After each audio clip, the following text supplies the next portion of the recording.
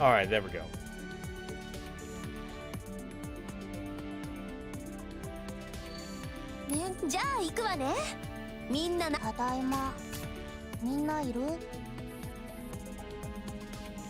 Alright, cool.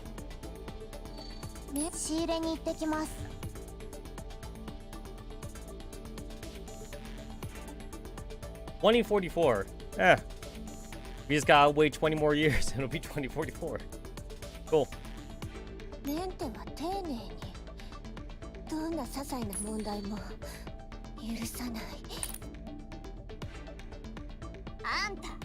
Oh shit, I still got like some of my dailies to do.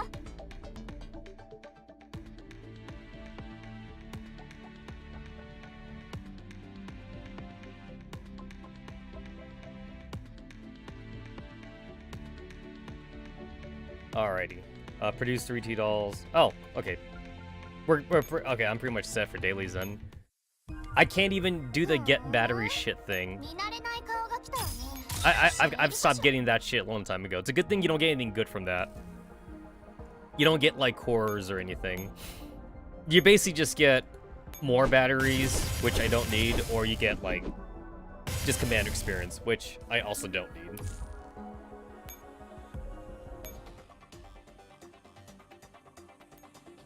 I already did that part. I just gotta do this part. Ah, cool.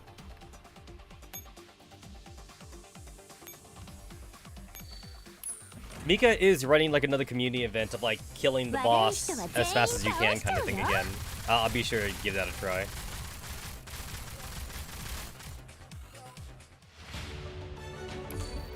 I gotta do this 4 times.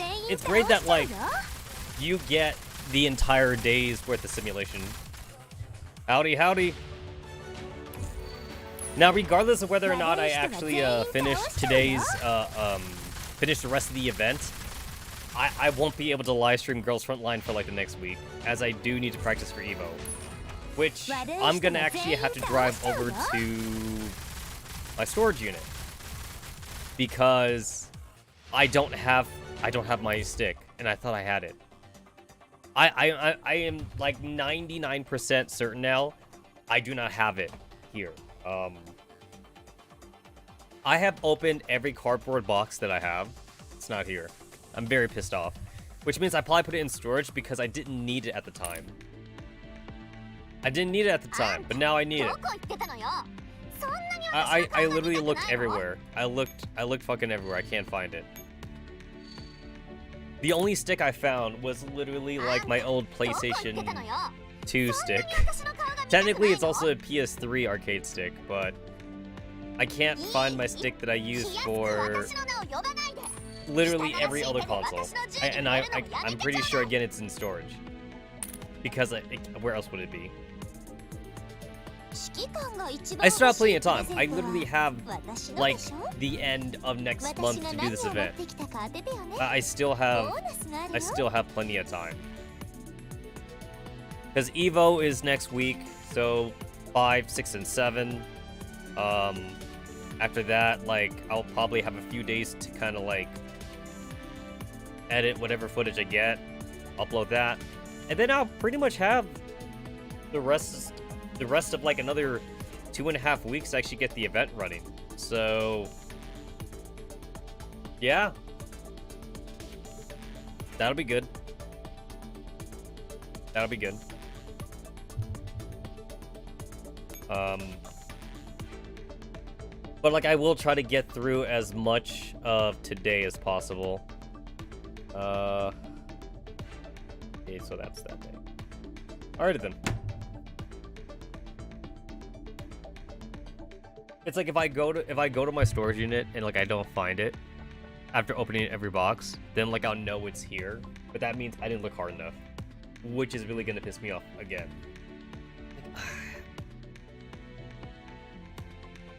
It's like I even opened boxes where like I was like very sure it wasn't in, but like I've been very sure before. I opened up a box that says PS2 games. Guess what? Had only PS2 games in it. I opened up a box that says PS3 and PSP and DS games. Only had those games in it too. Then I opened up a box that said like sound phone panels. It only had sound phone panels in it. So like I got better at like labeling my boxes, and shit.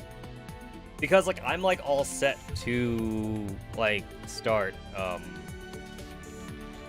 I'm like all set to kind of like start playing.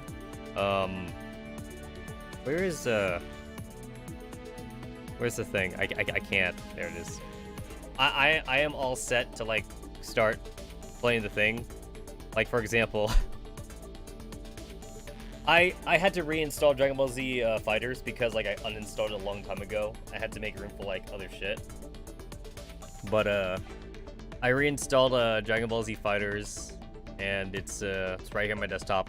I have DNF Duel right here as well, and I definitely need to start playing it.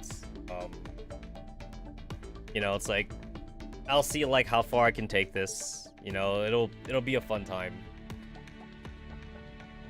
I usually go to Evo more for the like first look into new games, as well as just hanging out with people. Going there for the tournament is actually almost secondary at this point. I mean, like if I was gonna be hardcore, I'd be playing fighting games throughout the entire year, but I don't do that. I don't do that.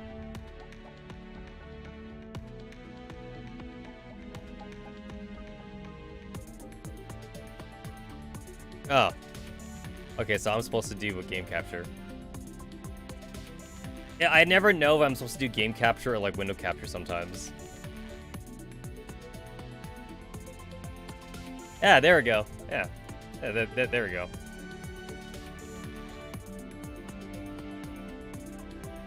Yeah, so like, it's completely working. It's completely working. I just have to, I just have to actually, like, start doing the thing.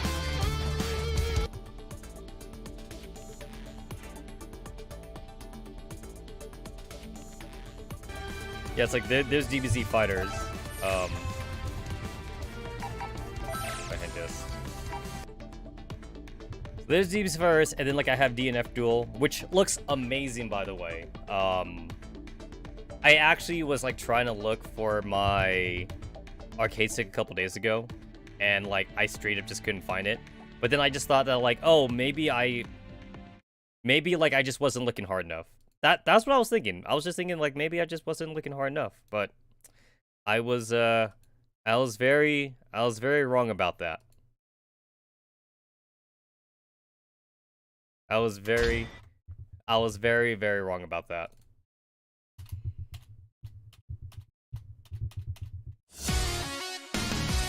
I mean, the opening's a banger.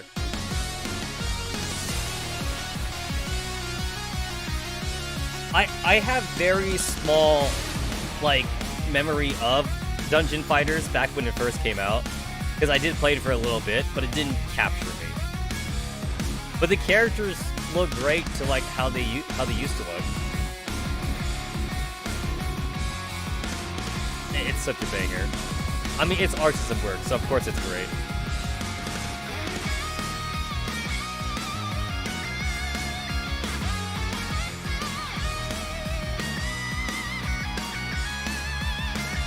Oh my god, she did Kagebushi. What's also kind of cool too is that like nobody actually has a name in this game. They're classes. They're classes. They're not names. There's Crusader, there's Fighter and Striker. Like that's just what they're called. They basically use like their Gear to Gear XRD animation stuff for this game, which I'm a little disappointed in, but like it still looks great though.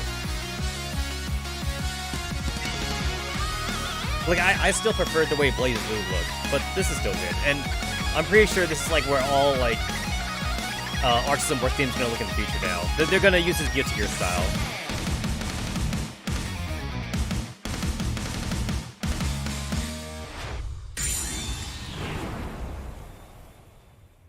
I cannot. I want to play. I want to play this now. I really want to play this now.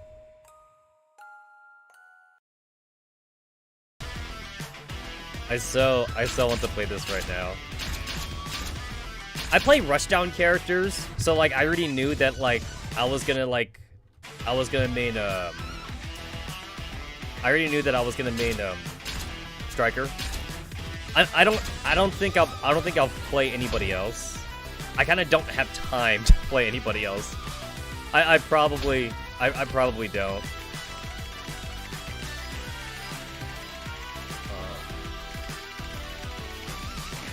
The amount of customizability in fighting games has like definitely improved over the years. Because like it's for a lot of people that don't play seriously, like they don't understand like why like some of the shit is here.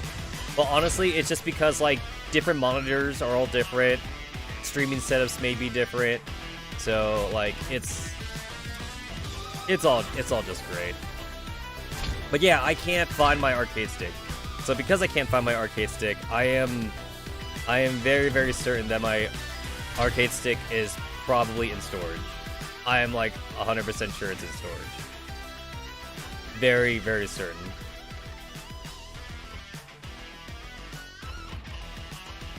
And I hate that, because it means that like I didn't individual settings. Oh, that's kind of cool. Oh, that's kind of cool. Oh, individual settings. Cool. How many language options do we have? Oh, alright. Definitely bring this down. Definitely bringing that down.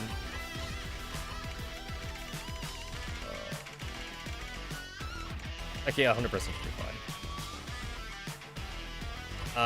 I probably want to bring that down too. I want to bring that down too. There we go. That should do it. That should do it. Oh my god. Yeah. Cool.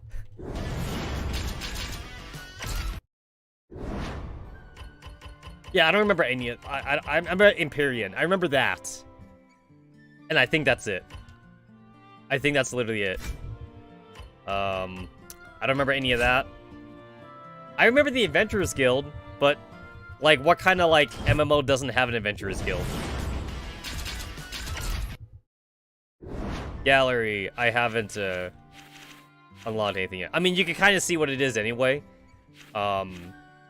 A lot of this is like definitely like old school art as well, but which I think is kind of cool. Haven't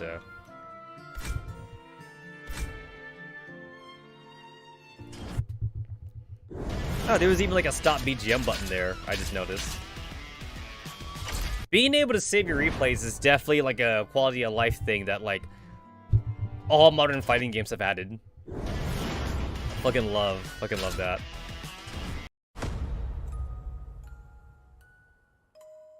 Wait. I actually want to know if my old stick even works. I have it like out of like nostalgic reasons. I don't know if it even works. I might get it. I'm gonna go and grab it.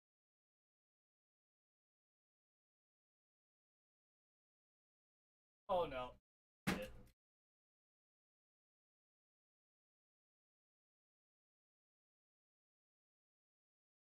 Nope, I can't use it. My old stick is literally too shit. I can't, it's a downgrade. It's too much of a downgrade. I can't grab it. I literally cannot grab it. Basically, that stick only has one purpose, and that's to be used with my PlayStation 2, which kind of doesn't really need to be a thing anymore. It doesn't have to be used with my PS2 anymore, because like I actually bought like an adapter for my current arcade stick. So I'm pretty sure I just keep it for nostalgic reasons now. I'm going to open up like one more box right now on stream, because like I didn't want to open it, but now I'm gonna open it right now.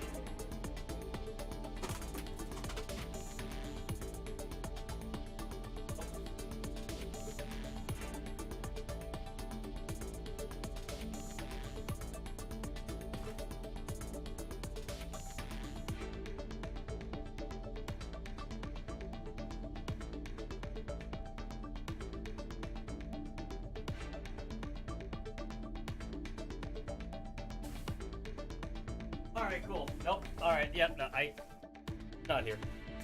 It is definitely in storage. It is 100% in storage. What a disappointment. What a disappointment. I got tape all over my hands. So yeah, it's definitely, like, it's definitely in storage. I definitely had to, like, go and grab it. I did find, like, my soldering set. My old soldering set. Which, actually, I'm kind of glad I opened that up now. But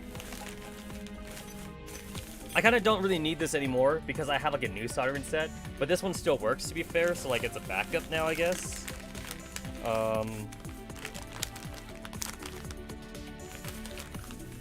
Yeah, like, I got, like, got some rousing cord right here. I have so much. I also have, like, a shit ton of wiring, too, for my arcade stick if I ever need to use it. Even also got, like, a moving soldering plunger, too. Non-electric. All I gotta do, it's spring-loaded, essentially. I also got, like, heavy-duty water right here. What gauge is this? This is 12. This is 12 gauge wiring, which I think it's actually, this is actually considered overkill for an arcade stick, but I think a lot of people like to use 12 gauge for some of their arcade sticks because, like, they have, like, lights and shit on it. Then I have some flux solder right here, and also, like, a solder wick, which actually, to be fair, I was kind of looking for that. I actually was kind of looking for that. This is actually what I was looking for, too. It's like a little arm thing. Oh. It's like a little, like, it's got, like, clampers and shit. It also got, like, a magnifying glass on it, and it's got, like, a heavy weight here on the bottom. So, like, you basically could just, there you go. So, yeah, you basically, use this to kind of, like, help you, like, solder, like, certain joints, certain joints in. Wait, is this backwards? Oh no, it's not backwards. This is like you just can't see shit from far away.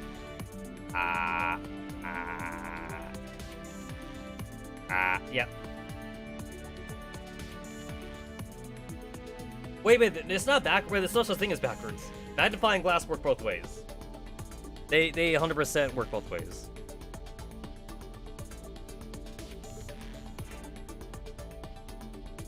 Yeah, they work both ways.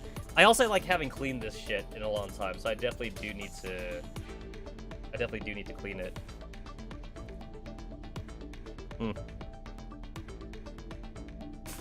I'm glad I got this, actually. I'm gonna keep this.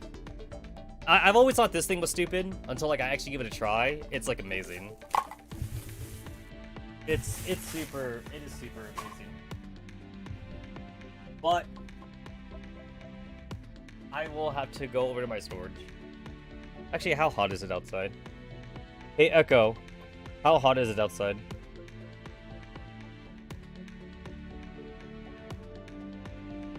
Oh, okay then. That's how hot it is outside. There we go. I just had to, like, put the little arm thing on. Alright then. But yeah, I even looked under my bed too, and I'm pretty sure it wasn't under my bed, but it's really pissing me off how I can't find my stick. I can't find both my sticks, actually, because, like, I have, like, a medium level stick, and then I have, like, my current grade stick, and the only stick I have right now is my very first stick, my old PlayStation 2 / PS3 stick. That's, like, the only one that's the only one I have right there, and, like, it's definitely a downgrade for me to use. It feels like if I use it, I'm, like, going back to, like, caveman era. And again, like, I've opened, like, every box I have, and I just can't find it. And what really makes me mad, though, is that, like, I did actually go to my storage earlier this week. But, like, I told myself I would be able to find it right away if it was there. And to be fair, I didn't open up every box I had in there. I just opened up, like, the first surface level boxes that was, like, in the front. And I didn't find it. And I thought, okay, it must not be here. That means maybe I just didn't look good enough at home. So, came home, I looked up some more, and by more, I mean I literally opened everything, and I still can't find it. And what pisses me off is that, like, one of the boxes I have, I'm pretty sure it was in there, but I must have, like, moved it. I must have moved it to another box because it's not in that box no more, obviously. So it must be, I must have told myself that, like, I wouldn't need my stick for a long time. So, like, I must have, like, put it in a box and put it, like, in the back of my storage. Meaning I need to, like, dig. I would need to dig. I mean, I could boot up the old, streaming phone again and, do like a looky look kind of thing. I could give that a try. It's been a while since we busted out the streaming phone, but just pisses me off. Had some dust on it. The fact that it has dust on it really shows that, like, I haven't used this thing in a while.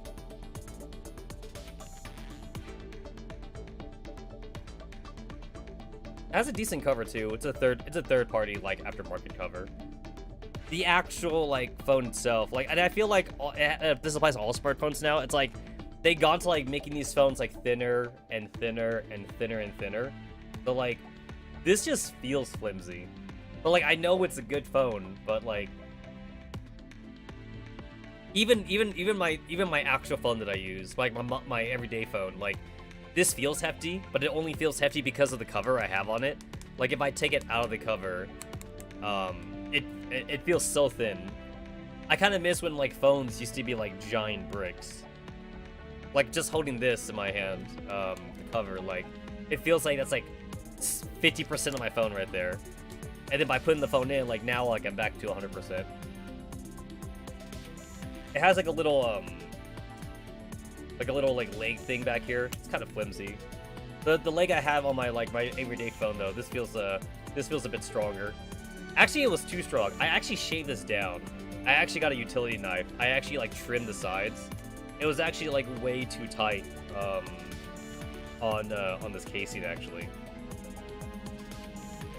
Like, it was so tight that, like, when I like, there's like a little space right here. When I try to use, like, my thumb or, like, a fingernail to, like, try and open it up, like, I actually was hurting myself. Like, I couldn't get it out. I had to use, like, a fucking screwdriver to get it out. I'm like, I don't want to, like, bust out a screwdriver or, like, at least my key or something, because I always have my keys on me to, like, open it up. What was this one? This one just opens up, like, even without me having fun. It feels super loose. Also, it's, like, one of those kinds of phones too where it's like, you can only, like, put it, like, sideways. You can't, like, do vertical. That kind of annoys me. I prefer kickstands on a phone where, like, you can do either way. There's applications for, like, wanting to, like, kickstand your phone, like, vertically as well. At least for me, there's reasons to do that. But a lot of kickstands on phones I noticed though, they're just only used for, they're strictly only used for, like, horizontal ways and not vertical. What's the battery life on this thing? I plugged it in, and usually when you plug in a phone, it tells, there it is. It's at 50%, 57% charge. I guess I'll let it charge now. Then it's like, maybe I do plan on actually using this. 57% charge, that's not bad for, like, me going months without using that streaming phone. Anyway, back to this. So mirror stage.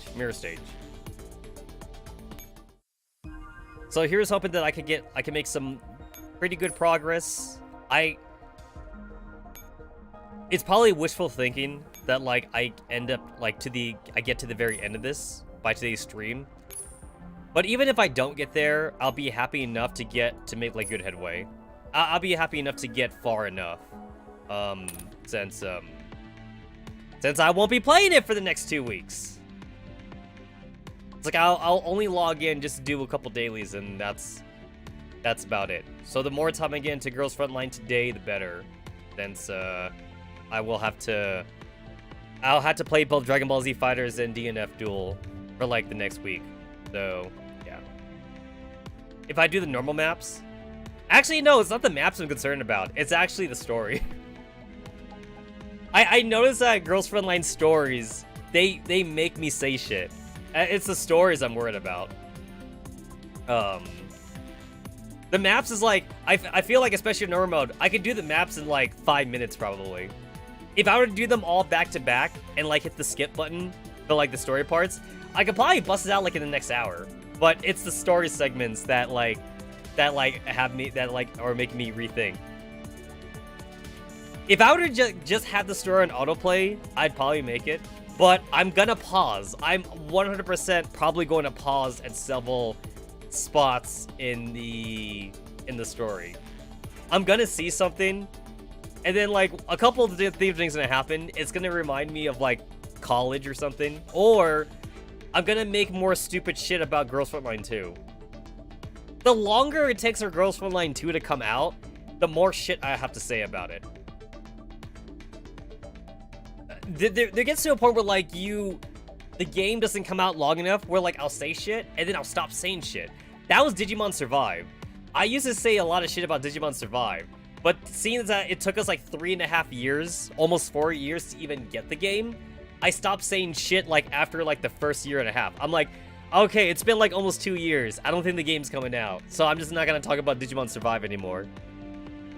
With Girls Frontline 2, I feel like they teased us the game way too early. Now, we did get a demo. We did at least get a demo. We never got a demo of Digimon Survive, but at least we got a demo of Girls Frontline 2, which, if you were too lazy to try and make a Chinese account, then at least you could watch other streamers play Girls Frontline 2, which I didn't do. I didn't watch Sia play it or anything like that, and I did have a tab open up on how to make a Chinese account, but it seemed way too backdoorsy for me. And also, like, I didn't like the idea of lying to China. I didn't like that. I mean, people did that all the time for Japanese websites, where you have to lie for Japanese websites, but, like, I feel like Japan's a little bit more forgiving about that. Like, shit. I remember, back in the day for Niku Niku Doga, there was guides on how to make a Niku Niku Doga account. Because, like, I'm pretty sure they don't require it anymore, but I'm very certain that when Niku Niku Doga was brand new, you legit needed to put in like a Japanese phone number and a Japanese address on Niku Niku Doga back in the day. Same thing too for DMM. I don't know if DMM is the same way, but back when Conco was at its height and people wanted to make a fucking DMM account, there was guides. It's like you needed a Japanese address, you needed a Japanese phone number and shit like that. I hate doing that because it feels like I'm lying, which I guess I kind of am. At least with Japan though, I use an address of like one of my friends. I'd just be all like, I send them a message first. I'm like, hey, I'm gonna use your address and phone number for like this Japanese website that I'm signing up for, and then they'd be all like, okay, Kirk, go ahead. But with China though, I don't have any Chinese friends living in China, so like, I just don't want to, like, I don't want to get chased down by the Chinese police or anything. The fear is actually real. Same thing, too, for, like, Korean websites. I don't want to do that for Korean websites. There's a few Korean MMOs that, like, I was interested in trying out, but then, like, once again, just to sign up for the game, you need to put in like a Korean address. You need to put in like a Korean phone number. And I'm like, I'm not doing that. I'm not doing that.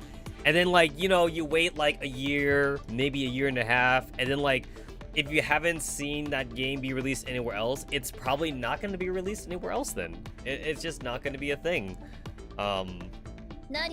Which is definitely a disappointment. Here's the thing, I understand like government websites, like wanting your address and shit like that makes sense to me. But like, I don't get why gaming websites would require an address and or phone number. That just boggles my mind. And I feel like I've never actually seen that be a thing for English websites. I mean, like, let me reiterate, I've never seen it be a thing for like American games, where it's like just to sign up.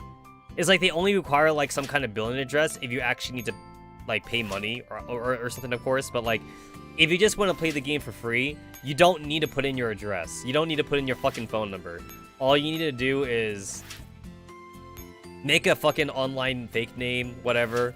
Call yourself like Emo Darkness 79 or whatever, and then like put in an email address, and that's it. All you need is a fucking email address and like a fake name. That's all. Some kind of gamer tag.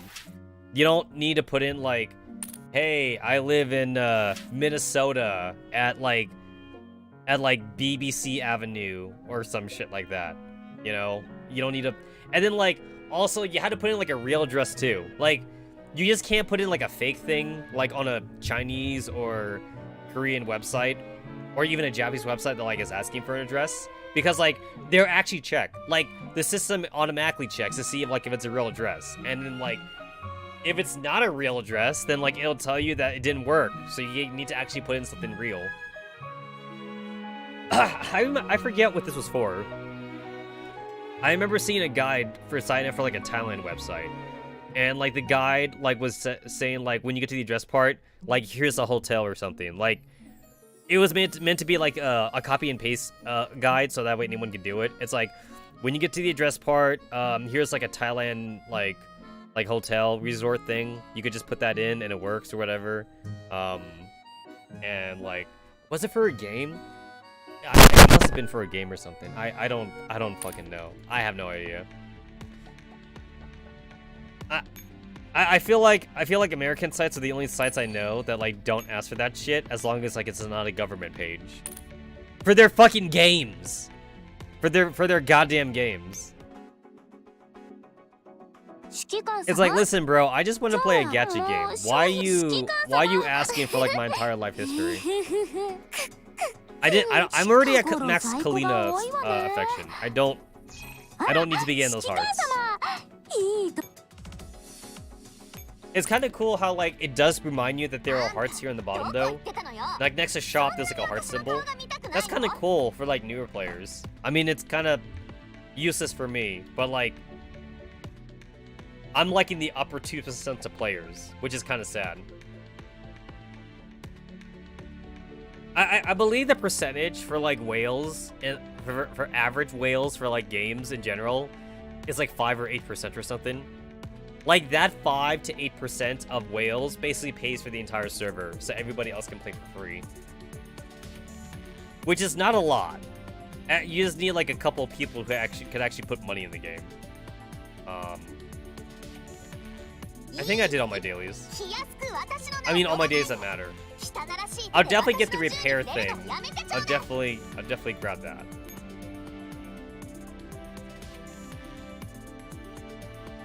Oh, I need to do fairy enhancements. Okay. It's Saturday already, so like I should probably do that. Fairy enhancements.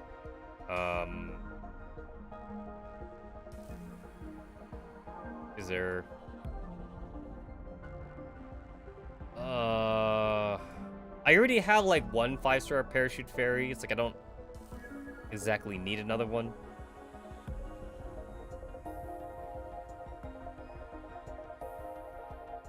Having one is already really good. Yeah, I'll just do it for like my stupid ass like special fairies.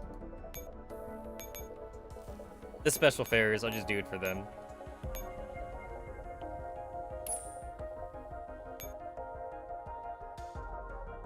Oh, I gotta get to level 70. Okay. Get my special fairies to 5-star just to flex, I guess. You can't oath a fairy, so you can't make this take less combat experience or counterparts. And fairies get shit experience in like actual combat. I don't know anybody that would want to level up a fairy normally. It's basically almost a requirement that you have to use combat reports. Oh my god, what? There we go.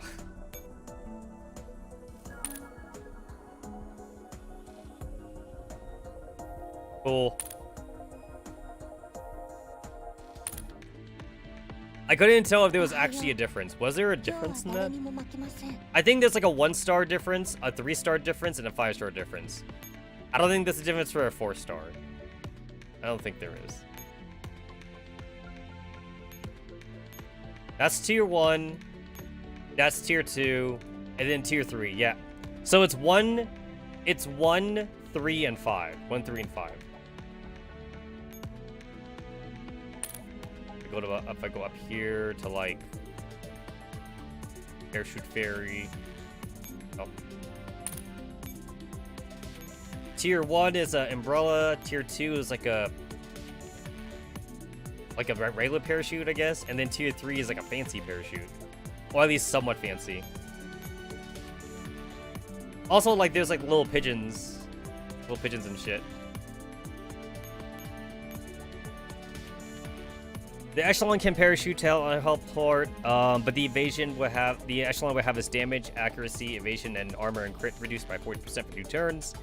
So the crit buff that this fairy gives you is 40%. So by maxing it, you basically negate the crit reduction. Damage is at 36%, so you get like a 4% reduction. That's not too bad.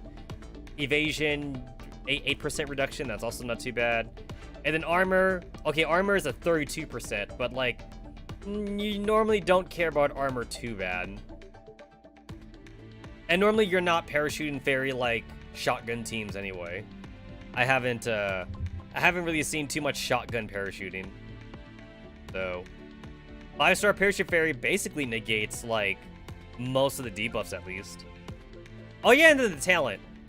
So like, it's a 4% negative debuff, maxed out fairy, but then like if you add the talent to it, then I guess you'll be coming out ahead then.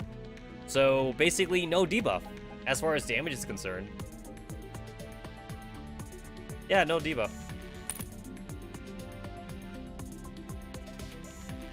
The only thing I'm missing is like the expensive ass fairies. I got all the cheapo fairies to 5 stars. And I'm probably not getting, like, Landmine Fairy and Construction Fairy to stupid 5-star anytime soon. But hey, I'm working on my duper Sniper Fairy.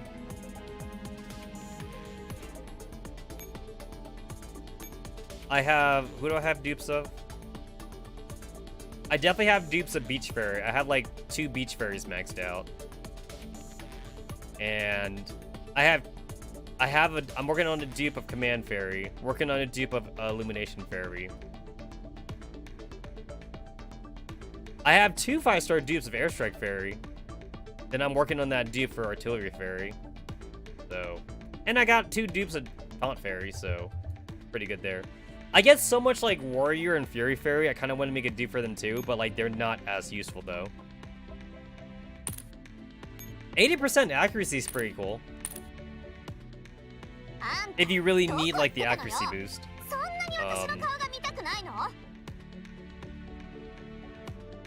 We're not at the furry thing yet. We're still like in the summer thing.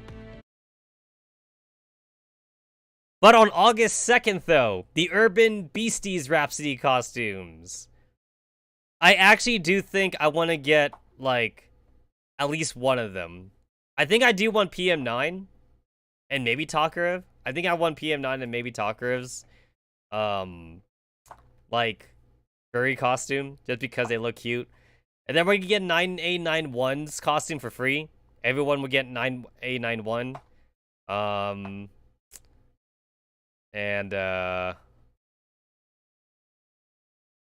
Yeah, I think that's it. And then people are saying that the Gundam one's after this. That's kind of cool. Type 88 gets to keep her Gundam suit now. It was an April Fool's joke, but now it's actually a real thing. So the Gundam one is next, people are saying after this.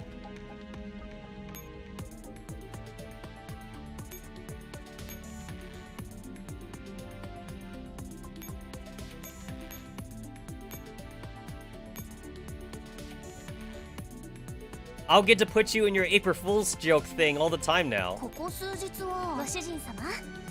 Oh yeah, she had a live 2D thing. That was cool. She had a live 2D thing.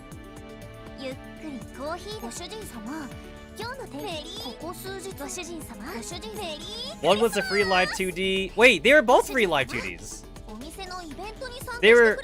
They were both free live 2Ds. Huh. Hmm.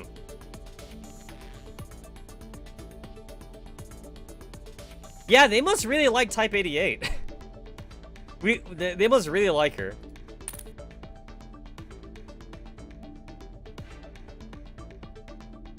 Oh yeah, and then WAT 2000 has special equipment. But I need justification for all my WAT 2000 dupes. They're all different too, since I keep getting costumes. I got the snow date, I got the summer, I got the Halloween one, and then I had the normal one. If they get a lolly, if we get like a lolly costume, I'm gonna have to make a 5th dupe. I'll have to make a 5th dupe. Oh yeah, there's the ballroom one. That kind of makes me want to make a dupe now. I don't have the ballroom outfit. I do have the black cards though.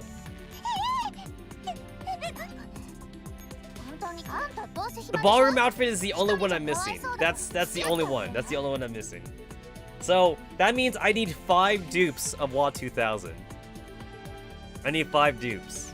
Wait, do I have a WAT 2000? Do I have one? Can I start working on that dupe right now? Can I start working on one? I do! Oh shit, I have 2. I have 2. So one of these can be the ballroom outfit, and then that one could be like some kind of like future, possibly lowly WAT 2000 outfit. I'd love to see another costume. And then how many 416s do we have? How many 416s? Assault rifle. 1, 2, 3. 3, 4, 5. So there's 5? If we include the Digimind and the regular as 1. So wait. 1, 2, 3, 4, 5, 6. 6? Okay, so there's 6. There's 6 416. There's 6 416s. 7 technically, if you count the 7 technically if you count the original and the Digimon as separate, but I'm gonna count them as the same. So that means there's 6. I don't have the lolly costume. I'm missing the lolly costume. Also, I don't have the division costume, but I'm kind of okay with that, I guess. I don't need the division costume. So the division costume kind of doesn't really count then. I don't think it counts. I have 2 maxed out Digiminds of 416. And then like, don't I have another one? Don't I have another one? Don't I have a 3rd dupe? Oh, I don't. I thought I did. I thought I had a 3rd dupe. I don't have a 3rd dupe. So I have more dupes of WAT 2000 than I do of 416. Okay, never mind. Never mind.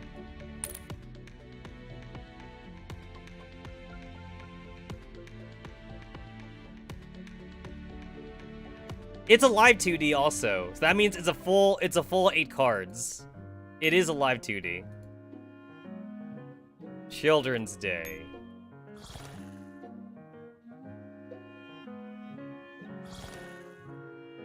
There she is.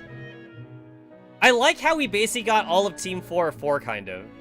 Except G11. But G11 is like a short. She's a shorty. So it's like, I guess they thought it'd be weird to make a lolly G11.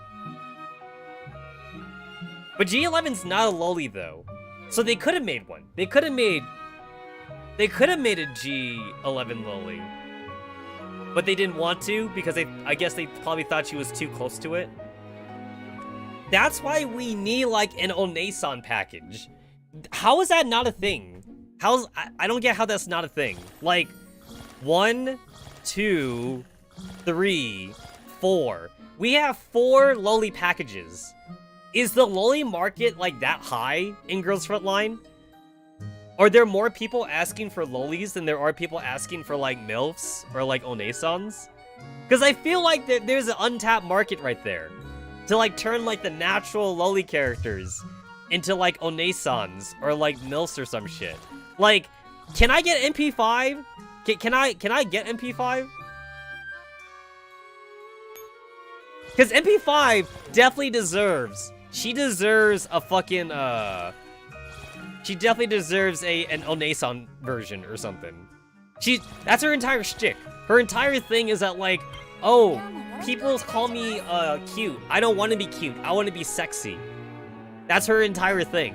So it's like, if anyone deserves it, she definitely deserves, like, an onesan costume or some shit like that.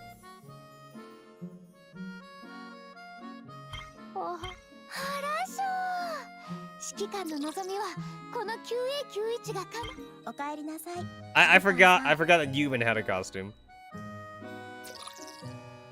You get a worthless Digimind. That's what you got. Oh, P7 is also a loli. So P7 could also get a she could also get like an onesan costume. Yeah.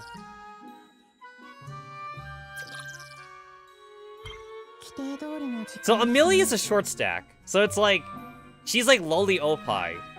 So like I don't know if she deserves an onesan costume.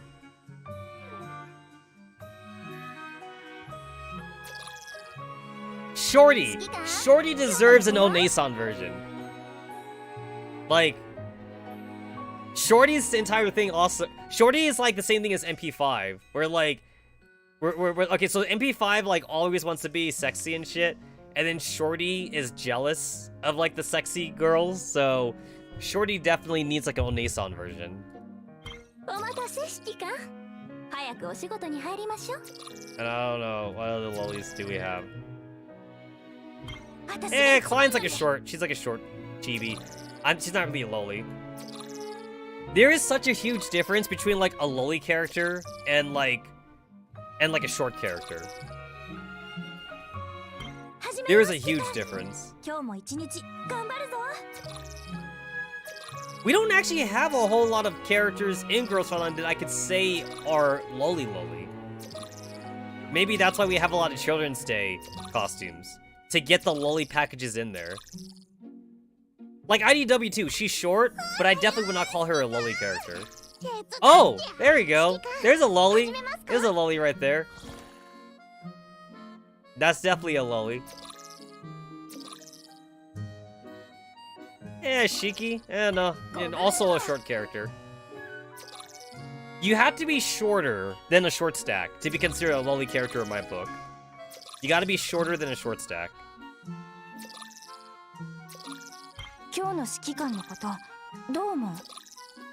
Maybe it's a good thing that this game doesn't have what isn't rich in lolis. Look, you can see like the part where like I really cared about. Wedding costume. Like, it's all here. All the wedding costumes. And then I seem to conveniently skip the swimsuits. Oh, look, there's an anniversary costume that I didn't get.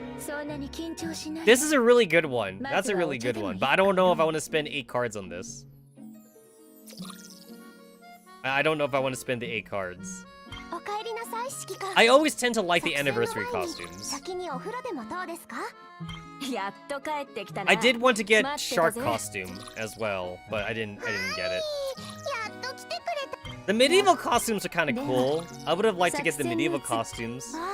I mean, I didn't get it, but I would have liked to. And then like I'm like anti-weeb for some reason when it comes to kimono costumes in any game. I feel like kimono costumes is like, I snore, I sleep on kimono costumes. Kimono costumes, I sleep. And then wedding costumes, real shit. I'm like anti-weeb here. I'm all like, oh yeah, it's Eastern, sure. I get it, I get why people like it. The Japanese culture and shit. But I'm like, nah, can I not? I don't want these. I usually skip the Japanese costumes. やっと帰ってきたな。あ、指揮官。今日の分のハーグしよう。なんだ。いいところに来たな。指揮官さん。戻ってきたか。お帰りなさい。I don't know. お帰り。Nah, yeah. Okay, whatever. More kimono costumes that I don't care about. More kimono costumes. この世界は日々我らの力で変わっていく。ごきげんよう。 Alright, anyway, we've gone off topic. We have gone off topic long enough. ショッピングに付き合ってくれませんか? I can see why Klee did get popular in Genshin Impact. I can definitely see why she got popular. She like embodies that chaos shit and the cute shit that like Asian people tend to like. She embodies that perfectly. It's like, listen, you gotta have sexy MILF Opie. Or you could be a war criminal, and people like to pick the war criminal. You can make as much mommy characters as you want, but then Klee would just come out on top. And there's a lot of mommy characters in Genshin Impact, actually. Genshin Impact, I want to say like half the chicks radiate like mommy energy in Genshin Impact. And then like maybe the other half is like high school vibe. Half of the Genshin girls, I get like a high school girl vibe, and then the other half, I get like mommy vibe.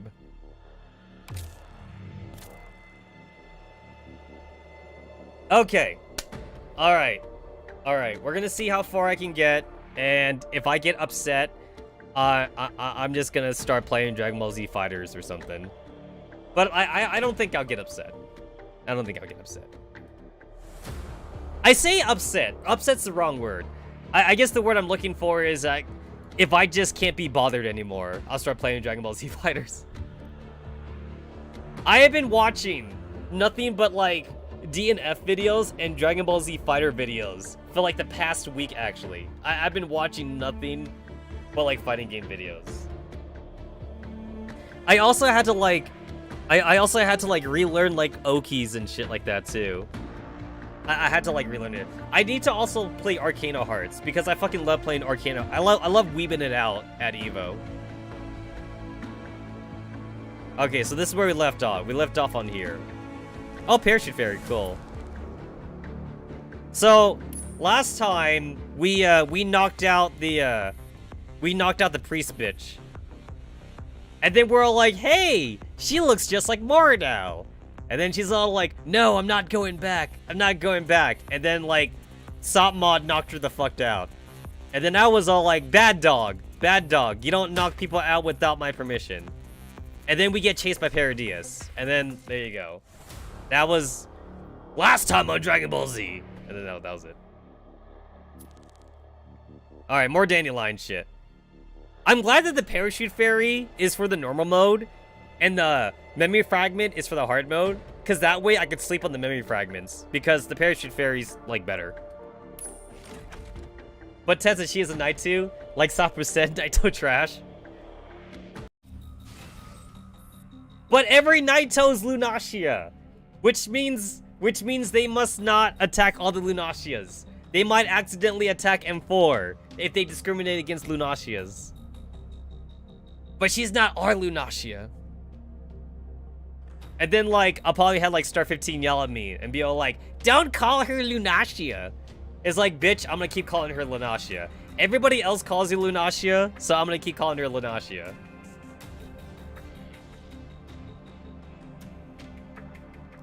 Alright, a battle truck comes to a halt within the quiet forest. Oh yeah, and then our wheels. We lost our wheels too, because we went through the forest, right? No wheels, no wheels.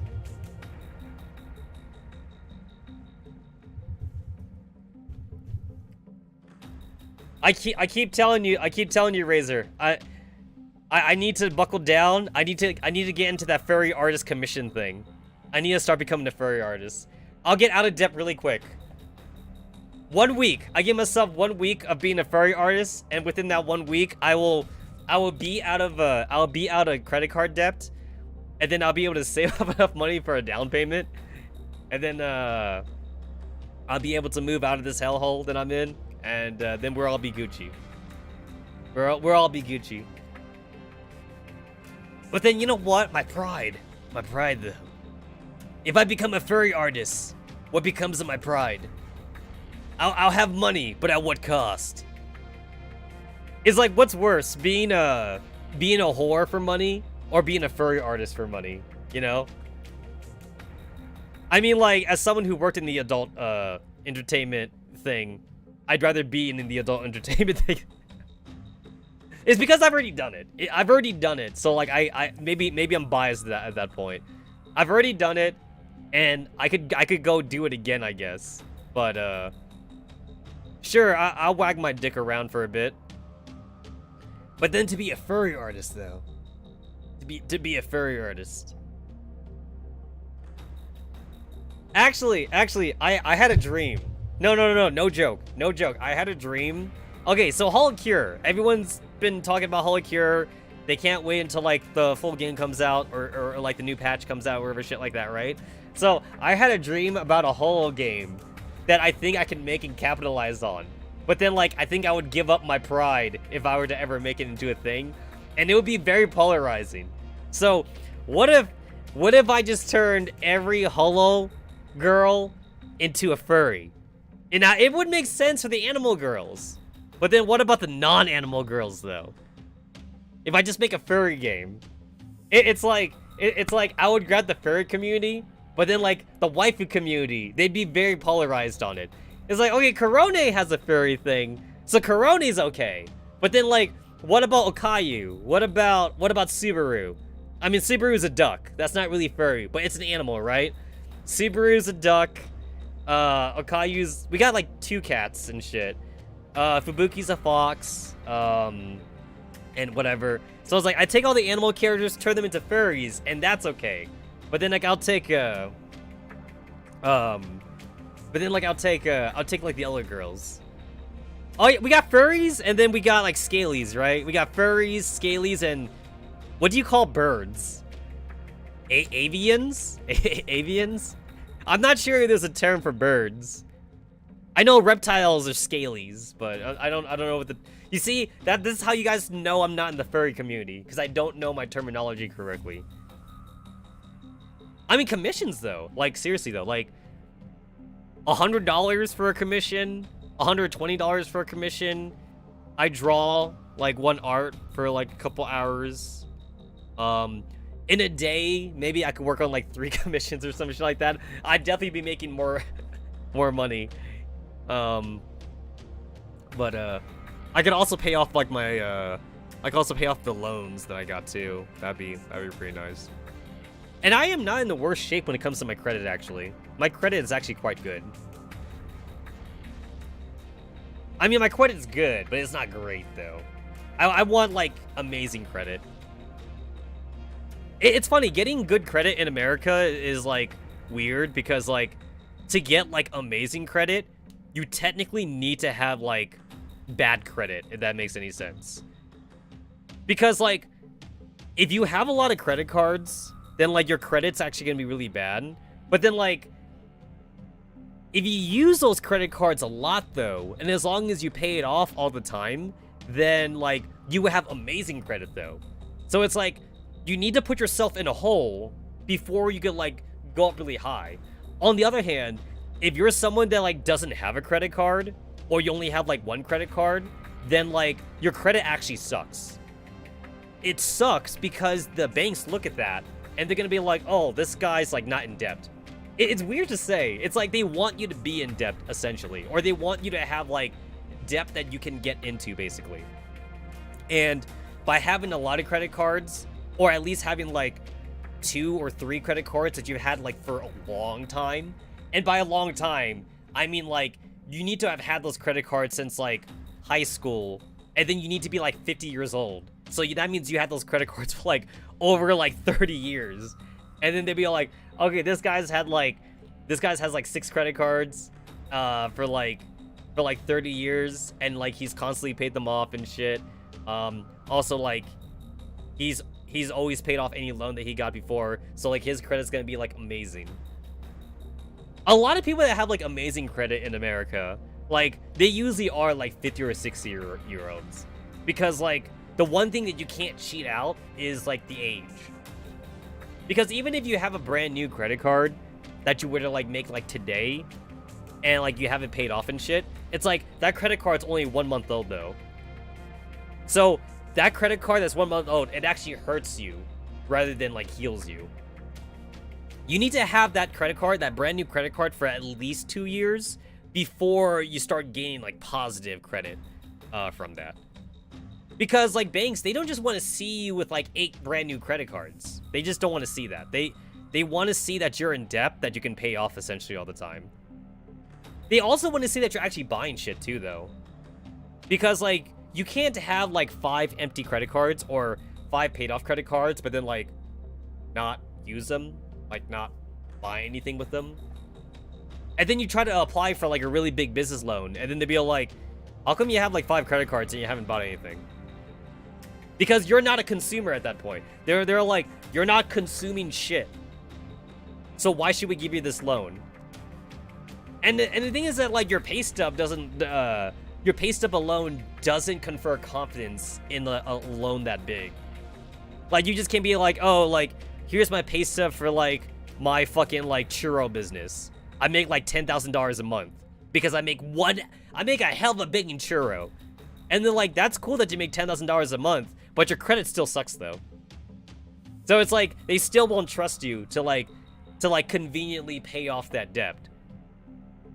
But then they also don't want you to pay off that debt in one go either though, because then they don't make money. They want you to pay off that debt kind of slowly. So they don't want somebody to just be like, hey, I need like a loan for like $500,000 right now, but then I'll pay it off in a year. Because then they'd be all like, if you're gonna pay it off that fast, then why do you need us? If you're rich, then like you need to be applying for like a really big loan or something. Because if you're rich then and you apply for a small loan, then they're just gonna look at you. They're gonna be like, you don't need us. You don't need us, and we don't need you because we're not gonna make money off of you. It's like a very like fine line between being in debt and then like being in fake debt. That's what the credit card companies want to see you be in. You got to be in fake debt.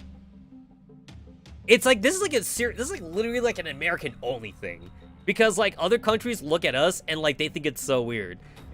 Like they don't get why credit is different in America compared to like Canada or like Mexico or like Europe and shit like that. Like it's really easy to apply for a business loan like in Europe, and like you don't need outstanding credit for that. But then like in America, it's really hard to get that first loan if you don't have outstanding credit. You could get a small loan, but then that small loan might not get you anything though. Okay, right, this shit. All right, we lost our tires, and now we're running away from Paradias.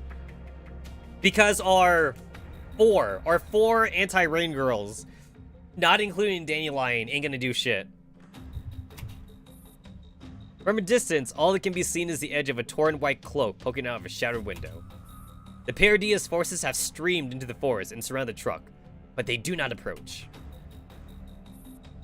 Hey, it's New Chick. Scouts, send out team to investigate the interior of the truck. All other units continue forward and find the target. A team of scouts cautiously approach the truck while the rest of the Paradias forces search for tracks. Look carefully and check if the truck is a trap. Let's see what tricks a mere human can pull. The scouts flank the truck from various angles. As the scout approached, the abandoned truck explodes and takes out the nearby Paradias forces. Humans will be humans. I can't believe they use such a cliched trap. The Griffin commander is taking us too lightly. Hey, remember, we could have retired, guys. We could have totally retired. We chose not to. We could have just taken the money. We could have just taken the money and left. But no, we had to be a shonen protagonist. Turning her back on the explosion, the petite girl studies the messy tracks on the ground coldly. Hey, you hid your trip pretty well, but it's pointless. After all, you fall into my hands in the end. The sounds of the explosion comes from a distance. I wish I were there to see them get blown up. I saw everything. Paradius just did through the camera. We left in the truck. Tetsa, you are abandoning your sex dolls for some meat bag? Hey, listen, Kalina's pretty high quality meat bag, I would say. she's pretty good meat bag. The way they surround the truck is a telltale sign that there's a high-level command unit nearby. Commander! I know, a high-ranking leader is directing them. So basically, we got a Paradius unit on Emojin's level following us. God, I fucking love seeing the girls in like civilian clothing. That would be troublesome. None of the high-level Paradius commanding units we've encountered so far were beaten by conventional methods. Don't slow down. Carry on. Mashlin remains asleep on my back. Right now, I'm actually starting to envy her. I can hear their footsteps. Damn it, they sure run fast. Commander, we're almost in Paradius' firing range. We can't shake them at this range. Why don't we make the first move? Prepare for battle. Right now, our aim is to break out this while staying alive. Got it. Alright. Alright, what do we got? What do we got? I see dandelion. I see radars. I see a circle thingamabob over there. Okay. Guide dandelion to the extraction point. Got it. Oh, wait, I almost forgot. Because I'm too lazy. I'm too lazy for auto resupply. Not to be a thing. Even though the pro thing is that you leave it on manual supply. Fuck the pro thing.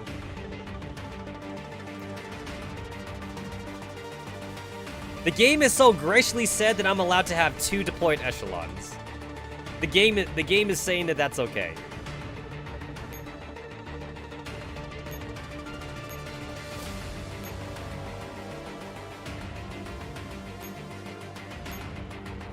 Alright, so that one.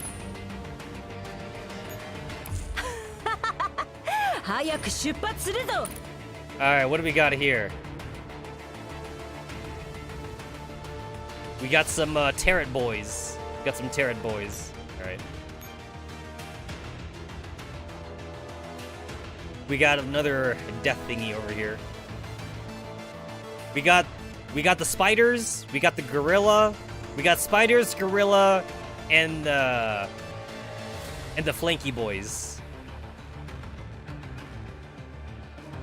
I'd rather fight the gorilla boys than the patroller spider boys, honestly. Spiders are annoying to fight.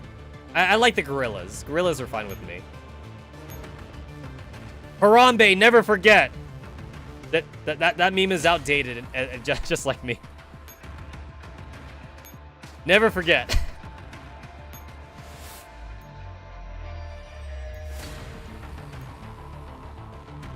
Let's see. I should probably take this out.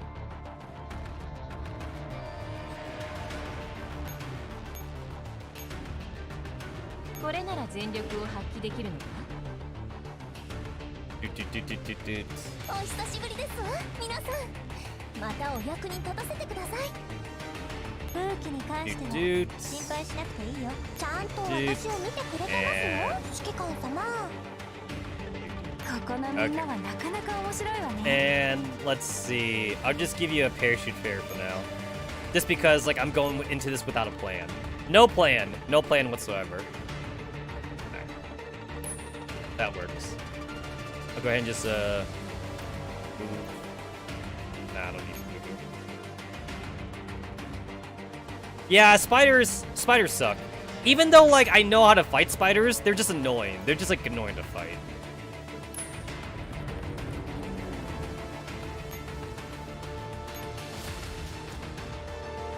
Okay, what's in your group? What's in your group?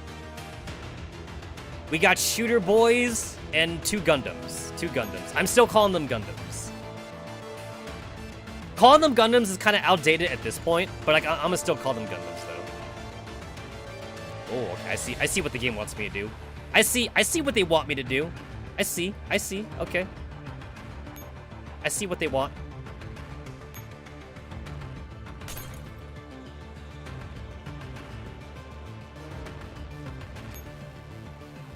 I see what they want.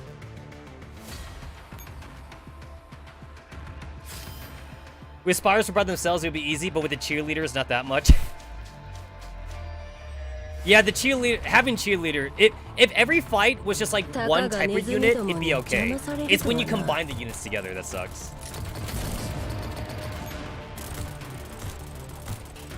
Hello?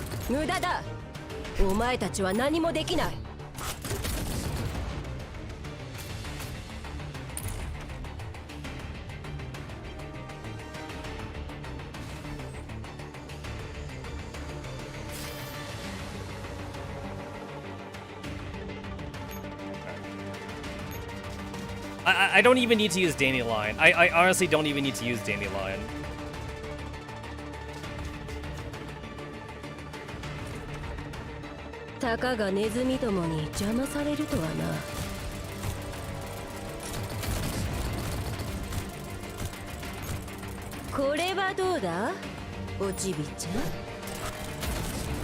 I'm still upset that like Beaks hasn't really done anything since she got introduced. Another spider. Oh, this one's just 2 spiders. This one is just the 2.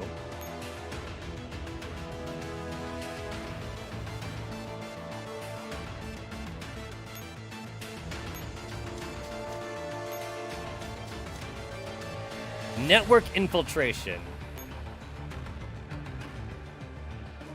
Oh.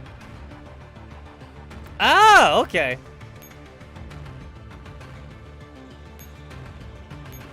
Oh, okay. That's a thing. All right. That's a thing.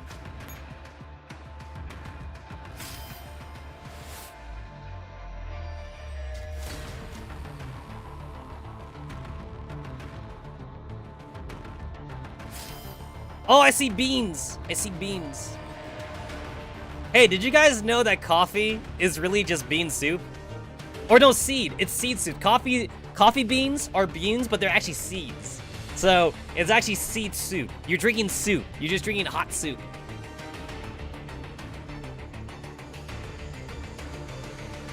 Rogue 65 could handle that. 1, 2, 3, 4, 5, 6, 7. She can handle 7 beans.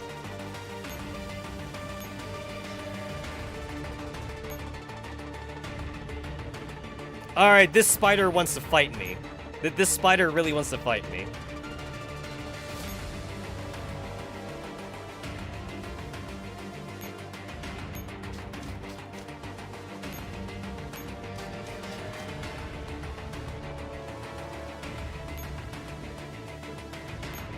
It's a death stack, but it shouldn't be that bad. It shouldn't be that terrible.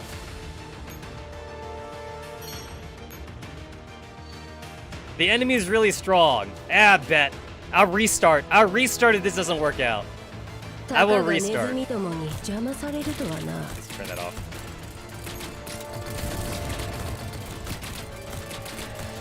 I'll wait till they start jumping. There we go.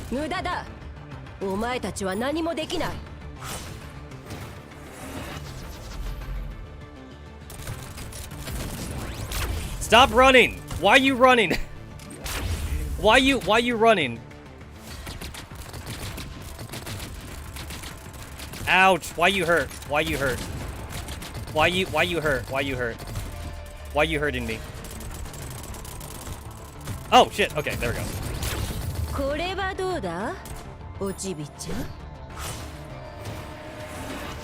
Remember when Alchemist was like super important to the story? Neither do I. Okay, there we go. Go back.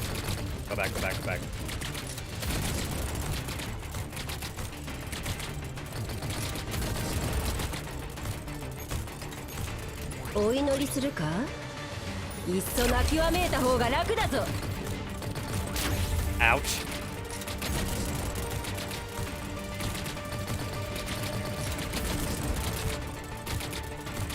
I'm taking a lot of damage here. お祈りするか？いっそ泣きわめいた方が楽だぞ。I'm gonna...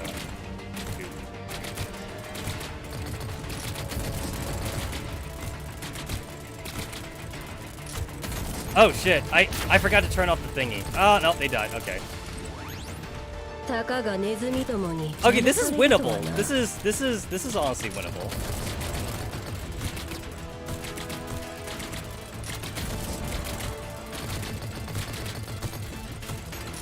There we go. Yeah, this is totally winnable.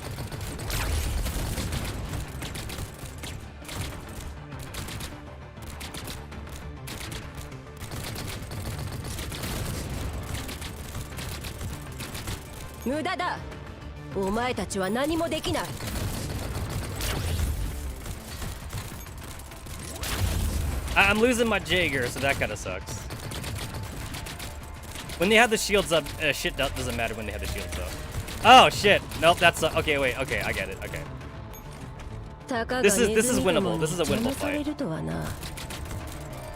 Okay, so I want to move you up here. There we go.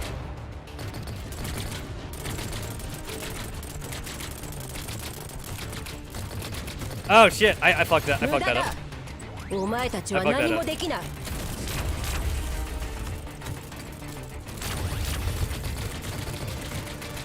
For some reason, they really want to aim for that Jaeger. Turn it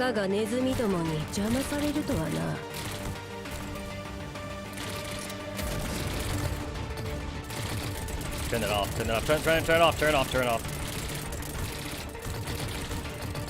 I can figure this out. I can figure this out.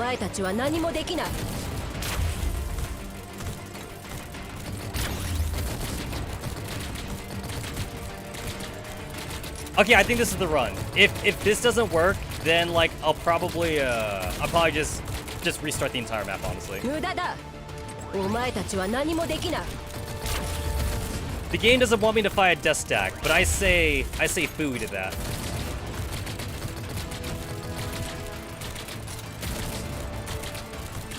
I know there's also like some sick like rifle shotgun shenanigans you could also do against like spider death stacks, but like I don't wanna rack my brain right now.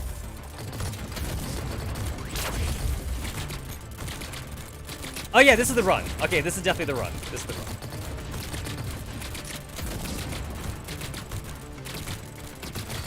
Yeah, this works. This works.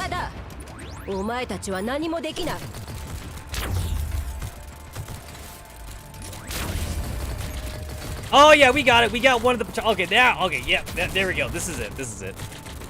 Just had to figure it out.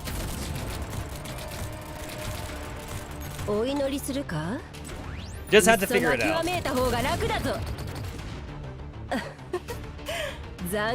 There we go. Check out the Death Stack Patroller with minimum damage. And for that, I get MP40. That's what I get? That's what I get for taking out the Death Stack? You know what? It's like, I would love to see, like, what that would even look like in lore. Like, imagine the team, like, taking down, like a giant, like, Paradias, like, Gorilla Gundam combo.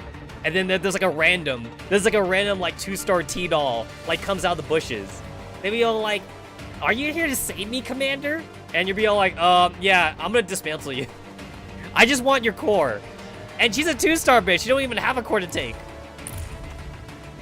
I'm gonna turn you into like 5 ammo and like 20 rations or something. That's basically what you're gonna turn into. All right. So that's taken care of. Okay, let's go back here. All right. So the beans. We gotta watch out for the beans.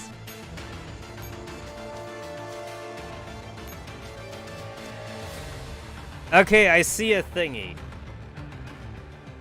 But there's probably a bean right there, so I should probably just end my turn right here.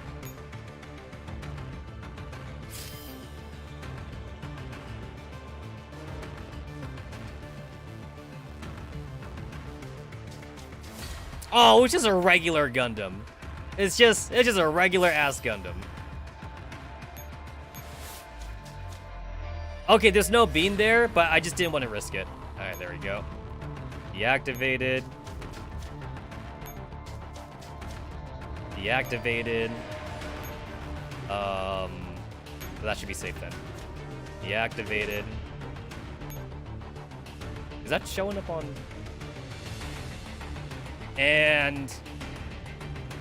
That should be safe. But I'd just rather not risk it though, so... That should be safe, but I'll just end my turn. Oh no, the Gundam's coming for me.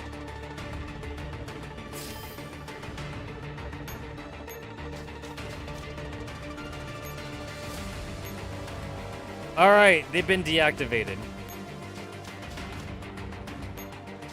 Oh, okay.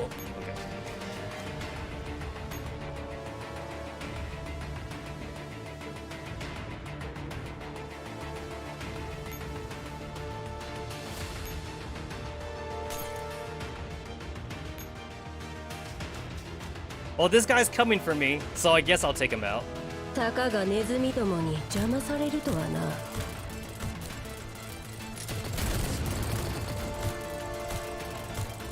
Wow. Alchemist didn't have to do shit. Then again, I am playing on the easy mode, so I'm sure it's a little bit tougher on the hard mode, but it's kind of funny how the hard mode gives you like shit rewards though. Like 50 whole memory fragments? Whoop-de-doo. Make hard mode worth it for me, honestly.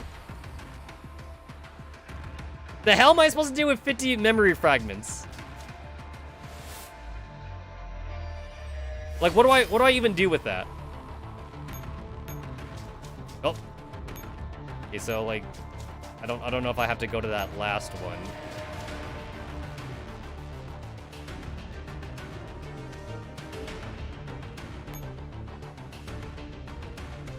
Is there a thingy over there? Oh, okay, there. Okay, I see. Okay, I get it. I see. The whole line's covered. I get it. Okay.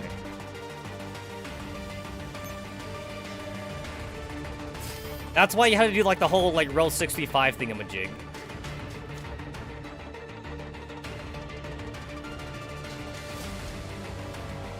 Okay, I'm probably not winning this. I'm probably not winning this, but like I'll just see. I'll honestly just see. I'm probably not winning this. Not without like dandelion like help. But like I just want to, yeah. I should probably just retreat. Yeah. Yeah, there's too many beastie boys in here. Too many beastie boys. Also, they're at max shields now. Like now they're at max shields, so. Alright, let's go ahead and just withdraw. Thank God for the fucking restart battle.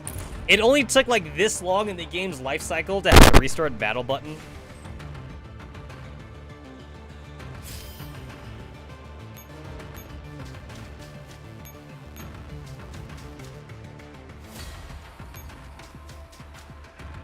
All deactivated.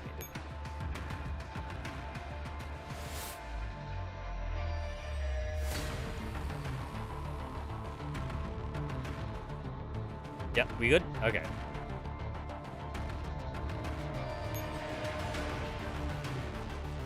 So you are yellow. You're yellow now. So if I end my turn, what happens? Oh, they fight each other. They fight each other.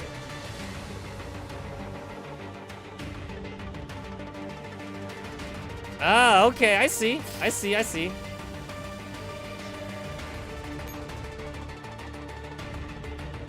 But now there's a... Okay, so basically I'm just ending my turn now. I get it. I just gotta make sure I don't piss him off.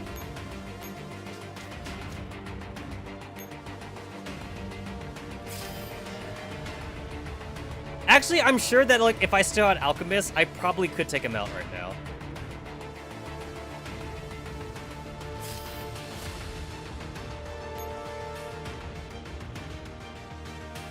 Oh, they're not moving no more. Okay.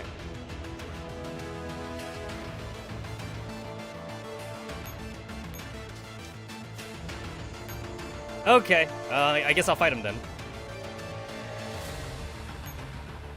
7 manpower in 3 parts!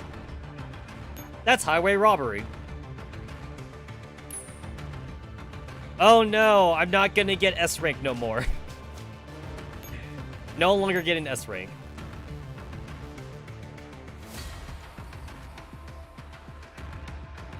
Oh shit, I ran out of action points already.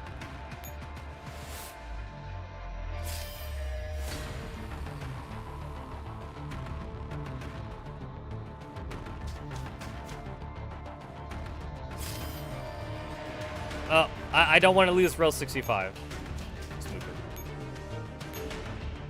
Even though it's a bot, even though it's not my row 65, I still don't want to send her to her death. Because that would just be me.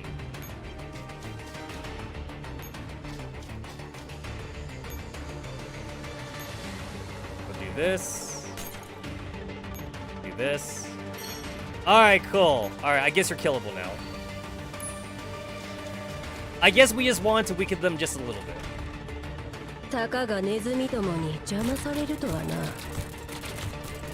I should be bringing these guys up, probably.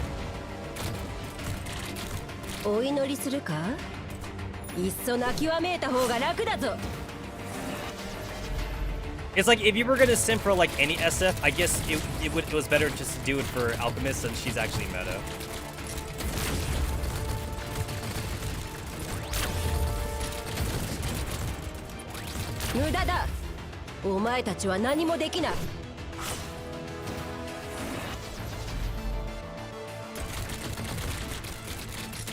So once again, everything is dead except for the Spider Boys.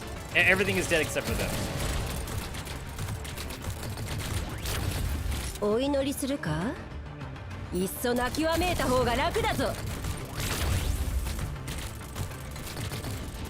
Ouch.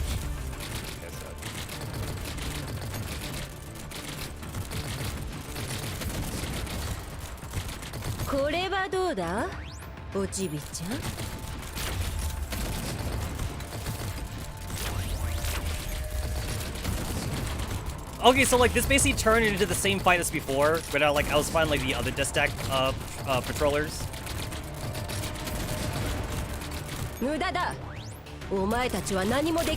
There we go, took out one spider.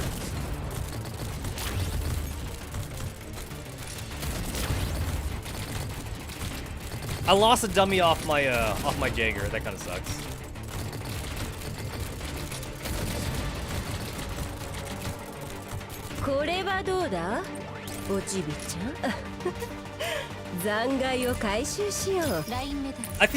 I still feel like I'm probably doing this map wrong. I'm just relying on Alchemist to do everything for me. I feel like I'm probably doing this wrong still.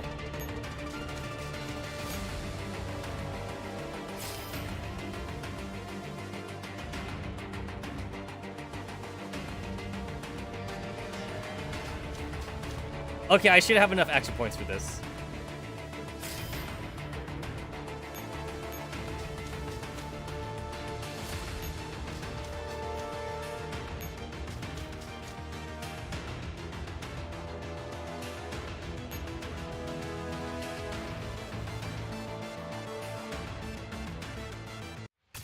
Yay! I got a B rank!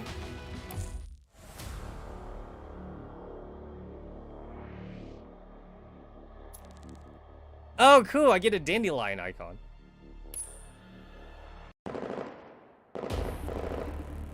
Bullets hit the ground behind us. While we're still outside of the accurate firing distance, our pursuers are clearly about to catch up to us. Dandelion! Dandelion takes control of the closest Paradias troops chasing us. It's obvious that her stamina is being taxed to its limits. The Sopmod angry face. I'll take you all on. Rip and tear. The row 65 angry face. Sop 2, don't be reckless. And then Star 15, angry face. Star 15 is always angry, right? So basically, her default expression should just be considered the angry face. Any rounds left, bro? The AR team is deep within the enemy formation and on the verge of being overrun. If I can't think of a way to get us out of this, they'll swamp us all. Greetings, Commander. Who's that? We're out of rounds and they even hacked our comms? Please do not worry, we are Squad Griffin, sent here to pick you up in accordance with the mission directives. Allow me to introduce myself. I am VP 915 Villa Perosa, but you can just call me Perosa. So we do have a pickup. How can you prove that? The Earl said that you would understand once you saw this seal. Perosa holds a wax seal up to the communicator. It is imprinted with the image of a mighty griffin bearing his claws, surrounded by intricate designs. It is exactly like the one in the mission documents I received. So, it's the Earl I see. According to the intel provided by the Earl, these Paradias forces are only active on the outskirts of the city. They seem to be prohibited from entering the city area. Deringer and Savage are coming over to support you. I will guide you to remotely to help you shake off your pursuers. Alright, so those two. Just as the commander contemplates her next move, the sound of unfamiliar gunfire erupts from behind them. I'm picking up IFF signals belonging to 2 high-end IOP dolls, but they're not on the Griffin-based roster. Hi, Commander! This doesn't seem like the best time for a chat! We're here to lend you a hand, Commander. They've arrived, Commander. Now please run towards the slope at 1 o'clock as quickly as you can. They're only 2 dolls. Would it be alright? Please have faith in my judgment. The 2 unfamiliar dolls exchange smiles. Their fighting stances show that they are fully in sync with each other. Leave this place to us. Please do as Perosa directs and head into the city proper. Got it. Let's not waste any more time. Everyone to the city. In the hidden patch of forest, a petite figure grits her teeth as she watches the commander's party flee to the city area with the help of Squad Griffin. What? They're fleeing in that direction? But Big Sis won't let me go there. With that tiny ass gun, I doubt it. No. It's No. Here's the best part. No. The genius is that tiny gun is actually like a tranquilizer. Because they know that Paradias are all like cyborg people. Therefore, the tranquilizer should work, actually. All they gotta do is hit the exposed skin parts. If they hit, like, as long as the handgun chick hits, like, the exposed skin parts, the tranquilizer should work. And yes, it has to be a tranquilizer and not poison, because we're the good guys. So, like, we're not allowed to use poison. They're going to escape, just like that. And all I can do is watch. Why is this happening, Sobs? How am I gonna explain this to Big Sis? How? They are about to enter the city. Shall we continue giving chase? The girl turns and sends the white Naito flying with a slap. The black Naito standing beside her trembles in fear, not daring to look at the white Naito's head as it rolls past her feet. Chase? You're nothing but a pack of stupid dogs. All you can do is bark and chase. Hurry up and find out who the hell met up with them. After not getting a response for a long time, the girl angrily picks up the white Nitro's corpse. What's the matter? Cat got your, where's the head? Trash is trash. One slap and your head's gone. Hey! It sounds like she would get along just fine with Sop too, right?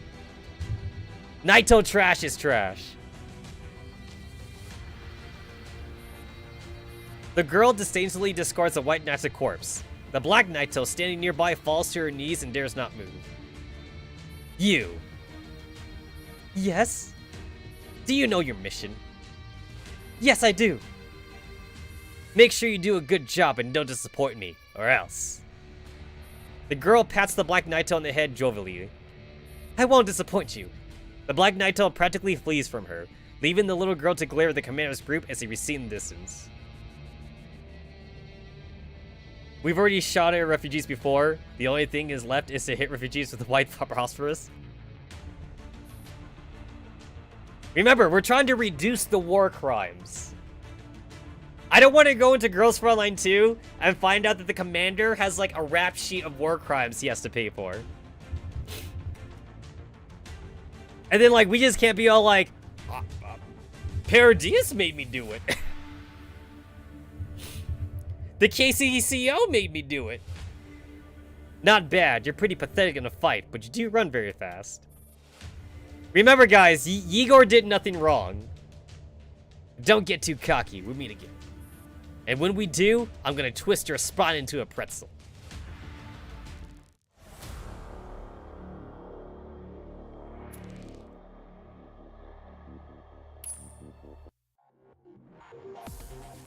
Berlin.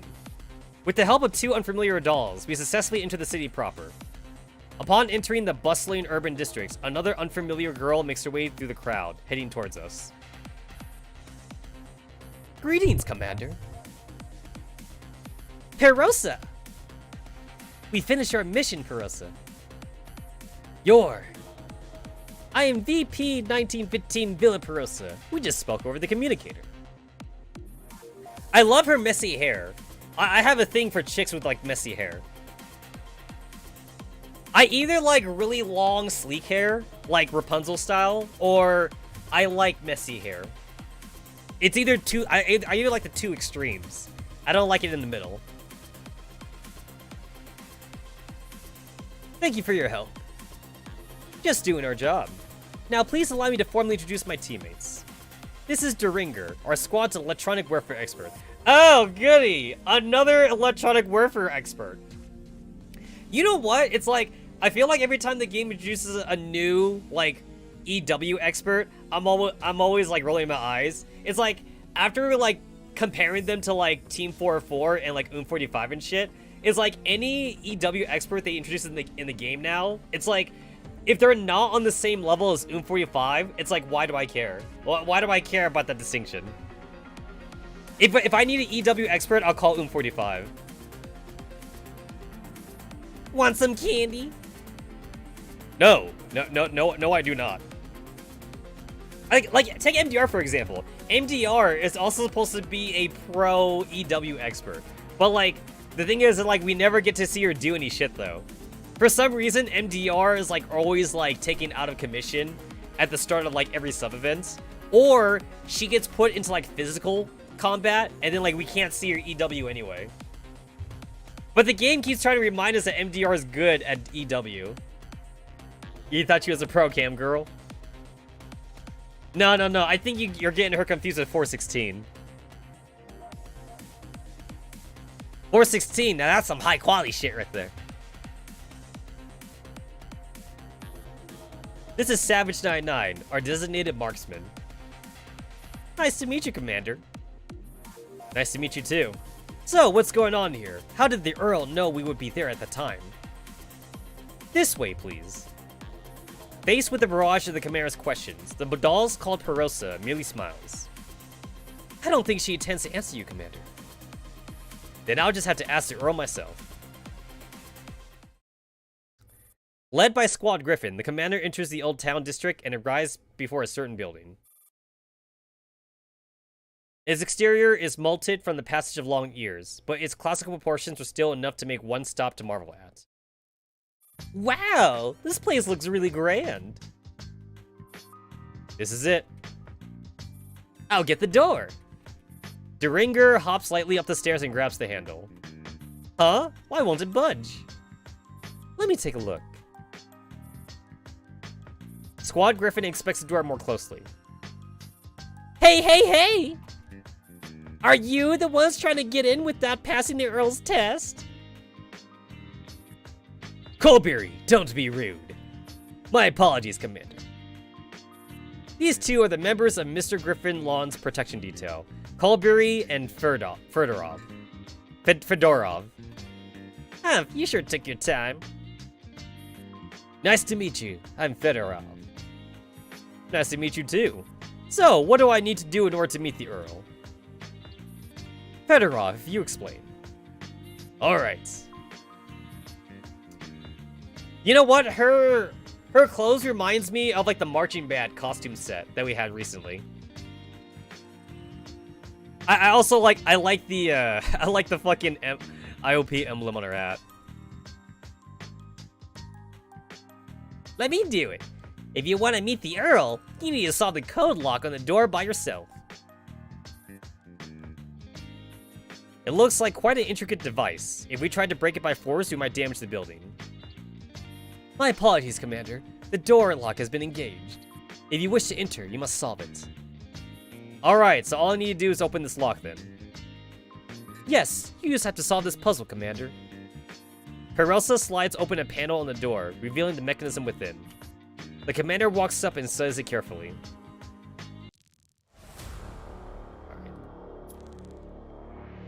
Who is this? Who is this man? He has a penis. I do not allow penises in my game. Shit.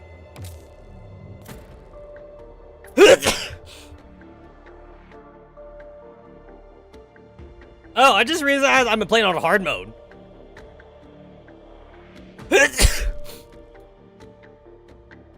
Oh yeah, I've been playing on hard mode the entire time. Yeah. There, normal. I mean, I kind of want those cores though. I kind of want those cores actually. I'll take the cores. I'll take the cores. GK, GK, GK, GK, GK. GK, GK, GK, GK, GK, GK, GK, GK, GK. Or is it KG, KG, KG? Is it Kyogre and Griffin? Or is it Griffin and Kyogre? Or maybe it's KKK, KKK. Maybe it's diagonal. KKKKKK. It's Kyogre, Clan, Coup, Combat, Cake.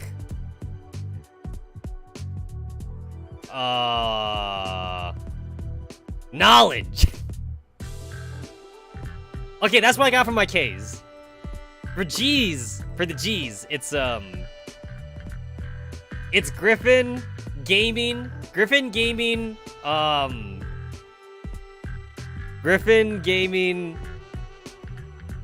shit, G's hard. G's. Griffin Gaming, Goblin, Goblin Gangbang,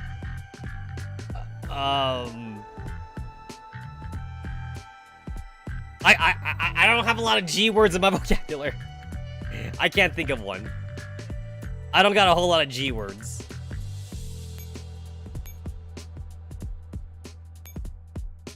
Okay, something tells me that the movement thing's gonna be really good here.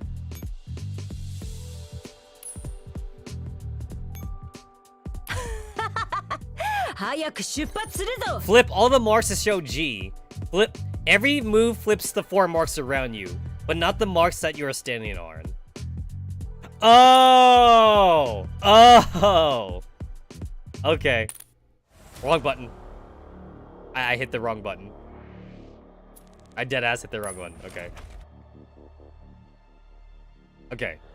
I got this. I got this. Okay. Flip it to G. Okay.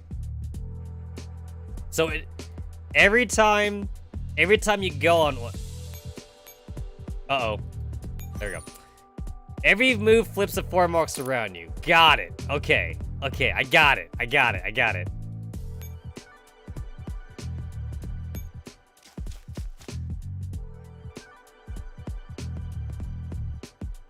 So I go to here. Okay. That's all G's. So what's this? Can I take that? Can I take that? I just want to see if I can take that. It's just black beans. It's just black beans. Oh, I can. Okay. It's just black beans. All right.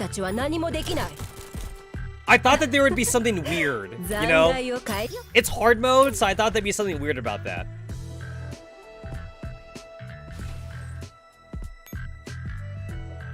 And then I see these bitches. Okay.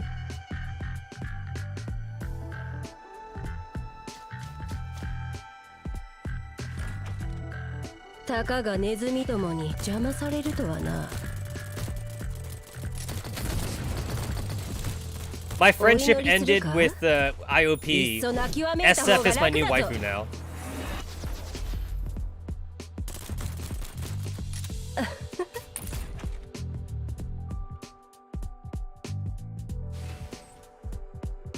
Okay, so if I flip this...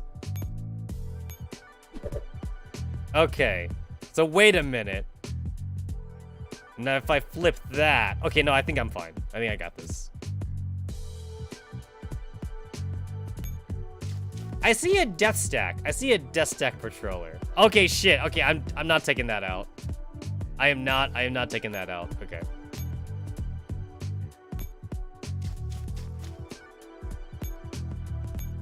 Okay, so if I do this, I go here. Okay, then that becomes a K. If I do that and flip it, that becomes a G, and then those become Ks. No, wait. No, yeah, wait, that's fine. I think I got it.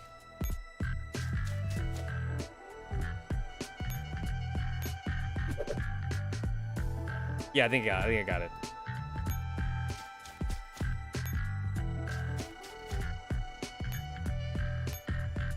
Okay, cool. Cool. Okay.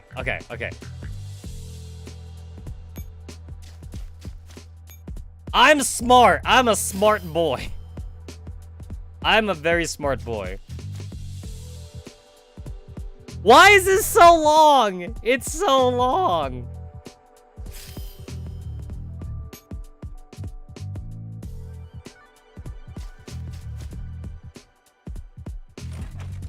That's what she said. Oh, that's a lot of dudes. That's a lot of dudes. Why the fuck did the Dragoons shoot so far away? They shoot so far away.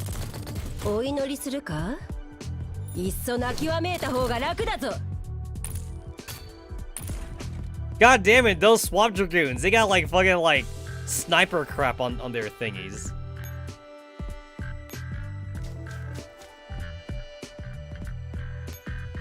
Okay, so if I flip this...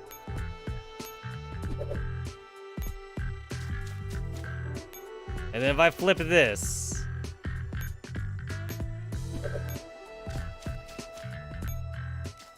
Okay, wait, that's a death stack. I'm probably not taking this out. Probably.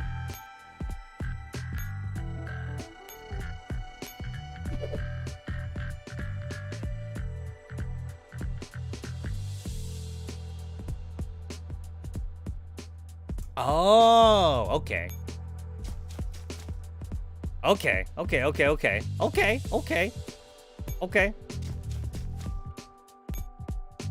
I flipped that. That's fine.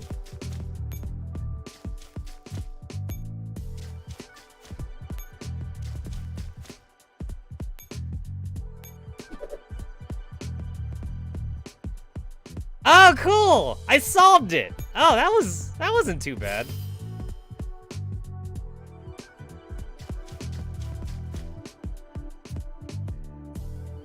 Oh no, there's a black bean in my way.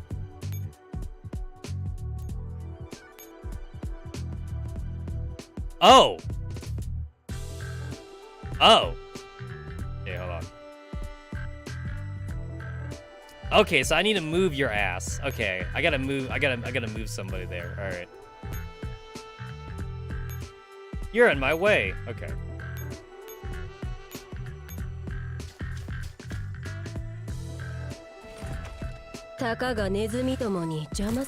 Yeah, this wasn't terrible.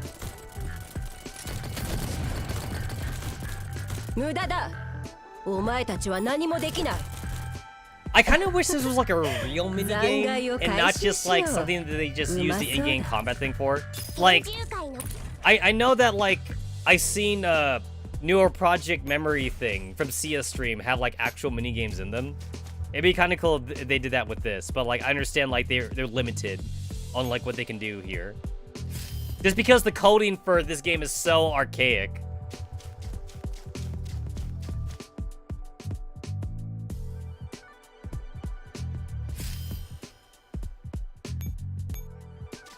Okay, move.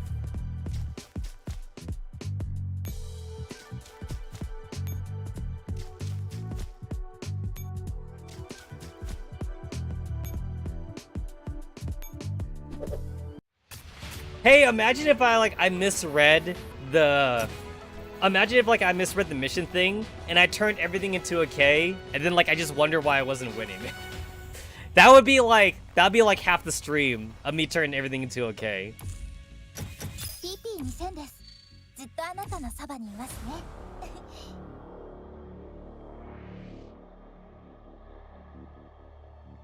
Oh, this is a new news thingy. Welcome to Octul Camera. This is Shadowless. I'll be taking you through the latest news today. Galatea Technology Corporation has set up a temporary medical station in the Green Zone today to provide emergency medical service for local residents. Among the medical staff is a renowned Surgeon Gray. Due to the previous widespread power outage in the Green Zone, a queue formed by residents who need urgent medical care is already over a kilometer long. The Berlin police has dispatched more personnel to main order at the site. Yesterday, a certain overseas doll manufacturer was accused of low production quality as multiple customers have died from injuries caused by their dolls. The manufacturer claims that the majority of these accidents were caused by customers overworking their dolls. Recently, crimes perpetrated by dolls have been on the rise, and sociologists expressed concern over this trend. Alleged members of a religious organization have congregated outside the Ministry of Environment to protest the exploitation of natural resources and encroachment of civilian space. Law enforcement has already arrived at the scene to maintain order. This dispute thus far has not escalated. The protests have been distributing promotional goods to unrelated passerbys, causing temporary disorder. Earlier today, the police received a report regarding an alleged case of abduction in Bonsdorf, but investigations have not uncovered any missing persons. Bonsdorf is a newly constructed model village. Village Chief Elia states that the village is doing well. Today is Foundation Day of Bonsdorf, and professionals from different sectors are visiting to celebrate the achievement of the village. Regarding the alleged abduction, Elia offers full cooperation to law enforcement and pledge to protect the villagers' lives and properties. That concludes today's news. This is Octul Camera, brought to you by DRF. Cool. That's 10 a.m. and then that's 10 p.m. So it's been a full 12 hours.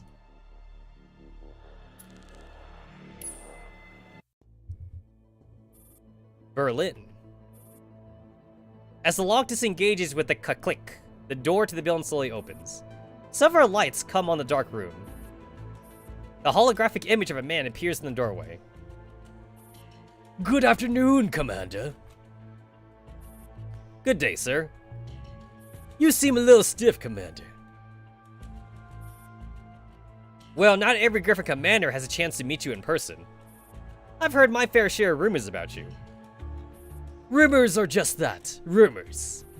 Right now, I'm just an old man, performing some insignificant administrative work. You can think of me as an ordinary senior citizen, Commander. We are much closer than you imagine. But how could I do that, sir? After all, you're... Just call me Griffin, Commander. I hope we could be less formal around each other while we're in private. Alright, Mr. Griffin. Chuckles. I don't laugh, I just say chuckles. Sometimes I say LOL as well. I have no sense of humor. While this is a memorable first meeting, I regret that I can only speak to you in this manner. I hope you are not too offended. No, of course not. Thank you for being so understanding, Commander. I too have heard a lot about you. At first, I thought someone like yourself, who has been on the battlefield many times, would have the indelible scent of bloodthirst and murder about them. But it seems to me that you are simply a kind and polite young person. I have not been through a fraction of what you have experienced, and I do not wish to become like my enemies. Haha, do pardon the ramblings of an old man. I am simply delighted to see you. Kyriger has always had a good eye for talent, and I have always favored useful and capable individuals. Please excuse this bad habit of mine. Sir. Yes, please sit down. No need to be so stiff. Let us move on to the main subject, Commander. Of course. Now then, before we begin, Commander, I believe you have already encountered this person. Hey, it's Moradao. Indeed I have. I have found Mashlin. However, there are many things about it which do not match the data provided. Before conclusive evidence is available, I would not recommend considering her and the person in the picture to be one and the same. Griffin smiles. You are a sharp one, Commander. Kyriger's opinion of you was not inflated. Indeed, the person in the picture is not the Mashlin whom you've met. Rather, she is the Paradius agent who was planted by Angie's side in Bremen. She stole the name of Moradao and infiltrated our government. For the sake of convenience, let us continue calling her Moradao. So, is Mashlin Moradao? Or are the two identical looking women? That is what I hope you will find out. I have also arranged a consultant for you regarding this problem. A consultant? I believe you would be very happy to fight side by side with Captain Angelia Soy. Angie? She's in Berlin too? Perhaps it is time the two of you finally met. I am sure you have a lot to ask her about Bremen and Moradao. Alright, I see. Thank you. Truth be told, Angie is my most reliable friend. Indeed, your most reliable friends are often found by your side, Commander. I hope that after the two of you compare notes, you can become a capable agent for us in Berlin. You want me to investigate Paradius' plans for Germany? You should begin by looking into Mashlin. I believe your efforts to be fruitful. I imagine you have already noticed the anomalies on Bunsdorf. Told ya, Naito's a Naito. Hey, don't call Moradao a Naito. She takes offense to that. She takes offense. Are you racist? It's like, I'm sorry. All you Naitos look the same to me. What the fuck? You're racist against Naitos. We do not all look the same. I don't know. They all look the same to me, guys. Hashtag not racist to Naitos. But I'm just saying they all look the same to me. The villagers seem to be worshipping Mashlin in a strange fashion. Their religious and cult-like behavior suddenly matches up with the Paradius modus operandi. Their sermons also validated my suspicion. Paradius influence is spreading, and I am sure it is already deeply rooted. Huh, what else have you learned? Oh wait, that was Griffin talking. Also, there's a Mashlin, or should I say Moradao, or whatever her real identity is. Wait a minute. Wait, I think that's backwards. Wait a minute.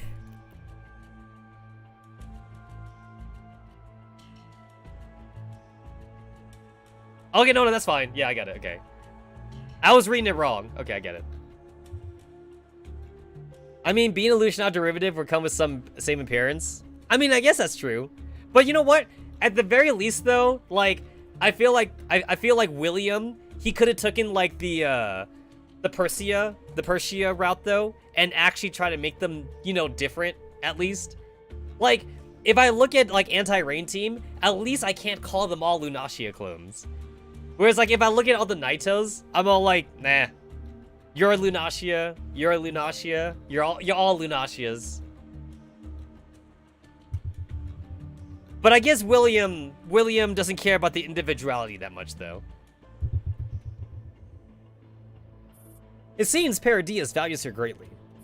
When we were fleeing from her, not only did the villagers come out and force to stop us, Paradius also dispatched large numbers of troops to cut off our escape. That was definitely not an act. The fixation on Mashlin is genuine. Will bet William Siscon. Apart from information about Mashlin, our previous recon attempts even uncovered the presence of high-ranking Naito. He wants a harem Lunatias. However, she did not engage us directly during the latest confrontation. Whatever the reason, they were very unwilling to let Mashlin fall into our hands. Fortunately, we chose to infiltrate them and managed to safely extract her by taking advantage of the enemy's slack security measures. You have done very well, Commander. Kyriger was right about you. You served quite up a surprise for your first mission. Thank you for your praise. Since Mashlin is so important to Paradius, we can make full use of its importance, which they attach to her, in order to gain more leads. I give you full discretion over how to handle this matter, Commander. I can think of nobody else who is as reliable and understands Paradius as well as you do. I understand. Paradius activities are growing more frequent throughout Germany. The incident in Bremen was only one of many such cases. Especially now that Bloody William has finally managed to extend his claws into Berlin. What is this William person like? I came here to look into this very matter. All we know from his actions is that he is very highly placed. Otherwise, there is no way to explain how he can mobilize so many resources. I still do not know what he is planning, but I am certain that he would not stop to no means to disrupt our endeavors. He has even orchestrated several terrorist attacks towards the end. I will spare no effort in my investigation, but if we end up having to face Paradius head-on like we did before, I feel our current forces are somewhat insufficient. I would very much like to personally provide you with support. However, my current duties would not permit me to do so, which is why I seek your understanding and forgiveness, Commander. I would not let the opportunities created by your previous efforts go to waste. You flatter me. Still, I will assist you to the best of my abilities. I hope you enjoy the temporary command post I prepared for you. The facilities here are quite comprehensive, and you may make free use of everything here. In addition, Perosa, you and Squad Griffin will be under the commander's authority from now on. I want you to get the commander your full support in all future operations. Yes, sir. Thank you for your help. However, I do not know if I can stop Paradius' schemes by myself. Nevertheless, I believe you will try with all your might. That's the way you've always done it, no? Do not underestimate yourself, Commander. The things you have accomplished will be miracles in the eyes of others. I understand. Something still seems to be weighing on your mind. I might be mistaken, but could it be that I have not yet won your trust? No, how could that be? It's just that, perhaps going through so much has left me a little high-strung. It is good to be suspicious, and I am willing to use my actions to help quell your suspicions. Kyriger has mentioned your opinions many times before. Perhaps you might not be completely in alignment, but our ideals are one and the same. To be the shining beacon in a brave new world? Everything we do is for the future of ourselves in this world. Still, I spent a lot of time thinking when I learned that our company had some motto as a... Okay, this was mentioned a lot in Polarized Light. Rassartrist movement. What do you think about it? I thought about what I ought to be doing. How I could help our country, our society, and our world free itself from the crappy circumstances we're in. A revolutionary needs an appropriate philosophy. I believe we will get along very well. I'm not too sure about that, Mr. Griffin. Rossatrism paints a beautiful picture of the world. But can people really unite and understand each other? Perhaps I shouldn't keep you in the dark. Do you want to know how I truly feel about this? Please, by all means. My answer is, they cannot. Men would never be able to stand united, or understand each other forever. What? That is why this world needs order. It needs rules that will force them to unite, to guide them towards understanding each other. Those who cause division must be punished. Those who help each other must be rewarded. Only the existence of such behavior shaping rules will allow mankind to right its wrongs and return to the world's intended order. Mr. Rossatre was a great pioneer, but he was an idealist. Idealism cannot help us build an ideal world. We must take responsibility for the consequences of our actions. We must build a world order that benefits all of humanity, and to that we will pay any price. And it will end up to you to build and dictate the order of the world. It is the heart of man that describes the order of the world. We are merely servants of mankind's interest. Your answer is a little different from what I expected. Speaking the truth is the best way of dealing with intelligent people. If slogans alone could bring about revolutions, then why would we need to speak to each other here? I have one last question. Go ahead. When we reach the end of this road and look back on the things we've sacrificed to get there, will justice and decency be among them? Commander, do you know what fables are? Fables? The hedgehog, who serves the absolute truth, reduces the world to one organization principle, raises his spines all over, and staunchly resists all the other views. The cunning and mercurial fox rides the waves of tumultuous times, narrowing his eyes and discerning the discordant voices that can reshape the world. The hedgehog and the fox sounds more like philosophy. I would not clarify your doubts right now, just as I do not expect you to clarify mine either. But someday, you will make a choice of your own. Perhaps. In that case, I hope you will bring us good news, Commander. I have an important meeting that I need to attend, so I bid you farewell for now. Yes, sir. Griffin executes a gentlemanly bow and switches off the holographic projection. The commander's eyes falls on the chessboard laid out on the table. What kind of game awaits him this time? So, Angie is in Berlin too. Commander, I just received an encrypted message. Got it. I take the communicator from her and play back the message. Hi, Commander. Long time no see. A familiar face appears in the communicator, though Angie looks more haggard than before. Still, for some reason, it feels incredibly comforting to see someone I know I can count on. By the time you see this message, you probably have met that guy. I'm sure you're bursting with questions. So am I. So come and meet me, Commander. I'll be waiting for you at Athena's Owl at 3 p.m. today. And just to make it clear, I hate people who don't show up on time. We have a date! We have a date with Angie.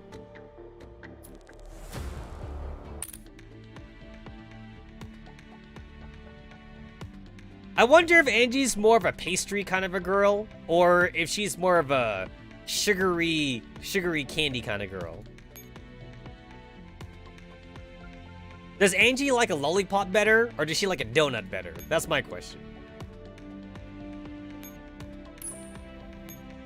1 hour? Ain't nobody got time for that.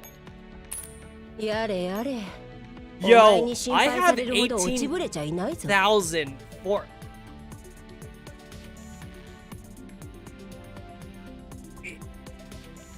That, it's like worthless. It's like I'm never gonna use that. How am I gonna use 18,000 express repair tickets? I'm never gonna use it. It's like eventually it gets to a point where like I don't even need it anymore. Like the game could stop giving me like repair tickets for like the next year and like I won't have to worry at all.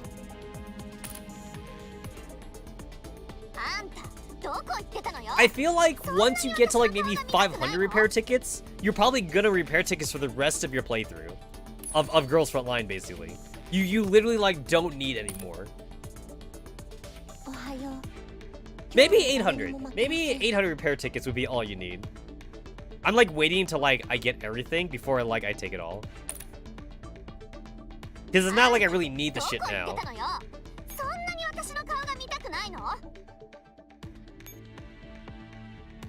I'm not collecting the rewards because like I know that the rewards is gonna send me over my max like resources limit. So like I'm waiting until like this goes down before I collect my resources. Because I don't want to waste it. I don't want to waste it. I mean, I guess technically to be fair, it won't be wasted, but you know, I'd rather wait. I'd just rather.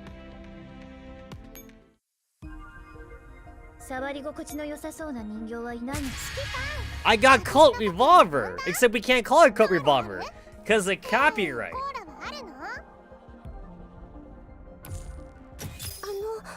Copyright, you gotta love it. USB コンパクト。おはよう。今日は誰にも負けません。We good? We're good.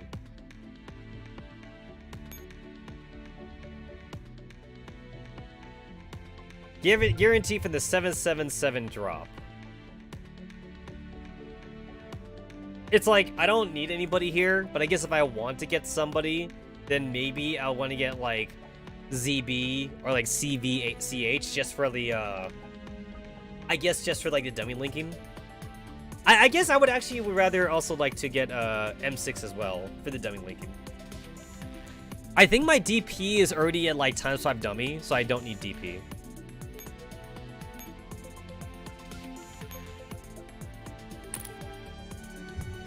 Just for the dummy links. Alright, we made it to the end of that line. Yeah, using core sucks. Alright, so this was the Angie line. And then we got a couple of like extra thingies here from here, so I'll do this one. This is further back than this one, so I'll do this one then.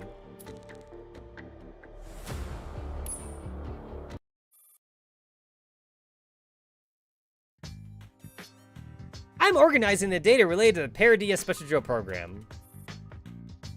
In order to avoid arguments about mistakes and who's better than who, I'll only be discussing the enemy data. Most Paradius units have force fields, which means we'll need Hawk support to fight them. Or just like the very specialized T-dolls that can get rid of shields. It's like, how many do we have? I feel like we have 5. It's like, I'm just trying to pull that number off the top of my head. I feel like it's like 4 or 5 girls that could get rid of shields. Like with LTX, like being like the more recent one of them. So it's like, we don't need Hawk supports anymore, but like we should still have them.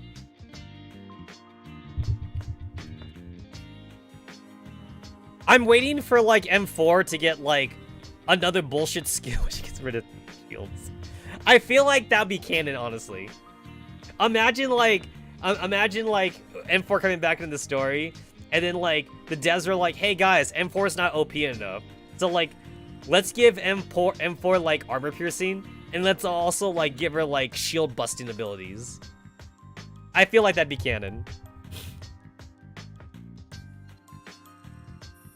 The first problem we need to address is when to request fire support, and how to protect our supporters. So, we need to work with the Hawks, huh? Leave it to me. I'll talk to G3 about how to solve the problem. This is a Doppelsoldier. They typically patrol alone, but they possess rapid-fire error effect weapons. Oh, cool! It's actually like the drawn-out thing. It's not like a chibi picture. That's cool. You know, because of Gundam, whenever I see like the one eyeball thing, like I always think about like Zaku's. Like, this is basically a white Zaku in my eyes. Long live Xeon. Long live Xeon. Wait, it was like this? Or like this? I forget what side. I forget what side Xeon was. Long live Xeon, though. Screw the Federation. Screw the Federation. I am anti-Earth.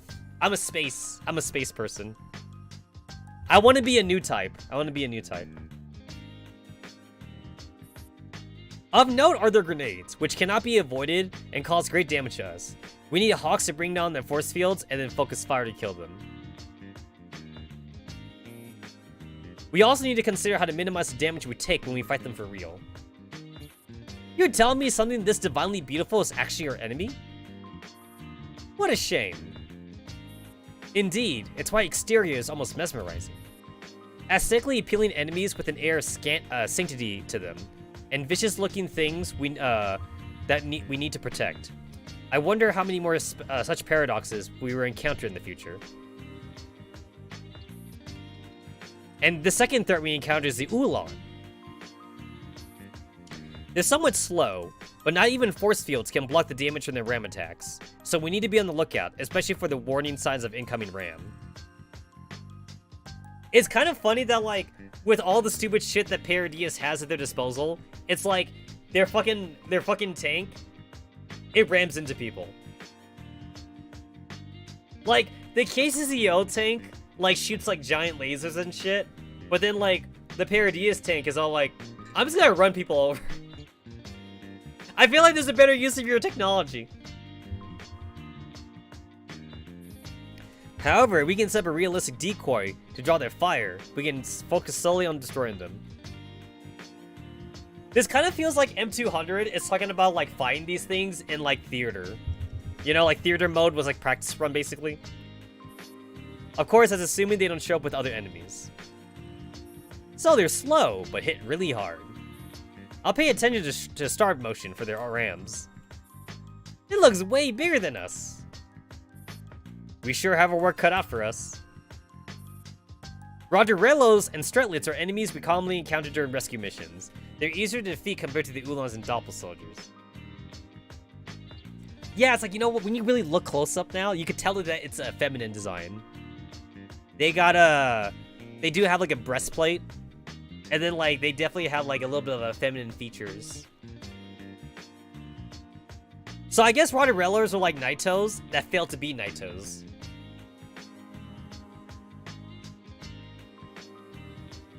Hashtag bikini costume incoming.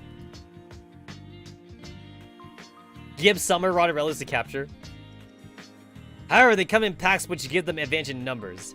Enemy groups that consist of different kinds of units can cover each other's weaknesses, and are thus hard to defeat.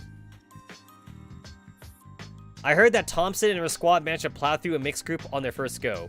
Team Pallid also had relatively easy time with them. How amazing! Yes, they are. That's dolls for you.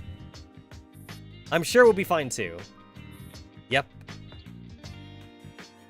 In addition to the regular forces, Paradias also sells these elite units.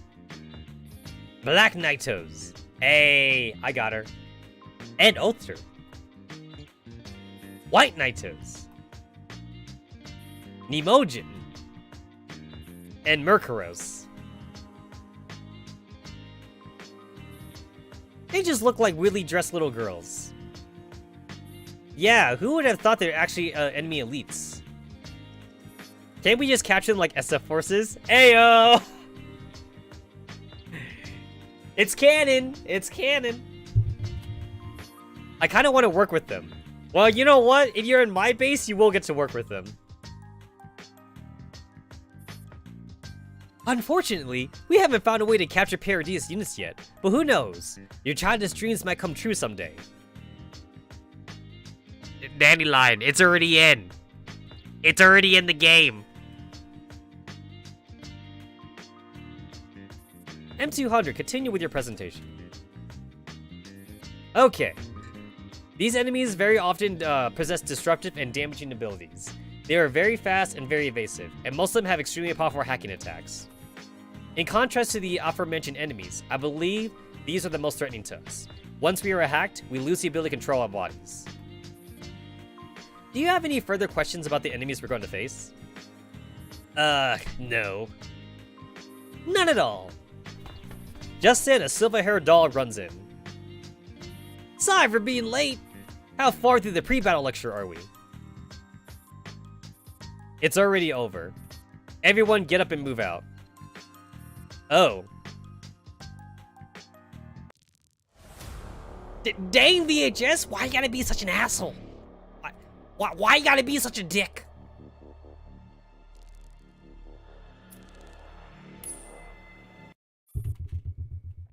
I don't like dicks on my girls, guys.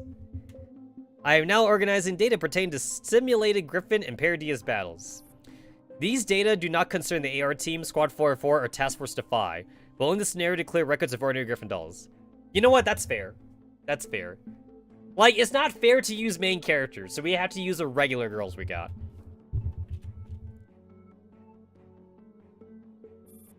The first group to clear the scenario was Desert Eagle Squad, which made contact with the failed Easterners. Hey! It's too bad that Desert Eagle didn't become like a major character, because I like her design. I'm still sad that Desert Eagle is not like an Onason character though, because I feel like Desert Eagle, I was expecting Desert Eagle to be like an Onason character, or like a MILF. Like, I was expecting to be like a MILF character. But whatever, what do I know?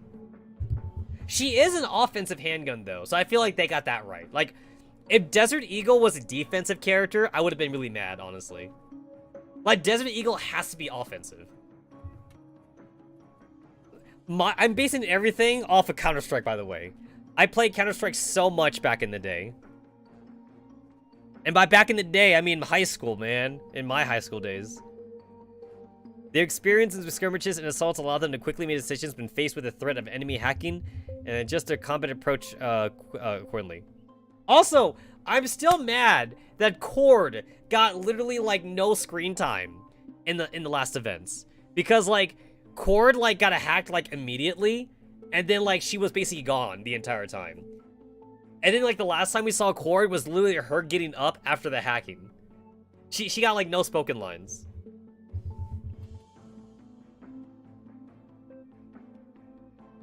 The second squad was Squad FN. Testing has revealed that Squad FN's ability to respond to sudden developments far exceeds that of other doll squads, which is probably due to how they are often called on to handle unusual situations and circumstances. In addition, the social dynamics within the group is worth looking into. Then next is Squad Thompson. They have similar strengths as— oh my god, that text is tiny. They have similar strengths as Desert Eagle Squad, and they were only 17 seconds behind the squad in second place. I believe the reason for their outstanding performance, despite the doll's somewhat more inferior specs across the board, is because Thompson's effectiveness, leadership, and the squad members' ability to promptly carry out orders. In fourth place is Squad Negative. Hey, remember when Negative was actually like— remember when she talked a lot? Their combat approach is savage yet skillful, and they are adept at rapidly cutting down more fragile units, as well as surroundings, and wearing down more resilient ones. These tactics are suited for situations where they are evenly matched with the enemy, but they lack adaptability if the enemy is much stronger than them. Records of them quickly destroying enemy units during the battle at the submarine base corroborate these observations.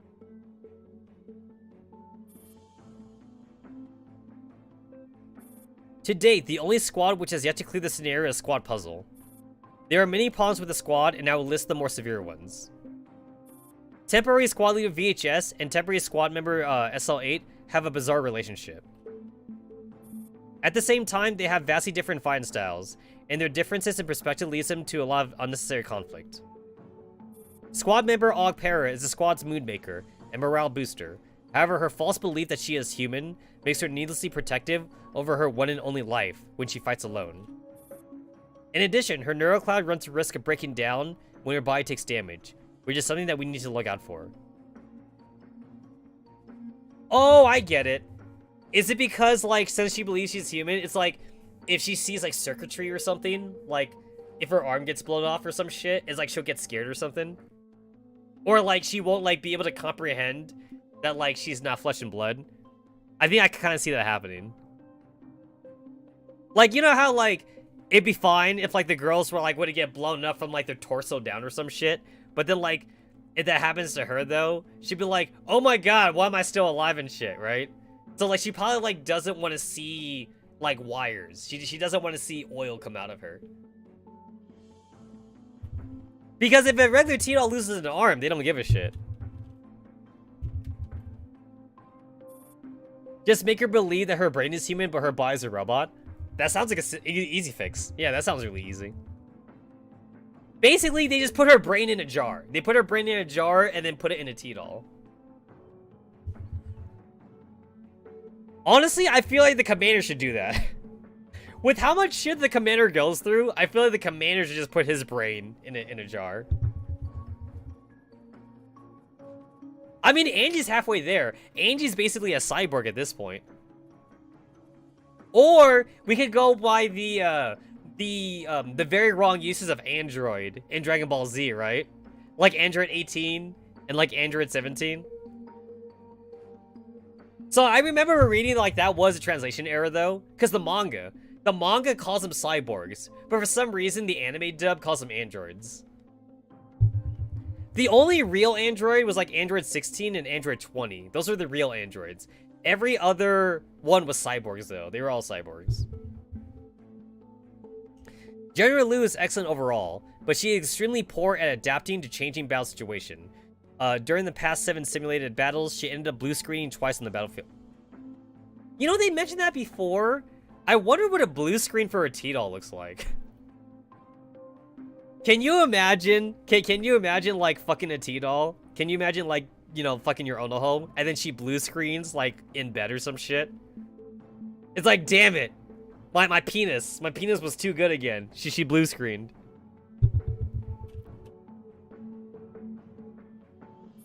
However, M2 on his resources makes up for that. This is the only mutually supportive pairing I've seen in the squad.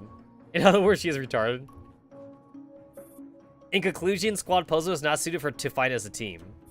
And a record compilation. Cool! Cool.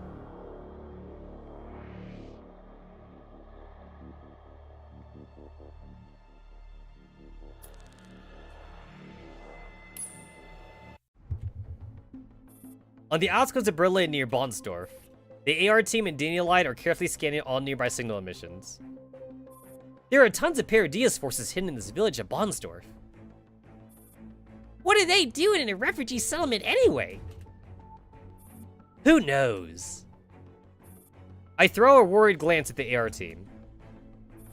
If there are Paradias forces around, you'd be spotted the moment you go in, right? Yes, there are many detector units in Bonsdorf. Looks like I'm the only one who can slip inside. Commander, that's too risky. Yeah, at least take me with you.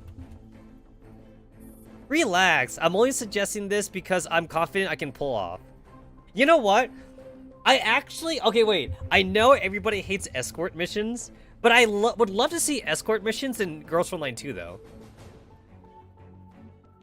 Like, I would love to see, like, the commander, like, in the battlefield, and then, like, you only have, like, one T-doll or something, you know? Because the commander wouldn't be entirely worthless, right? Like, the commander would also count as, like, a handgun unit. So I kind of would love to see, like, an escort mission kind of a thing. Like, the commander has to get to the end of the map, and then you only get, like, one T-doll, maybe 2 T-dolls or some shit.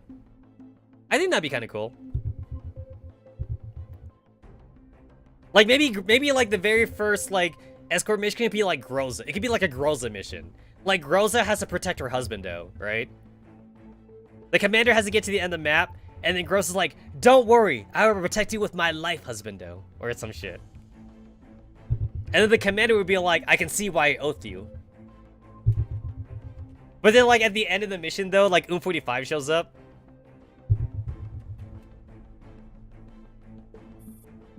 I pick up a pair of binoculars and resume my observation and refugees walking freely through Bonsdorf. Inside Bonsdorf, after disguising myself as a refugee, I successfully bluff my way past the checks to enter the village. Oh, we got like the fucking dorm music now. Thank you for all your help you've given me. Come to think of it, I still don't know your name. No problem. We should all be helping newcomers. I'm pretty sure that GFL Timesync Shikon has some easy access to Gucci armor. Nah. The art. So like in Girls Frontline 2, like the commander's supposed to be like poor again and shit. So like he would definitely be like in a fucking tank top and pants or some shit. He would have like camel pants and a tank top. That's all he could afford. And then he'll still be using the handgun that like Cowriger gave him. I'm Elsa. What's your name? I'm Robin. Robin? Okay, I remember that. Then let me show you around the village. Alright. I lightly tap my microcommunicator and send AR team the code that indicates I'm safe. After that, this eager young girl drags me into the mysterious village. The next morning, I lean against the window and watch the scenery outside while checking in with the AR team. Commander, we haven't found any suspicious targets yet. That's fine. After all, it's been less than 24 hours since I arrived. We'll continue searching. Oh yes, Bonsdorf is going to hold an open day tomorrow. Dandelion has already hacked the system to give herself a fake identity and invitation. That way, we'll be able to support you from 2 sides at once. Copy that. I believe tomorrow is also Bonsdorf Fountain's anniversary. A series of rapid footsteps comes from the staircase, and I immediately hang up. I just knew you'd be spacing out here again, Robin. Let's go eat. Elsa laughs innocently as she addresses me by the alias I'm using for the mission. You know what? I'm sad that we didn't adopt her now. Guys, we could have adopted her. I mean, we've already adopted, like, how many Nightel children at the Griffin base? We have an we literally have, like, an orphanage at the Griffin base. What's one more? What's one more human girl at the Griffin base?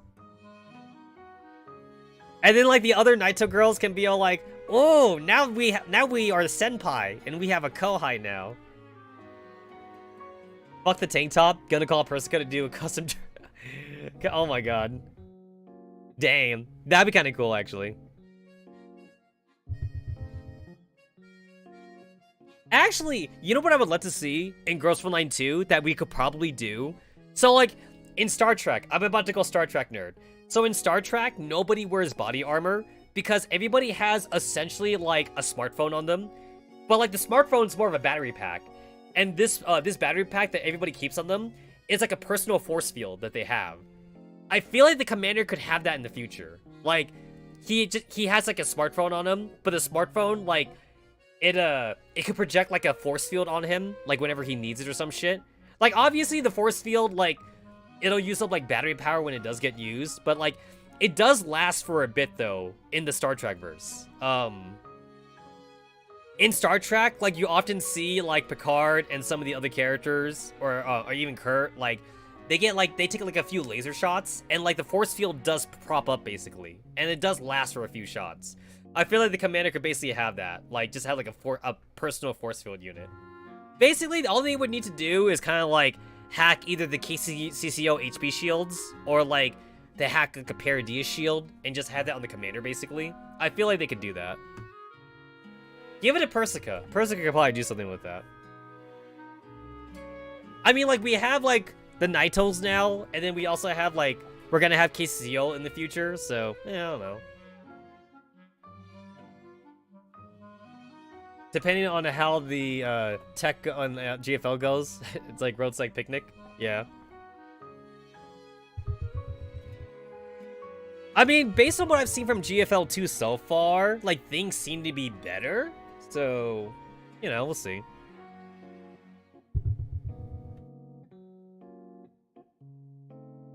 Thanks for helping me out. Things would be a lot harder to get used to if it weren't for you. You're just around here, so it's normal. This is a secret, but although Frau Elia looks really strict, she's actually a really nice person. She's got everything here planned out nice and proper. Well, the important thing is that I get to stuff my face all day without doing any work. Well, you could try applying for some work to do once you're done with your food. They built a lot of houses recently to take in a bunch of refugees. Sounds great. That way, I'll be able to learn more about this village. You know what? If the commander was in the village for a little bit longer, then, like, he easily could just say he has imaginary friends, just in case, like, anybody catches him, like, talking on the communicator. You know, she'd be all like, who are you talking to, Robin? And the commander would be like, my imaginary friend, Sopmon. Or, like, the commander could be, like, a crazy person, and he could have, like, a doll or some shit. Actually, that'd be kind of cool, too. If the commander had to, like, be in the village for longer, he could have, like, a Sopmod Jr., right? He could have, like, a Sop Jr. doll, and, like, he'd be like, this is Sop Jr., she's my friend. Or some shit. They could canonize. They could totally canonize Sopmod Jr., basically. The lunch bell rings, and the refugees form orderly lines as they wait for their lunch. The woman known as Frau Elia stands at the serving window and holds a thick stack of booklets, dispensing a stern yet gentle admonition to everyone in the queue. We thank the Lord for the food he gives us. We thank the Lord for giving us homes. Praise be to God! All who believe in the Lord shall receive happiness and peace. All who defy him shall suffer disaster and judgment. We survive by the labor of our hands, and the body given to us by the Lord. All who believe in false gods shall be punished by the Lord. Elia points to several refugees kneeling off to one side. The other refugees passing by lower their heads and pretend they can't see them, as though trying to prove their devotion. I can't suppress my curiosity and quietly ask Elsa about them. What does believing in false gods mean? It means doing things forbidden by God, such as bringing electronic devices with them, implanting electronic devices in themselves, indulging in entertainment. I studied the kneeling refugees discreetly. Their faces are deathly pale. The one thing they all have in common is that they look gaunt, emaciated, including malnourished. Some of them even show signs of elite infection. God grants us grace. Paradius is God. Today's prayer is over. Please collect your food in an orderly manner. You few will return to the confinement room to continue reflecting on your sins. The kneeling refugees thank you profusely before rising in gratitude to leave the dining area. One of them is missing a leg, and judging by the exposed wounds that I can see, his prosthetic leg was forcibly removed. He tries to stand up several times but to no avail. The passing refugees continue to ignore him and do not acknowledge his presence at all. Isn't anyone gonna help him? No, don't do that! What do you mean? The friends of the sinner shall in his guilt. If you help him, you'll also be regarded as a traitor. Elsa's little hand tugs on mine, and all I can do is watch as that refugee crawls like a worm under the cold gazes of surrounding people, while writhing his way back to the confinement room without a single shred of dignity. Robin, you're next! It's finally my turn. However, the first thing that's shoved into my hands turns out to be a booklet. Robin, you're new to the village, so these are the village rules, which you must obey. Right. Seeing that Frau Elia has no intention of letting me go, I have no choice but to hastily flip through the pages. The contents are too complicated. Naturally, there are stories and legends about Paradius and very strict rules and regulations to follow, but there's hardly any information about the leader and the origins of the religion. You can read this book every day, and I'm sure you will gain something different from each time. So, do you have any questions after your first read-through? I do have a question, Frau Elia. Why are we forbidden to use any kind of electronic devices, even those needed to ensure basic survival? Are you doubting our lord? Technology. No, we live like cavemen. Or at least Amish people. Elia had been all smiles just a moment ago, but her expression is now grim and terrifying. I'm sorry, I wasn't. Don't be mad, Frau Elia. Robin just doesn't know how things work around here. I'll explain everything later. Actually, Robin wants to help out, and was even hoping you would assign some work. Is that so? Elia's face softens a little.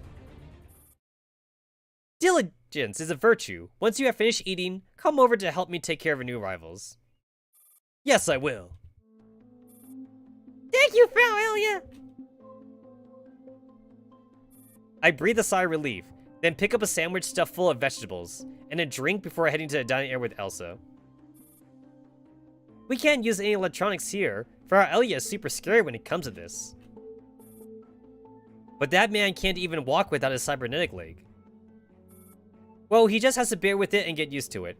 Electronic devices poison our body. Do you see all those people with elite infection? It's because they were in contact with too many electronic devices, and they had to come here to survive. If Paradius hadn't saved us, then we wouldn't be living such good lives. Is that what the villagers taught you? Yep, Paradius brought us together and gave us food and a place to live. Naturally, we need to repay that with fervent exaltation. Hurry up and eat, Robin. Afterwards, I'll go with you to do some work. Alright. You know what? I'm gonna be very sad if, like, Elsa becomes, like, a Naito in the future. I'm gonna be sad. When the brief lunch period is over, I'll go to the village checkpoint with Elsa. The checkpoint is outside the village entrance, and it is already buzzing with activity by the time we arrive. Some people are in charge of registration, and some are in charge of inspection. The sheer number of refugees who need to be checked and the ban on comms equipment results in extremely low work efficiency. I've checked all these people. Looks like the mission objective might not be in this village. I had to consider leaving. Quit spacing out, Robin. These people need our help. Oh, alright. I take the supply packs and hand them to the refugees who are awaiting inspection. Many refugees in the waiting queue are afflicted with ELIT symptoms, but Elsa shows no fear of physical contact at all. Hello! Please accept box of supplies! Elsa, come over here. What is it, Robin? You do know that ELIT is contagious, right? Sure I do, but I'm not scared. Let me guess, is because the faithful of Paradius are immune to disease? Haha, no silly. It's because we have the protection of the saints. Even if we have ELIT, she can cure us right away. The Saints? Is that a Paradius legend or something? She's a real person. You wouldn't know because you're new. In the past, Barnstuff had ELIT patients too, but they were all cured thanks to the saint's purification. Can the Saint really cure Elin? Of course you can. You'll see when she arrives. And when will that be? Maybe in a week, maybe in a couple days. As long as there are sick people, she'll show up. But whether you can meet her is up to fate. If we can't find the mission objective, investigating the Saint might be still worth it. I'm just about to ask Elsa more about the Saint when Elia quietly walks up behind me. Elsa, Robin, enough chatter. There are many people here who still need places. And also our founding anniversary is tomorrow, and we're counting on you to help with the festival arrangements. So please put some effort into it. She kinda slacking. Of course. One task follows another, without even a pause for breath. Elsa and I work until nightfall, before we return to our homes and rest. Tomorrow is September 20th, 2064, the anniversary celebration of the founding of Bonsdorf, and the end of my infiltration. I wonder how the others are doing as I slowly drift into sleep. Alright, cool. I think I did everything on the commander side. That looks like everything on the commander side. Alright, now we're going back to the Angie side. Hold on, I need to like refresh myself. Oh yeah, this is the whole K thing. Okay, yeah, right. This is K. We get like a new fuckboy here, right? And he's all like, and then K's all like, oh, pick a letter. And he's all like, or whatever. Yeah, okay, I remember. I remember. Okay. Who cares about K? No one cares about K.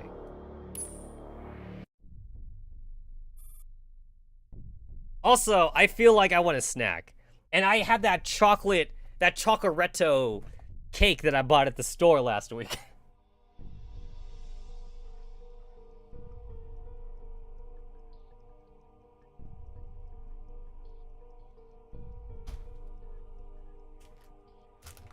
Alright. Yeah, it's Japanese chocoretto cake. I had to say it like a Japanese person. Chocoretto cakey. Japanese or Nihongo. Nihongo chocoretto cake. Japanese chocoretto cake. It's actually kind of it's sponge cake. It's literally sponge cake, by the way. It's sponge cake, and I can make this cheaper myself. All you need is eggs. You just need eggs, flour, and you just need eggs, flour, powdered sugar is optional, and cocoa powder. And I literally have all the ingredients to make this. So I would never buy this again because I know it's sponge cake now. It's literally just sponge cake. But hey, it's into these little bite-sized packages at least. So like that's cool.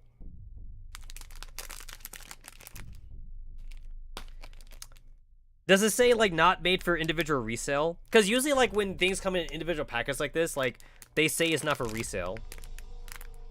I don't see it, though. I don't see it on here.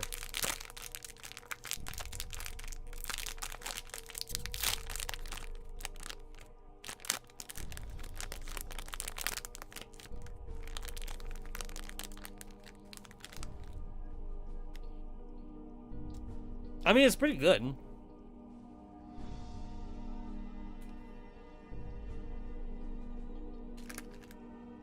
There's no filling in it at all. It's just like pure sponge cake. No topping, no topping either. Like, I feel like if I were to make this, if I were to make sponge cake, which maybe I'll do on stream someday, it's like the eggs, the cocoa powder, the flour, and then like I'll probably put like chocolate chips in it, and then I'll probably like drizzle like chocolate ganache on top or something. That's what I would do, I guess.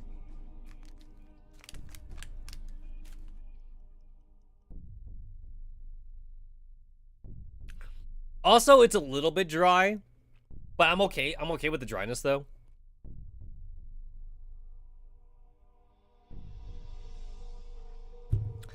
I actually am okay with dry cake.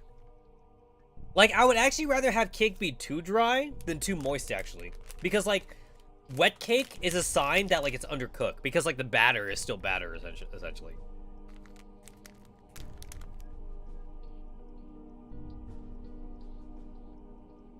Like, to me, dry cake is still edible. But, like, moist cake, or wet cake, I should say, is not edible. Like, as soon as I get to, like, the batter that's not cooked, like, I'll be like, ugh, yeah, tastes terrible. Here you must rid yourself of any hesitation. Fear gets you nowhere.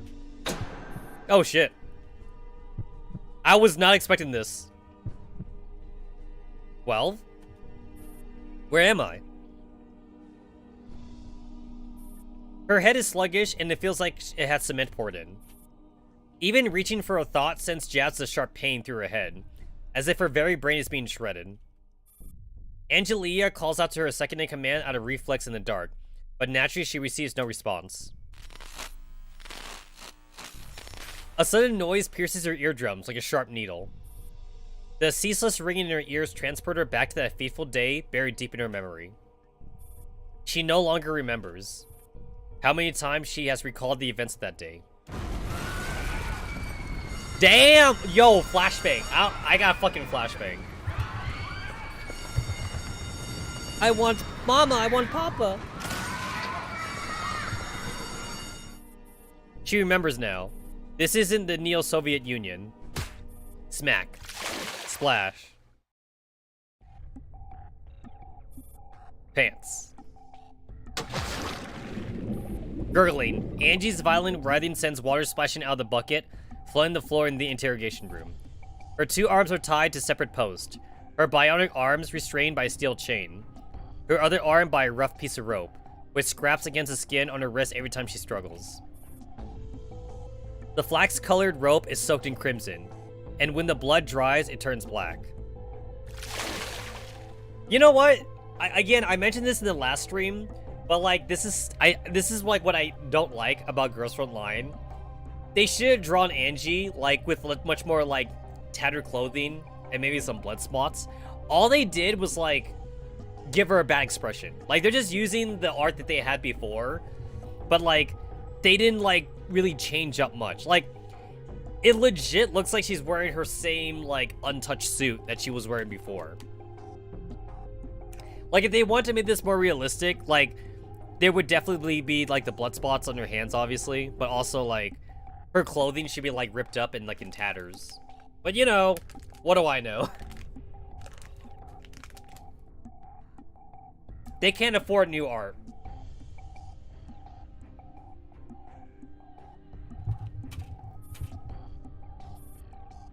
Did she lose just consciousness briefly? Not only did she pass out, she even recalled past events. How humiliating. I'm asking you again, Angelia.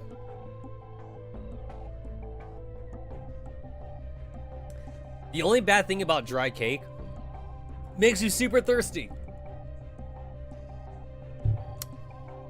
I want milk or chocolate milk. I don't have milk. I don't have milk right now.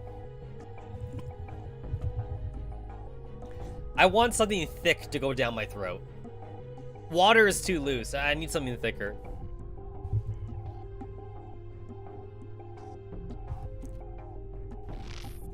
The course man pulls Angie's head out of the bucket of water by the hair for the fourth time and bellows into her ear.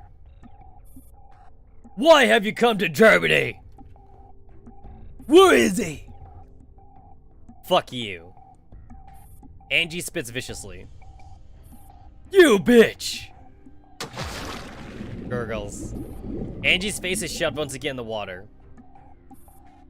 Enough. Gasp.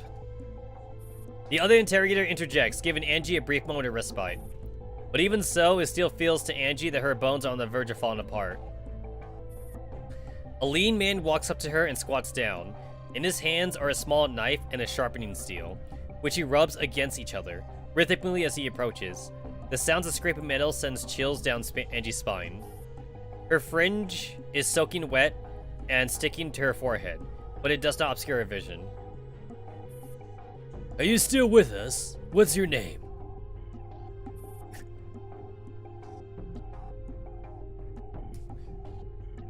Elizabeth Schwarzkopf. I probably don't even need to pronounce that correctly because we know that's not her name. Why have you come to Germany? To travel and to climb the Rasches building. That's one of the top 3 things all Soviets want to do, don't you know? Angelia!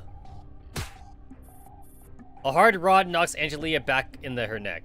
Her vision darkens for a second. She almost passed out again. Caffrey, I'm asking her questions. But the burly man looks a bit disgruntled, but he still puts away his rod reluctantly. Look, Frau Angie, I know you are very well trained, but your lack of cooperation does neither of us good.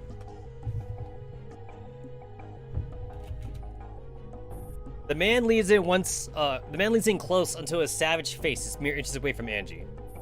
His voice is more coarse and gravelly than before. Angie glances at the scars on his face and the knife in his hand. This is how the Stacy treat their guest. We always show great hospitality to our guest, but we also show no mercy to our enemies. He rests the blade against Angie's cheek and leans in even closer. You started a large-scale riot in German territory, and you recently murdered a public servant working for the German government. For the last time, Moradau is a Paradia spy. Nobody can verify that, Angelia. From our point of view, after a government worker boarded a plane with you, she was thrown out of the aircraft with no protective measures. Her fate is still unknown. This is murder, Angelia. You murdered Moradau. Bullshit. You're making up this load of crap just so you can hold me captive. You really need to sort your priorities, you know. Seemingly unaware of the blade pressed against her pale, emaciated face, Angie's eyes are still sharp like a hawk. So wait, are these guys working with Paradius? They're either working with Paradius, they're working with KCCO, or they're just working with like some third party who like doesn't give a shit what Paradius is doing.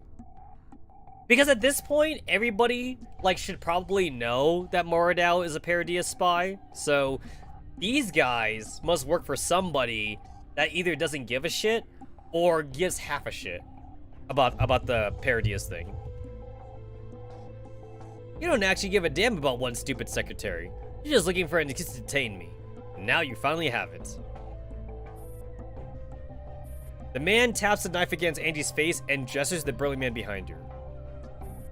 No one asked your opinion. Another execution blow lands on Angie's back. Wheezes. The blow catches Angie by surprise and she starts coughing violently. Thick clouds of blood drip from her lips into the bucket, infusing the dirty water. Was the water this dirty to begin with, or did the filth actually come from her? She can't remember. She has even lost track of how long she's been here. You're one to speak your mind, and so am I. The man narrows his eyes. Tell me, Angelia, what did you see on the lower layer of the submarine base? Tell me, and I'll guarantee your safety. Ha ha ha ha! Now that the man has finally asked the $1,000,000 question, Angie lowers her head and starts snickering. What's so funny, bitch? Ha ha ha! This, I had to watch Marodao slip out of my fingers for this. For your filthy and pointless power struggle. Go to hell, fuckers. Patui. Angie spits a mouthful of blood on the man's face. The man's face instantly contorts with rage. He tosses the sharpening steel into the bucket. You'd better pray this won't leave any scars. I have a whole collection. No, I gotta say it. I gotta say it like the way she's saying it. I have a whole collection. Stop right there. That's quite enough. The heavy metal door opens a crack, letting in silvers of light into the dark room. The man stops immediately. The tip of his blade pierces his skin on Angie's left cheek. A drop of blood seeps through and rolls down. The woman who comes in abruptly waves wordlessly at the interrogators. The two men, who were boiling with rage just seconds ago, collect themselves right away, give her a curt nod, and stand aside. Two men in suits walk up from behind the woman and untie Angie's restraint. They hoist her up like ragdoll and drag her roughly towards the door. What do you want with me? Nobody answers her. She has no choice but to let the two men take her out of the room. Before she can get a good look at their surroundings, a sack goes over her head. Thud. Angie is shoved briskly from behind, and she crashes into the floor like a sandbag. A door closes behind her. They moved her somewhere else? She can't see a thing. Her recently untied hands are now cuffed again. She struggles to roll into her back and finally manages to sit up. She tries to remove the sack over her head. Angie? While Angie is still writhing around, a hand stretches out and pulls the sack off her head. An anxious AN-94 comes into view. 94? Angie, you're very badly injured. Like this right here, like, I'm also wondering, like, is Angie actually still wearing her suit? Or is she, like, in her Defy uniform? Like, I'm also wondering about this, too. Or maybe she's wearing civilian clothing, you know? I don't know. A94 picks up Angie with practiced ease and puts her down gently on the sofa. Only then does Angie notice that she has been moved into an ordinary room. It is clean and even furnished. At least it certainly doesn't look like an interrogation chamber. I'm fine. Where are the others? I don't know. We've been locked up separately the whole time. I only got brought here minutes ago. Hisses. Before they can say more, the door opens again. Have you considered getting a pair of bionic limbs yourself? 12. 94. Angie. AK-12 smirks, vanishes the moment she sees Angie. What the hell have they done to her? You bastards!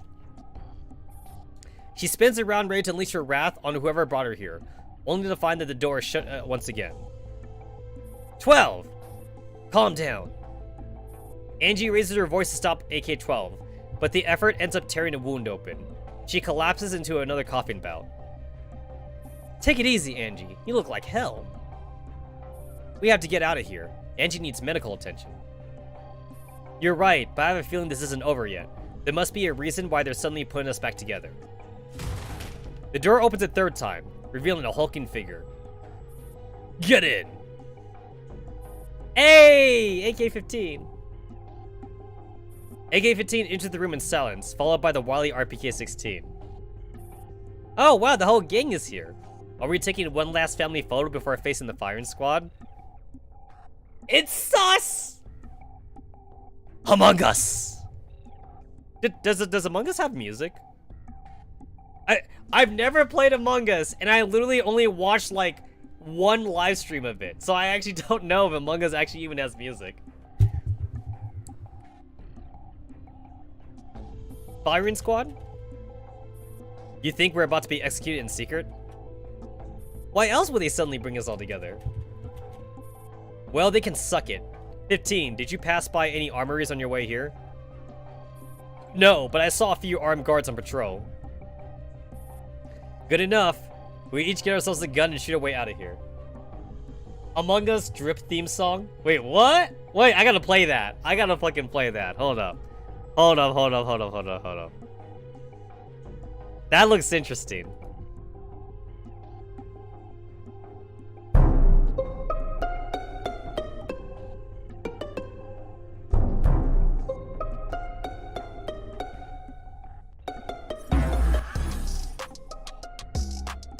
Oh wait, I feel like I've heard this before.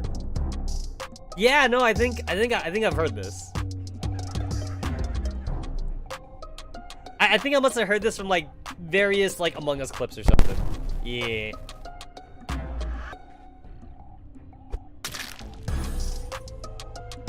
Ah, okay, that's cool. That's cool.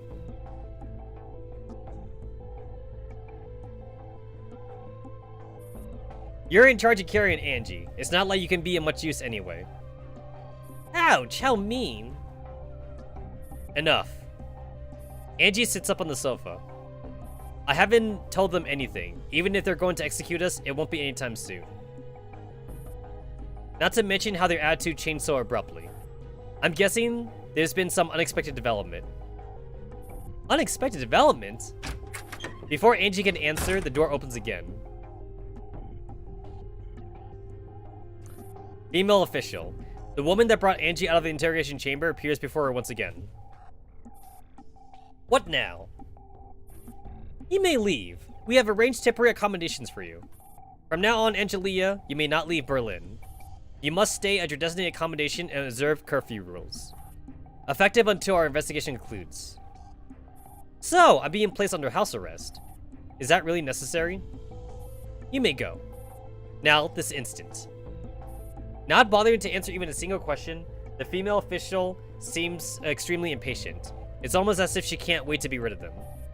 Angie exchanges puzzled looks with her dolls, but before she can say anything, they are all escorted out of the room by a few rough security guards. You know what? I'm sure that there is a RPK skin for Among Us. If I were to ever actually play it, I would use that skin. I would so use that skin if I would ever actually play Among Us.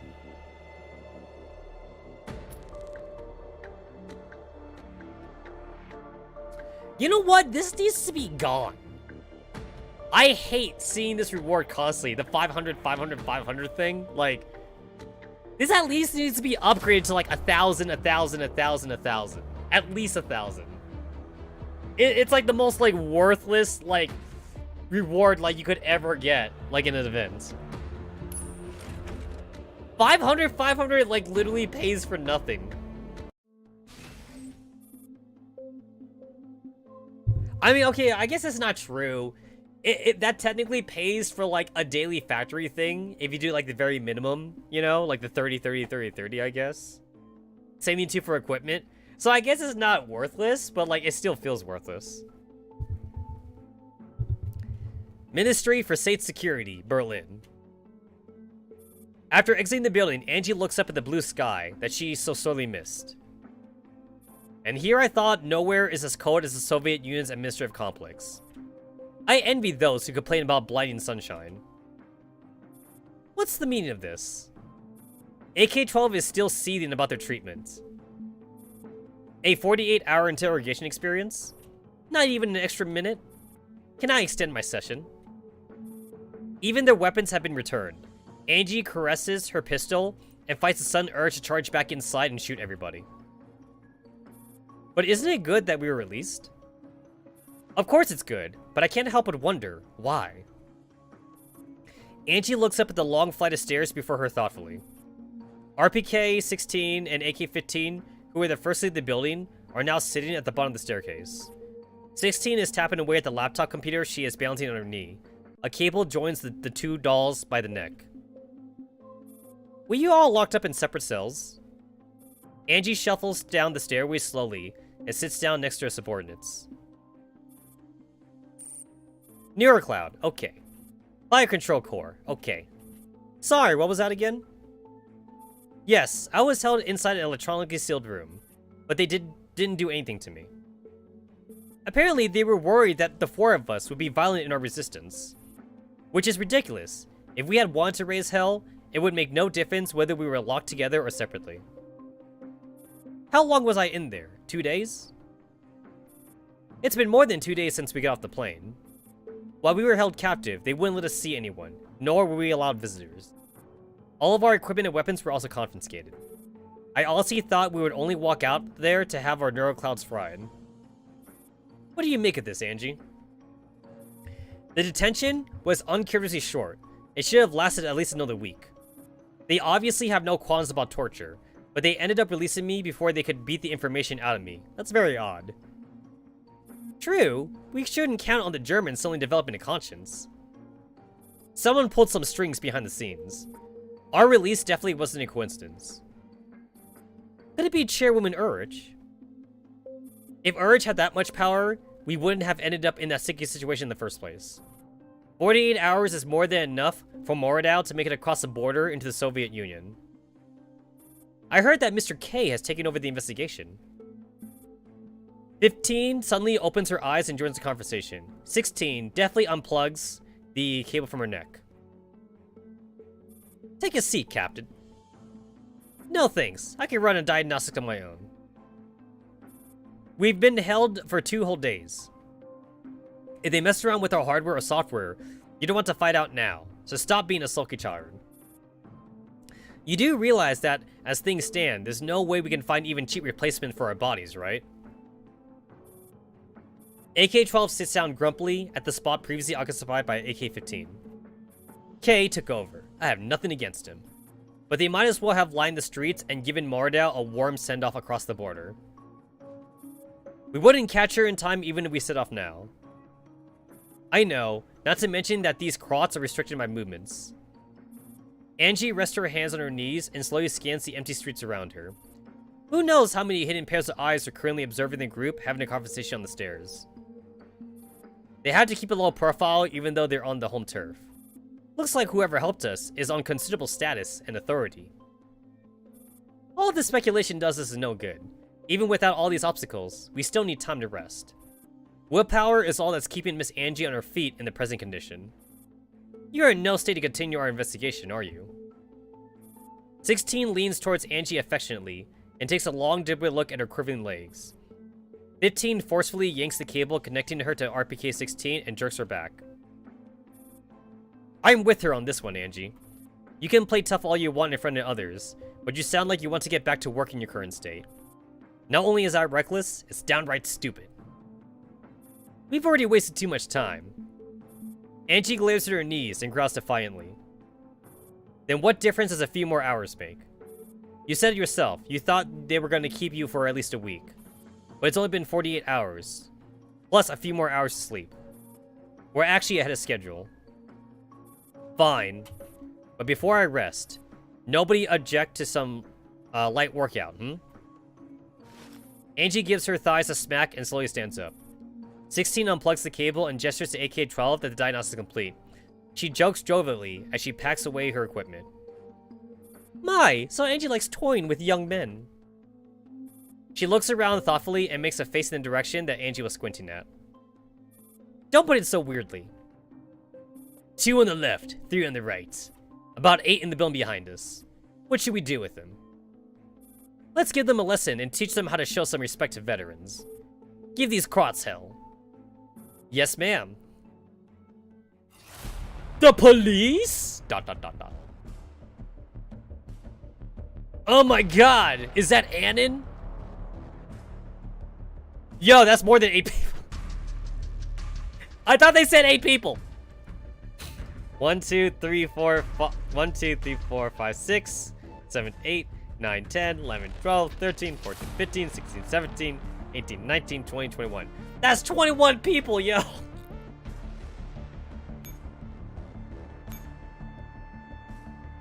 Oh wait, I could just look at the number. I'm dumb. Times 18, 21, 32, holy shit.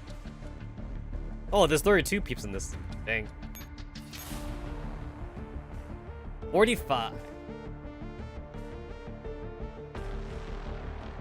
Damn, yo. Oh shit, like it's the whole gang. Oh, that's cool. The whole gang is here.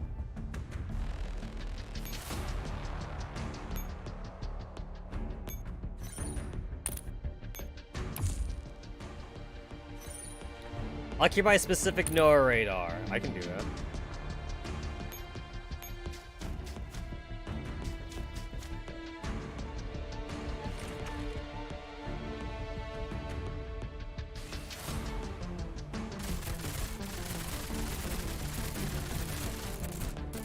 振動演算モード Holy shit!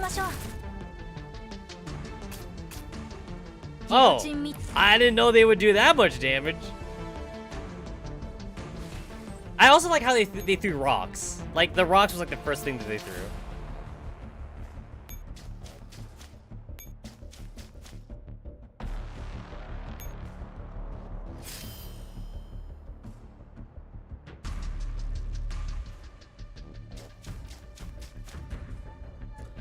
Oh, I think I need to restart. Oh, I think I fucked up already, actually.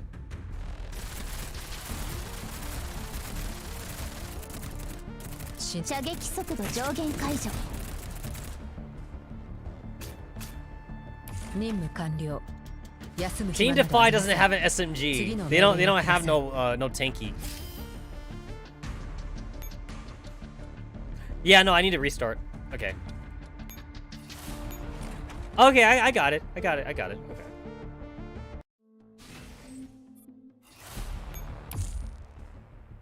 I got this.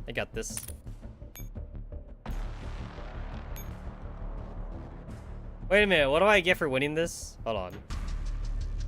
I know that, like, it doesn't really matter. I can always check it later on, but, like, I just want to see now. What do I get for winning this? Oh, it's just the 500 thingamabobs. Got it.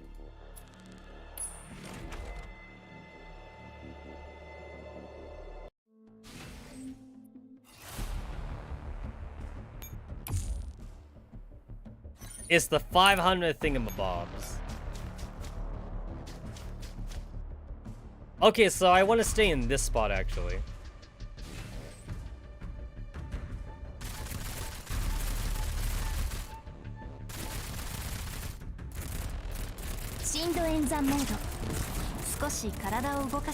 Okay, that's a lot better since I actually moved her.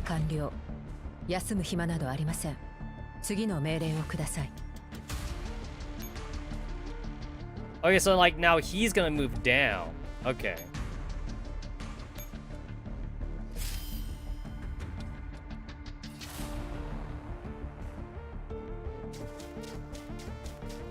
Oh, I didn't know this guy would actually move. Okay, never mind. Okay, never the fuck mind. Okay. Okay, yeah, okay, no, we're fucked. Okay. Well, since I'm gonna restart anyway, I guess I might as well see what the, I might as well see how the, death stack works.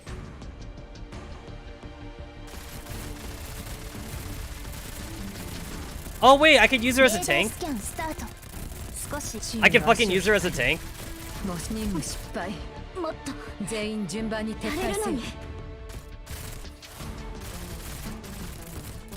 Oh. So much for that, okay. That didn't quite work.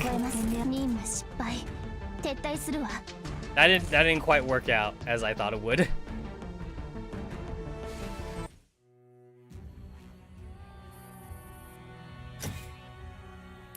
There's no like restart thingy. There's no restart thingy like if you lose the fight, which is kind of weird.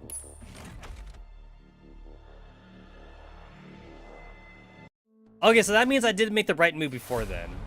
I did do it right, so.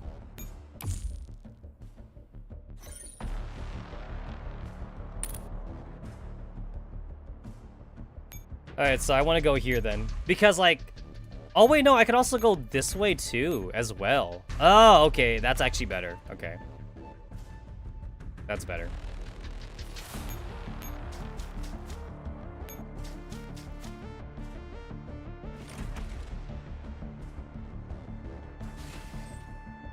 Does it matter if I move A and 94 somewhere else?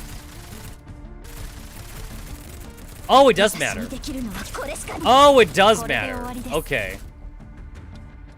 Yeah, so like I want to wait until like after they target A and 94. I mean, too late to do it now. This is like basically like the only spot I can move to. So it's not really much of a puzzle. It's more like just figure out through trial and error like where you can actually go.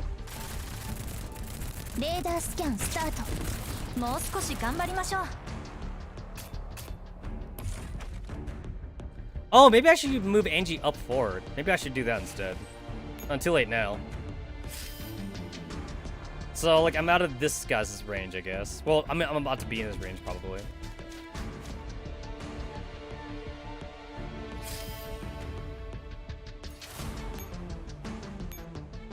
Oh, what the fuck, game? There we go.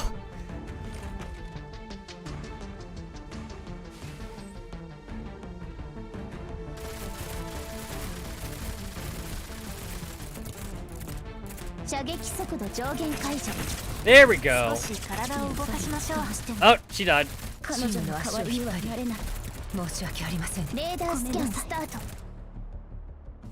Oh no, I lost affection. That's right, Angie also has to worry about affection too.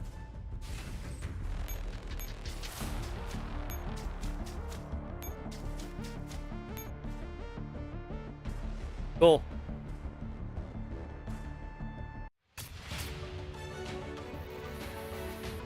S rank. There's basically only like one way to complete that stage.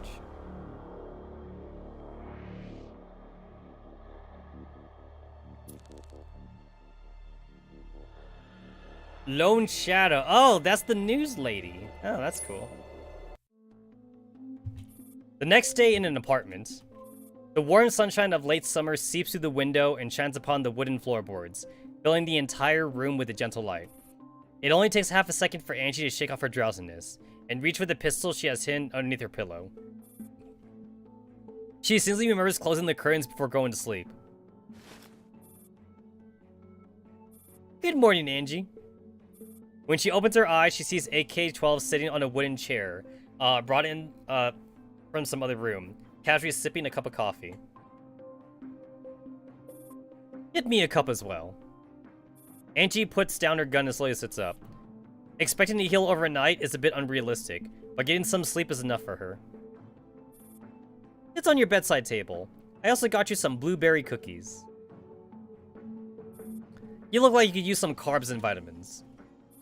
Angie scratches her head and looks towards the bedside table. The coffee and cookies are sitting there waiting for her. Surprisingly, she didn't notice the aroma until now. The warm beverage with its bitter sweetness washes away the last traces of grogginess to her head. The girl isn't a good cook in any sense, but she already knows exactly what she needs. The temperature is just right. Thanks. I told you not to run bile scans on me. I just gave you a quick checkup. You need medical treatment. If I hadn't scanned you, how would I know when you would wake up? Tch. The blueberry cookies have just the right amount of tanginess. Yeah. How do you feel? Didn't you just scan me? I'm asking about how you're feeling. It hurts where it should, but that's a good sign. It means I'm getting better. The scan result says as much. If it were anybody else, I'd recommend staying in bed for another week, but I'm guessing you're already ready to go. What's the situation out there? What can I say? It's exactly as what you expect in the very heart of Germany. This apartment is much better equipped than the ones we were getting in Bremen, in terms of both living condition and surveillance. RPK alone has discovered enough bugs and hidden cameras to open a store. Angie gets out of bed and walks around AK-12 to the window. She peers outside and studies the view. They're on the 8th floor. The Stacy have put them somewhere high up, obvious so they can keep a better eye on them. While you were resting, RPK and I have gathered some information about what happened while we were detained. How are things over in Bremen? As you expected, Kay let Moradao escape. Tch. Never mind. It would be very difficult to capture her under such circumstances. Even I underestimated her combat capability. Their apartment block is the tallest building in the area, but Angie can still spot the flashing specks of light from the building across the street. Is that the Stacy or someone else? Hard to say, but most of the Stacy agents would be in this building. It may well be someone else if they're monitoring us from across the street. Angie shakes her head and closes the curtains. Oh, and it's not all bad news. They found this when they searched Moradao's apartment. AK-12 produces a document. The document does not contain much information, and there is just a single photograph. Angie turns around and looks at the photo on the table. A photo of a large mansion. I know this house. Looks familiar, doesn't it? You got the location? Not yet. RPK is still on it. But even if we find it, these Germans won't let you wander around. How many people are watching us right now? Are you sure you want to know? But don't say I didn't warn you, but it's even worse than in Bremen. Also, these people aren't friendly at all. I doubt we begin any burger deliveries from them. Is there any way we can lose them? I don't have time to waste on them. Easier said than done. We don't have Stacy agents giving us a hand this time. Quite the contrary, they are mobilizing en masse just to monitor our movements. This is their home turf. It will be challenging to slip away from right under their nose, to say the least. Burger. Angie rubs her temples. Since they're going to such great lengths to keep tabs on me, I'll just stay here. Actually, I would love to see that to be a storyline for, like, a non-canon thing. Like, one of the T-dolls being an Uber thing. That'd be kind of cool. Out of all the T-dolls, who would be an Uber deliverer? I would love to order a meal from Anti-Rain's restaurant. And then Sapu can be the delivery girl. Bro 65, I could see being like the chef or something. And then like M4 is like the president, but then like she doesn't know anything though. And then Star 15 is the one that actually runs the place.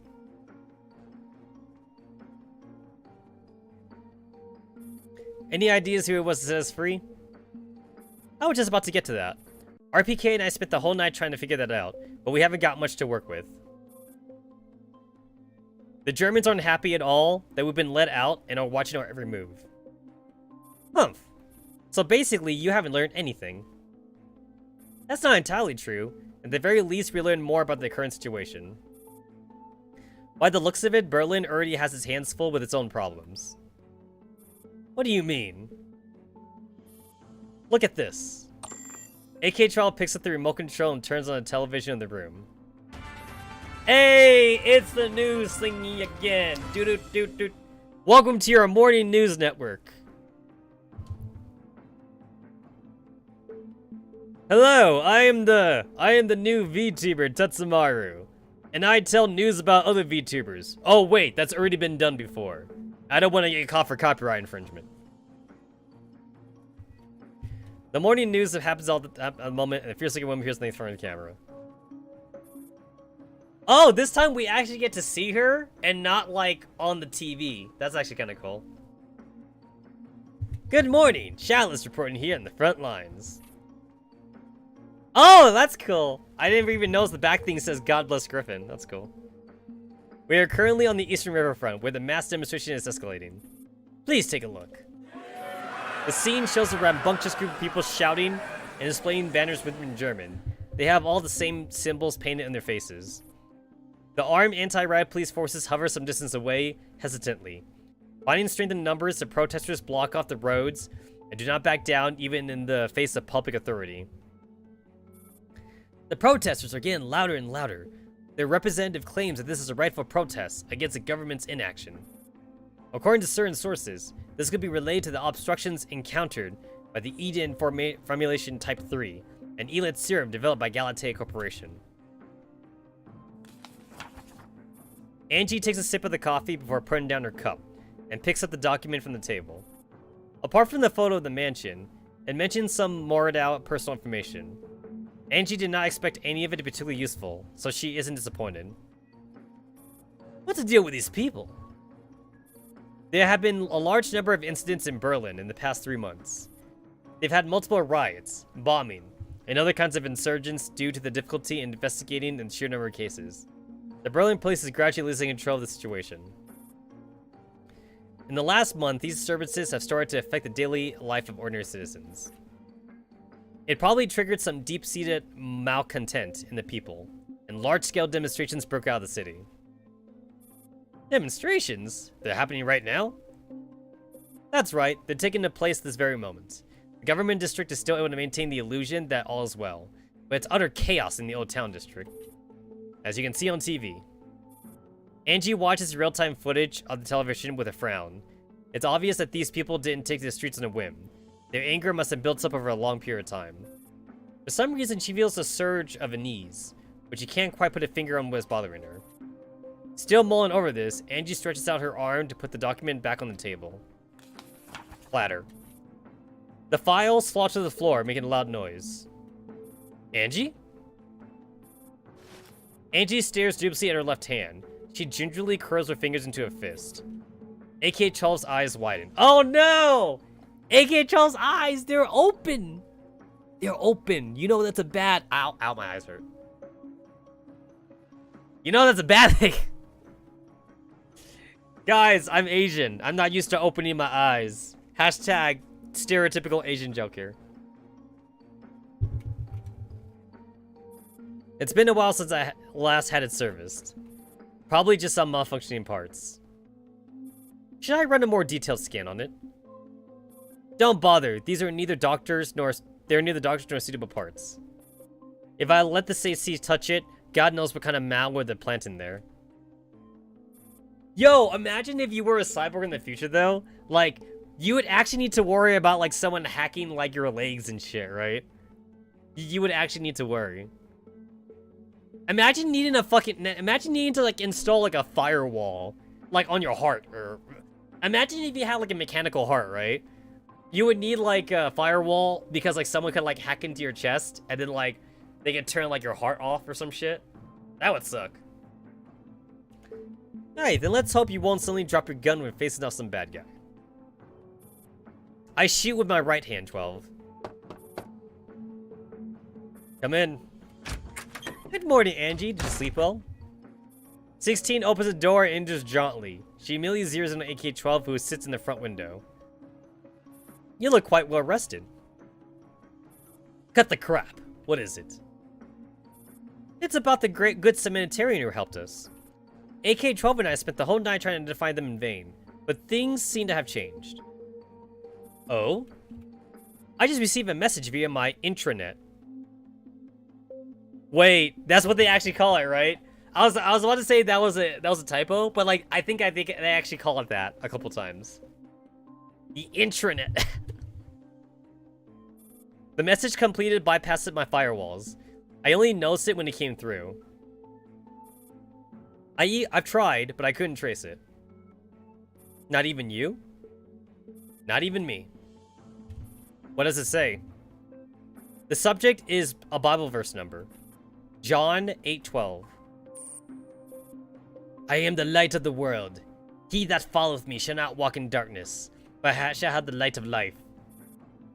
John chapter 8 verse 12. How pretentious. And revolting. It's probably a stupid question, but does this remind you of anyone in particular? Do I look like I know someone so obnoxious? The message itself reads, Dear Miss Anna Viktronovaya Soy, I hope you will forgive me for meddling, but I deeply regret what happened in Bremen and the bad decision that Stacy has made due to internal strife. There are things I wish to discuss with you concerning Paradias. Please meet me after lunch. Yo, did you guys read all the ID shit though? Like, yo, no PayPal, no Steam, no like Origin, no Google. No, wait, I think Google, they fixed Google by now. They fixed Google and Facebook by now, I believe. But like, they lost though. Like ID lost like a lot of shit. And then I believe people were saying that like Ollie can't play Apex anymore and crap. Damn.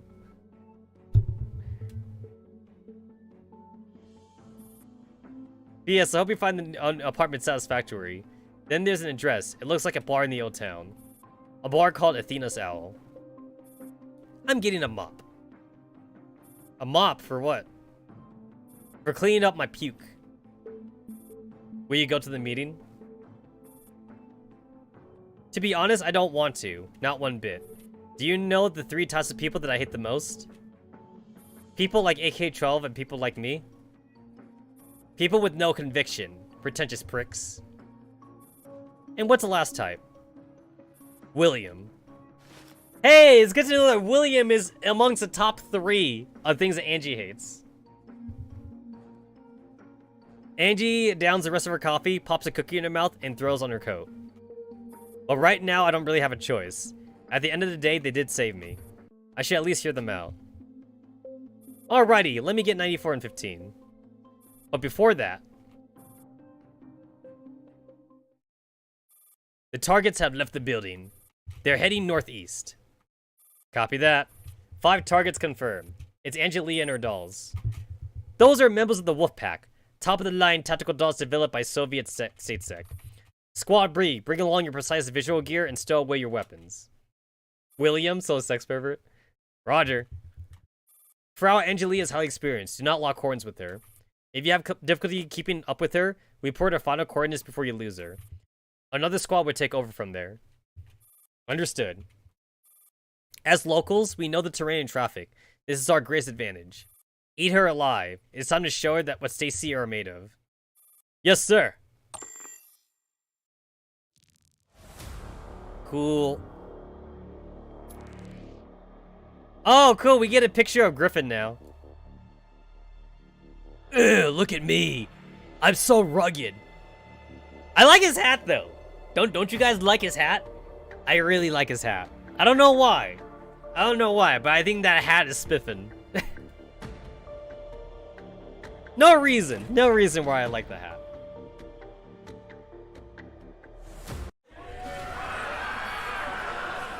I was not expecting to scream. This isn't the first time Angie has visited Berlin. The last time she was here, the now abandoned quarantine wall was still functional. The river runs through the city, separating the city center and the old town district. Soon after Angie goes through the Brandenburg Gate, she arrives at Alt-Berlin. It's already past noon, but the demonstration is not over yet. In fact, it has even more momentum than shown on TV.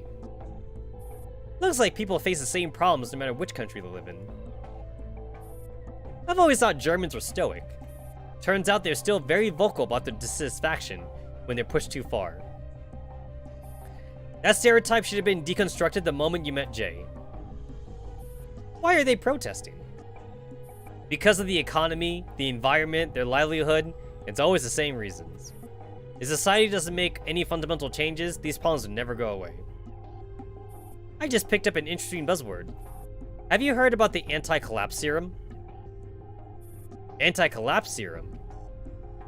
A product of Galatia and apparently the cure to Elid. Never heard of it, but a bunch of vaccines that claim to be the answer to Elid are introduced to the market every year. Then the pharma companies flounder and drown under the financial difficulties. No, if the environmental problems are not addressed, humankind will always be plagued by Elid. You're absolutely right. So long as people are still getting infected, you would never produce enough drugs to cure them all. Humans really do have a knack for doing pointless things. That's none of your concern. Right now, we have more pressing issues. Standing on the riverbank, Angie gazes at the bridge the police has sealed off. On the other side of the river, countless protesters have gathered waving their banners and chanting their slogans to passers-by who have no intention of joining in. Their presence is merely an inconvenience that's causing a traffic jam. How are our tag-alongs? Still very much with us. These people are not the same league as those from yesterday. The person in command here isn't to be taken lightly. This is very tricky. Since the moment they left the apartment, Angie's been trying to shake off the agents that are following them. But even now, she can still feel their eyes boring holes into her back. She was expecting it, but she is nonetheless rather surprised by the level of their skills. We're almost there. I can't lead them straight to the meeting place. You know what I mean? It'd be a shame if you miss your booking and lose your table at the bar. I phoned to book a table as an answer to their invitation. If I show up late because I get tied down, it'll be difficult to gain the upper hand in negotiations. AK-12 takes off her sunglasses. In that case, let's make use of these rowdy folks. We'll teach our creepy stalkers to fear us Soviet agents.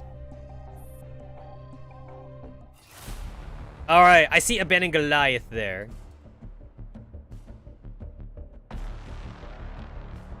And I see an abandoned building. I also see a ruffian. Technique Berserk. Berserk technique.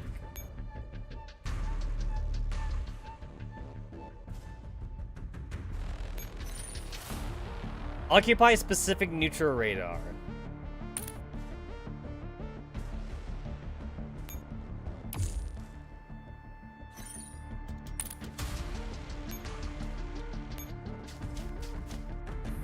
Abandoned Goliaths can be planted in deserted buildings and detonated at the right time with detonation triggers. However, doing so requires some pressure work, so use them at your own discretion.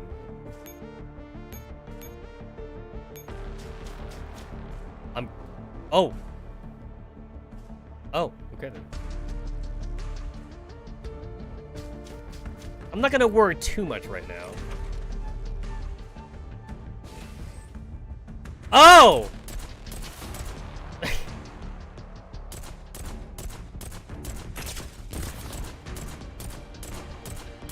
I'm like, where's my Defy girls? Okay, they're not here with me. Alright then. Okie dokie. Ouch.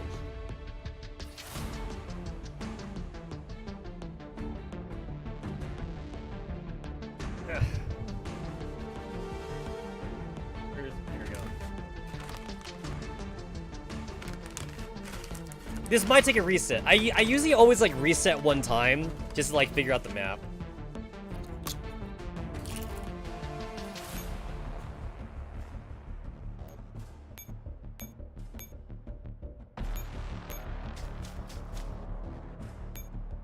We'll see. We'll see.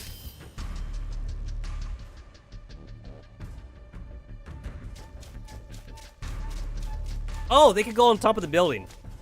I didn't know they could do that.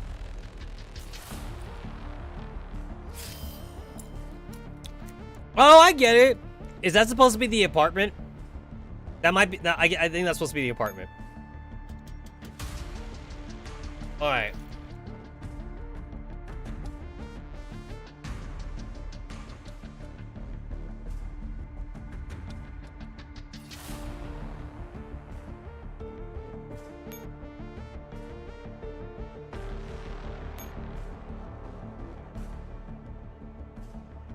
Okay, you go literally everywhere. You don't go everywhere. Okay. Okay, so you're no longer aggro. So like, what do you do now? What do you do? What do you do? Basically, you don't move anymore. Okay.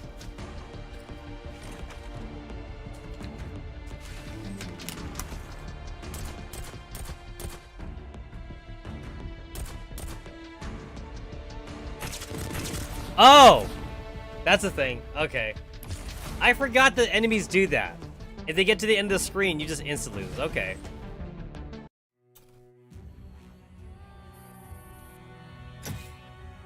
Okay.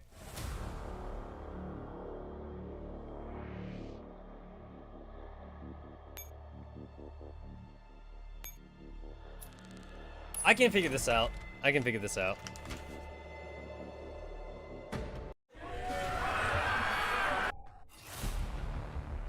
I got it.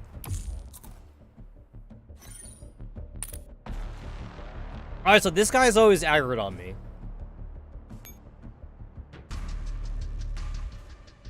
So this guy's not aggroed on me. This guy, we're always aggro on me. And this guy, we're always aggro on me. So there's one dude who will not aggro me.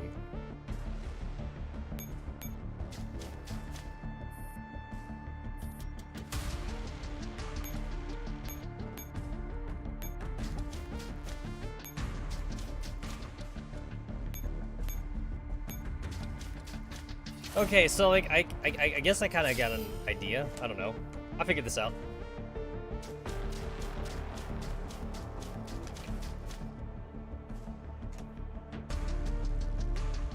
All right, even if I blow it up now, nothing will happen. So I think I'm skipping. I think I'm skipping.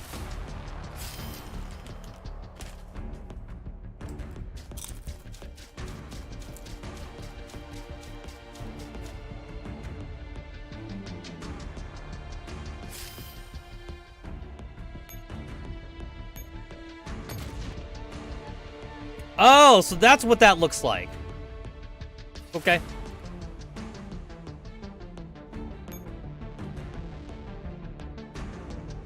Okay, that's what that looks like.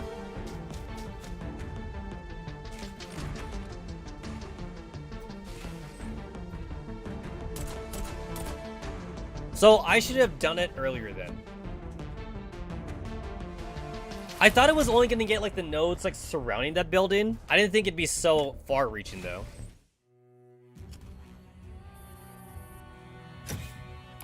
Alright, alright. I got it, I got it.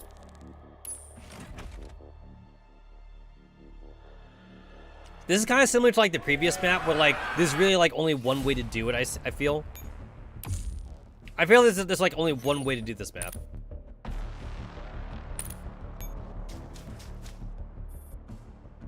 Alright, pick up the Goliath. Why the fuck is there an abandoned Goliath in the middle of this German city? Why is this here?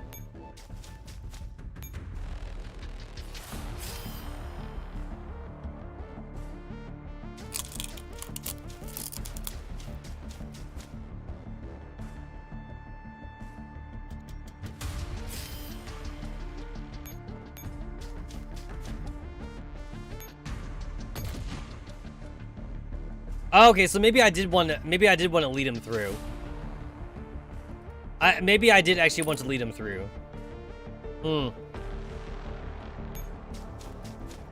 We'll see if that bites me in the ass.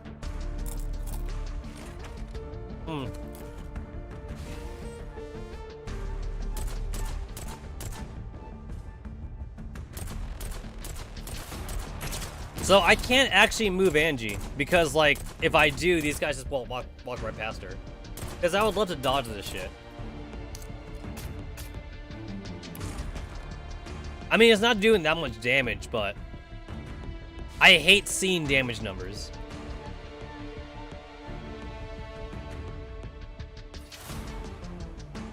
Okay, yeah, so I did want this guy to move down further. Okay.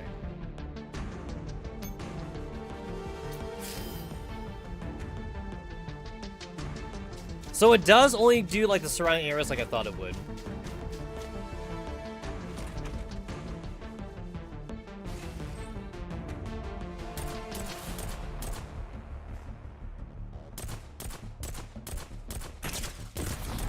So I guess this is kind of like meant to be AFK, so I literally like can't do anything.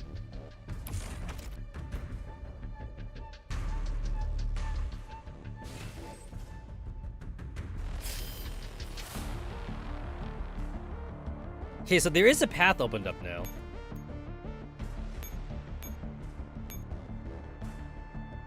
There is a path opened up. I do want this guy to move down one more, I guess.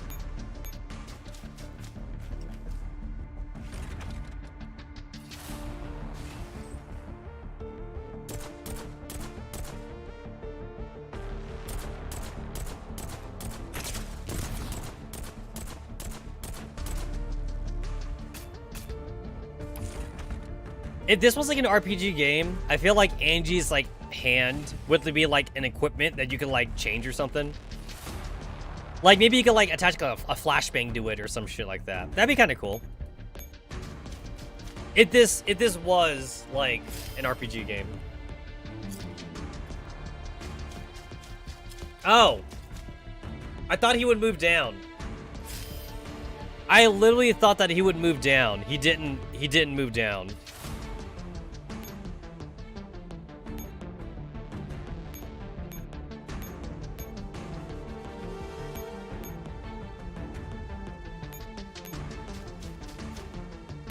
Oh shit, I have a turn limit. I didn't even notice.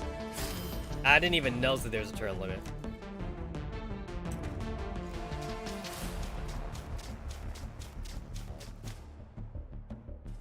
Alright, I think I can make it now. Oh, that's a lot of one-way bullshit. Oh. I thought these were either way. Okay, never mind. Cannot physically move to that node. Okay, then. So, they're all blocking that shit. Got it. So yeah, I literally cannot move up. I literally cannot move up. Alright. Alright. I got it.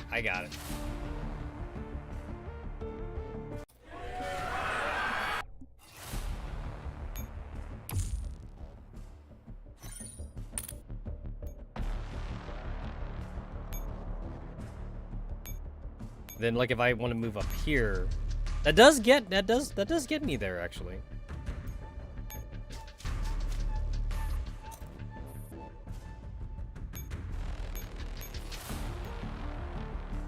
I guess I'll try this. I haven't tried this yet.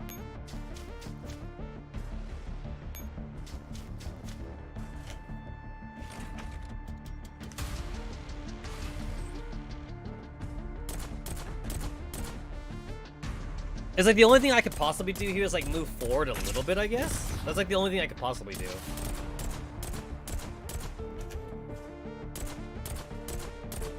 I can either move forward or like backwards, basically. I can't move up and down because then I just instant lose.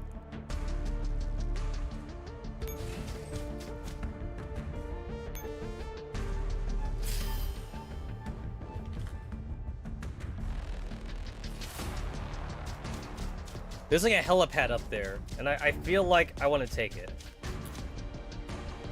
But I can't. It's impossible for me to take that helipad.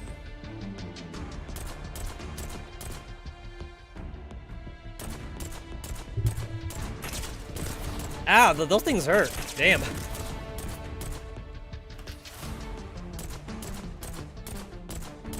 No dummy links? No dummy links on my human? Where's my Angie dummy links? Obviously, I need cores. I need cores to dummy link Angie.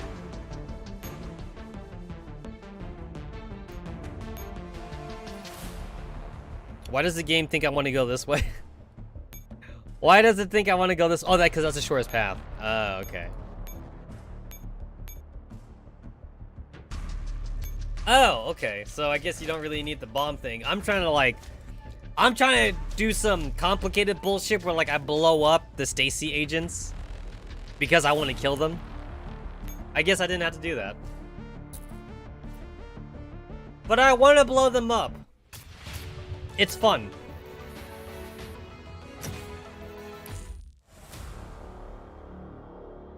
All right then. It was.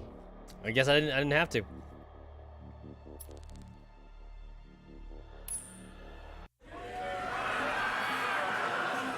The government must address their demands immediately. Bureaucrats who don't give a damn about the people's lives are fascist. Listen to the people. Angelia is crossing the bridge. I knew it. Thank you. Your job here is done. Squad C and D prepare to take cover. Understood. Understood. Frau Angelia is very skilled in making use of crowds and traffic and reverse trafficking. Pay attention to your line of sights and blind spots when working with those squads. Also, watch out for their attacks. Even Frau Angelia herself is an exceptional fighter.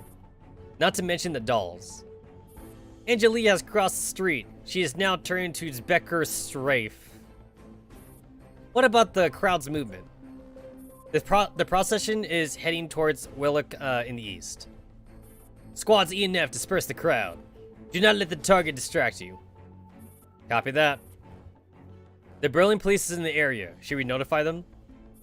Untrained personnel will only make things more difficult for us. Leave them out of this. It'll be a tough battle once they blend into the demonstrating procession. I will keep an eye on things from a high vantage point. Don't let yourself get killed. Stacy Agent C, D, E, and F. Yes, sir. On top of a tall building, the youth, who is observing the milling crowd from above, turns off his communicator and frowns. Why is there a large-scale demonstration today of all days? What is Angelia doing here? Something doesn't feel right. Ah, it's light. It's light. It's L. It's L. I will take this potato chip and I will eat it. Who has a death note?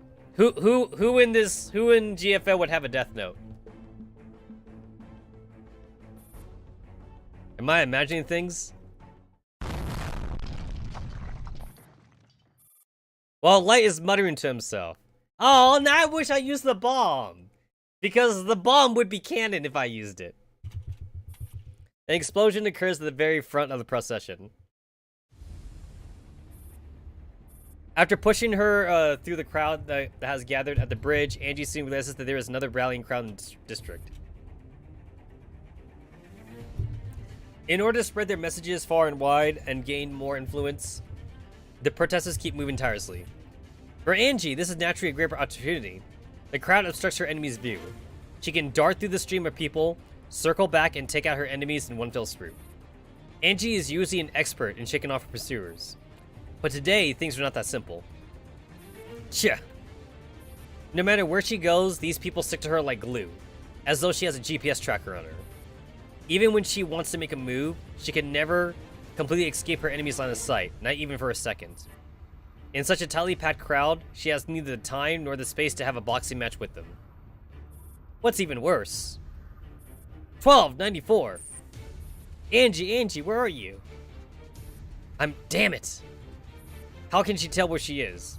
For some reason, a commotion seems to have broken out at the front of the procession, and the demonstration comes to a halt at this block. The people in the front and back cannot communicate with each other. The ones in the back try to push forward, while the ones in the front are stuck, and chaos ensues. Under these conditions, even powerful T-dolls are utterly helpless. Angie has been separated from Defy for over 5 minutes. The dolls can locate each other by their signals, but it has already occurred to Angie that that isn't the problem. New protesters keep pouring in from all directions. Even AK-15 cannot make her way through all the people to Angie. She must be thinking of something fast. Hey, this guy's a cop! Shish! We have a traitor in our midst! Hold on, The sudden accusation causes the already wild crowd to erupt. The protesters direct all their anger towards their target. It doesn't even matter if he is actually a traitor or not. Meanwhile, Angie gets dragged along by someone in a different direction. Don't touch me! Oh! The man lets out a yelp of pain as the shoulder gets dislocated, but she is still being dragged away. Angie immediately realizes what's going on. F for the agents! It isn't just one or two people. Everyone around her is deliberately trying to move her in a specific direction. You've got to be kidding me. Her poorly maintained bionic arm breaks down at this critical moment. Angie struggles in vain, and she can only let herself drift along helplessly like a lily pad in the pond. Get off of me! Oof! Whoosh! One last shove ejects Angie from the crowd. She stumbles a few steps and almost trips over the raised sidewalk. None of the people who pushed her come after her. The protesters are still bellowing an angle without a glance towards her. Standing on the sidewalk and centering herself, Angie finally moves her finger away from the trigger of her pistol. She was this close to going on a killing spree. It is an immense relief to finally be free of the crowd. She swears never to resort to this method ever again. Those people led her here on purpose. They even got rid of her pursuers. Angie puts her pistol back in the holster and takes a look around, but she sees nothing unusual. Just as she's about to turn away, her heart skips a beat. I'm here? Athena's owl. The bar stating the address is right in front of her. Its entrance awaits quietly next to the bustling crowd, its neon signs flashing even during the day. With emotions still running high, nobody is looking this way or even paying attention to Angie or what she's about to do. By the bar entrance, a raggedy beggar is sitting on the chairs. Her indifferent eyes follow Angie closely below her hood. Angie also has noticed her. She wonders if she drew her attention when she was putting away her gun. Angelia? The beggar calls out Angie's name softly. Upon seeing her reaction, she nods. Salvation lies within. The beggar lifts their walking stick and taps the door of the bar within. Then she closes her eyes and leans back against the doorframe, seemingly fast asleep. Inside the bar? Is this some sort of dystopian metaphor? Should I wait for Defy or go into my own? After a short moment of hesitation, Angie decides to head inside. I think I know who you are. She knocks on the door softly. After another glance at the slumbering beggar, she takes a deep breath and pushes the door open. A bell jingles brightly to announce Angie's arrival. Barkeep! Another screwdriver! Hey, did you just hide the menu? The heavy wooden door has been keeping all the noise in the bar from spilling the streets. Only when Angie pushes the door open, she notices how boisterous it is in a small space. The piano playing is drowned out by conversations. She stops in front of the door and scans the interior of the establishment. Such a lawless, chaotic place does not make for the perfect meetup place. Perhaps because the bar is so isolated from the outside world, nobody seems to have noticed Angie's entrance. Like the other such establishments in the Old Town District, this place is filled with people from the lower stratus of Lawrence society, and the sound of her hollering and clinking wine glasses. No one but Angie herself hears her footsteps. It's only natural in such a noisy environment. She strolls unobtrusively on the old floorboards and keeps herself ready to draw her firearm within half a second. Whistles. At the counter, a nefarious-looking scoundrel whistles at a girl next to Angie. He doesn't seem to have seen Angie at all. He laughs, flashing his mouthful of yellow teeth, and drains the beer and the stein in one go. Angie takes a glance at him and quickly retracts her gaze. She does not want to get into any trouble before the meeting. The man seems to have the same idea, still ignoring Angie as if he hadn't seen her. He lifts his stain and beckons for the bar girl to refill it. He never even glances at Angie the whole time. Not just him. Everyone in the bar acts as if she was invisible. Nobody greets her or asks if she'd like to order something. People don't even look at her. If someone happens to look in her direction, their gaze just glides over her as though she was nothing but air. This is it. Angie is a special agent, so she can snuff out danger from miles away. However, despite how bizarre this phenomenon is, oddly enough, she doesn't feel unnerved at all. She collects herself for a moment before venturing deeper into the building. Everything feels very natural around her. This is your run-of-the-mill bar with tobacco, beer, and poker cards. The atmosphere is fantastic. Angie would love to have a drink here on her day off. In such an ordinary place, Angie's presence is the only anomaly. Which is why she knows instantly that she found her target when she notices another anomaly. Most bars put out more tables and seats on the dance floor during daytime to accommodate more customers, and this place is no exception. But right now the dance floor is filled with tables, and the chair is completely deserted. Except for the only occupied table right in the center. A round table with 2 chairs. A man is seated in one of them. He has his back to Angie, and the only bit of skin exposed is the hand on the armrest. Next to him, Angie can see a few bottles of very expensive wine on the table. Just like with Angie, nobody is acknowledging this man's presence. The space he's occupying might as well be a separate dimension that Angie alone can see. Please have a seat, Angelia. After the commotion outside, you must be tired. A low and sonorous voice speaks from the chair all of a sudden. Even though Angie hasn't made a sound, he knows she's there, as if he had eyes on the back of his head. Angie walks around him wordlessly and pulls up another chair opposite of him. I've been playing out the scene in my head many times before I could walk through the door. I had a lot of guesses, but this isn't what I expected at all. I don't believe I know you. Not even all my friends know me. The middle-aged man with the wide sideburns sitting up in the armchair cleans the lenses of his spectacles as he speaks. His voice is deep and mellow, which matches the air he gives off. Even if he hadn't spoken, Angie could have guessed he's a Brit. He has all the qualities of a typical Englishman: resolute, gentlemanly, proud, distant, and pretentious as hell. Angie studies him, and remains silent.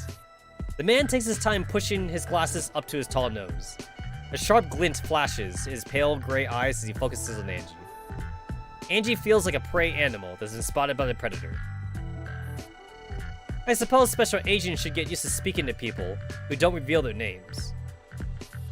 You've seen Berlin for yourself while you're on the way here. I hope the courteous welcome you receive hasn't caused you to be prejudiced against this beautiful city. Brushing off Angie's gib, the man sitting straight as a ramrod places his interlaced fingers in his lap and smiles at her. But Berlin must have made a much different impression compared to Bremen. Indeed. Angie pushes her lips to hide her impatience. She puts an elbow on the table.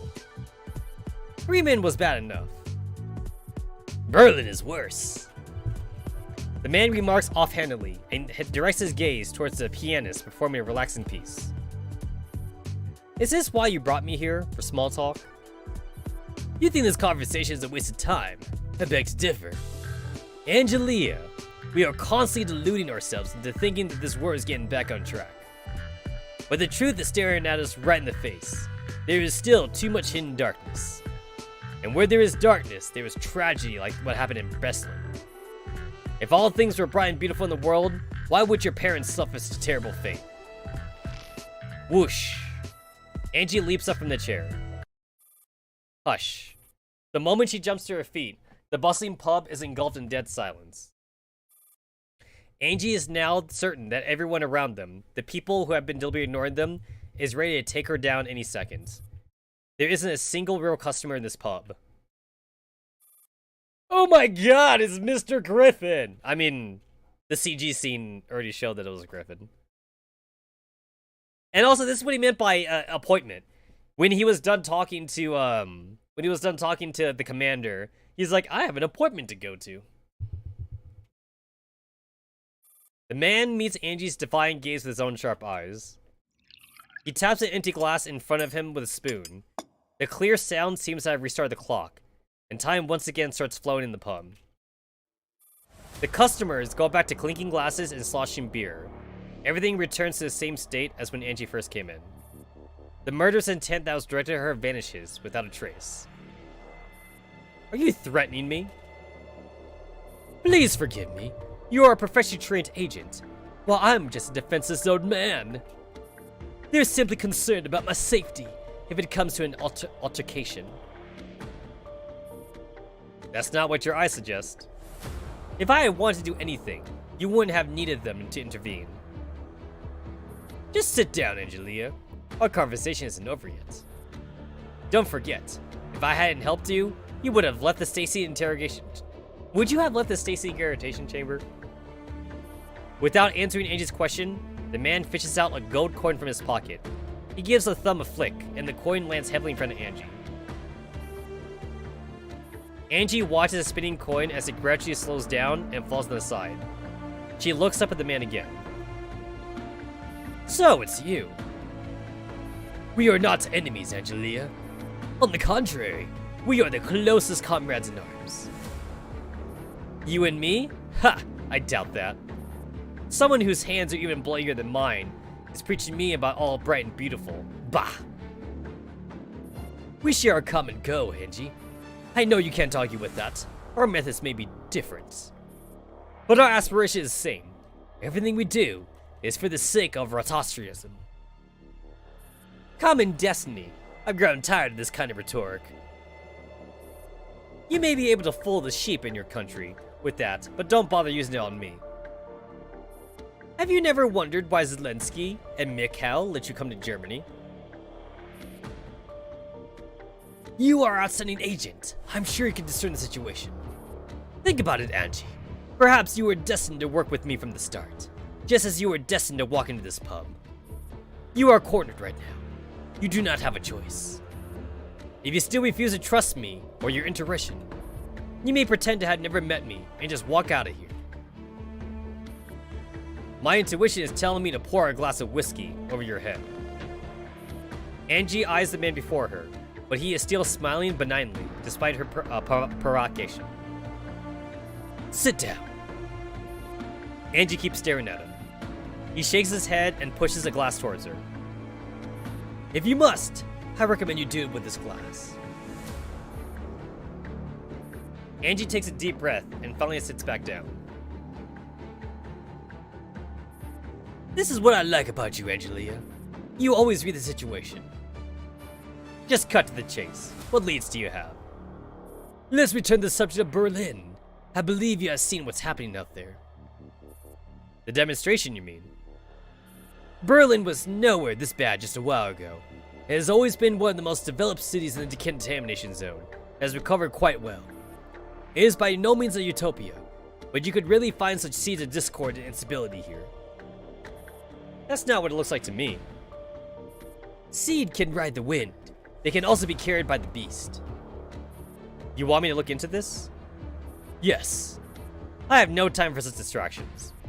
You know why I've come to Germany. Believe me, Angelia, you will realize that our agendas are surprisingly similar. This has something to do with William. From what I know, this matter involves a conspiracy. Following the incident in Bremen, Herodias is planning to stage an even more elaborate terrorist attack in Berlin. Terrorist attack? Angie suddenly finds it difficult to breathe. The White Faction's touch is evident in everything that has transpired in the last few months.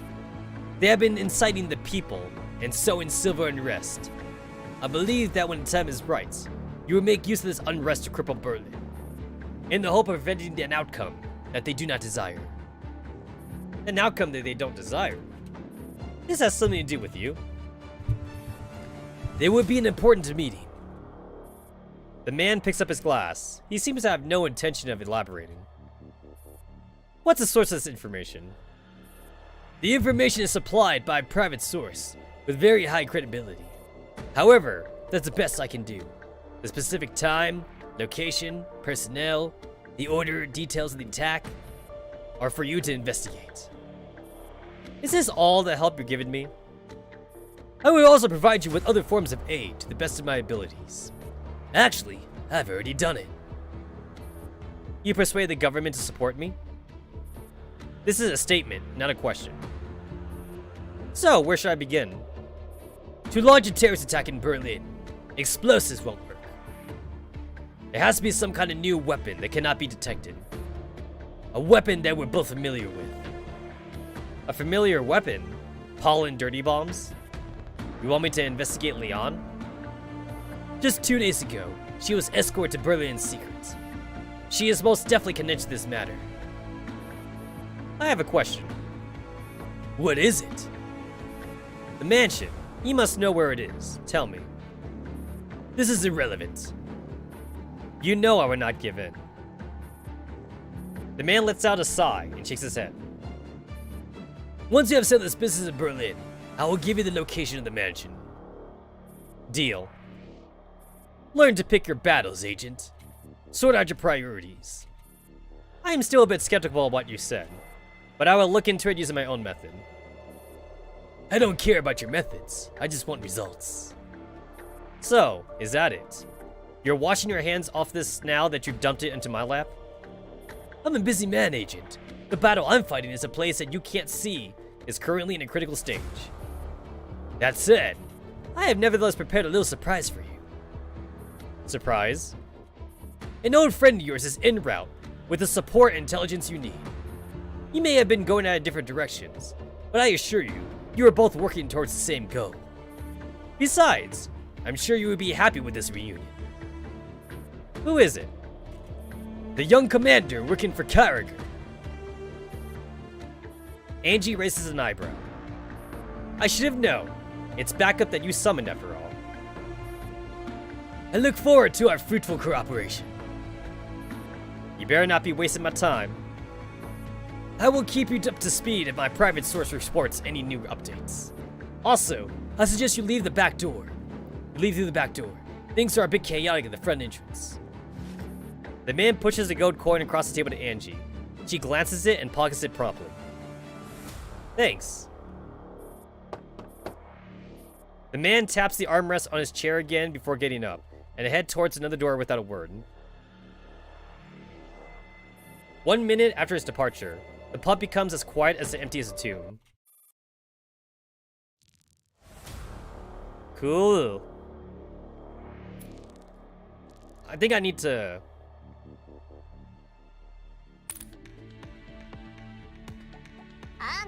There we go, logistics. ただいま。戻ったわよ。みんな、じゃ。ただいま。みんないる？ Yay, I'm back up to 300,000 rations. I actually used up like a good amount of my resources to like max upgrade Well-Rod's special equipment, but like I'm kind of like already back up to max though. Like upgrading Well-Rod's equipment, like it didn't really make a dent in my resources. I have 3 impulses. Where architects show up. That'd be neat. That would be neat, I'm just saying. Nope. I have 2 more impulses.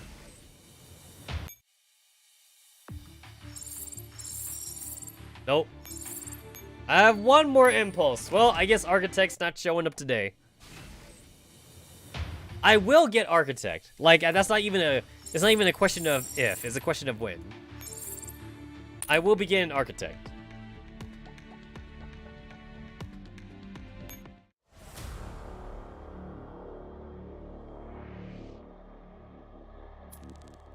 That's that.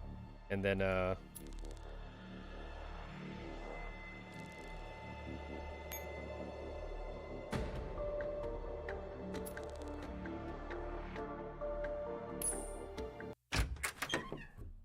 Angie pushes open the door and leaves the bolster's place behind. Now that she knows the busy and lively scene was all a sham, she finds it rather sickening. The gold coin weighs heavily in her pocket, signifying that everything that just happened was real. Now she must hurry back to her apartment and discuss how to proceed with Task Force Defy. Frau Angie. While Angie is still deep in thought, someone calls her name softly from next to her. Almost out of reflex, Angie pulls back and executes a kick. Smack. The kick produces such a loud noise, Angie thinks she kicked a sandbag. But the brief exchange is all it takes for her to take in her interceptor. 1 second, please. Tch. Since her first kick didn't do the job, Angie delivers a second one, without even a pause. Whoa! The man seems to have expected Angie's attack and nimbly sidesteps it, causing her kick to miss a second time. But Angie isn't phased either. Her alloy fist smashes into the brick wall.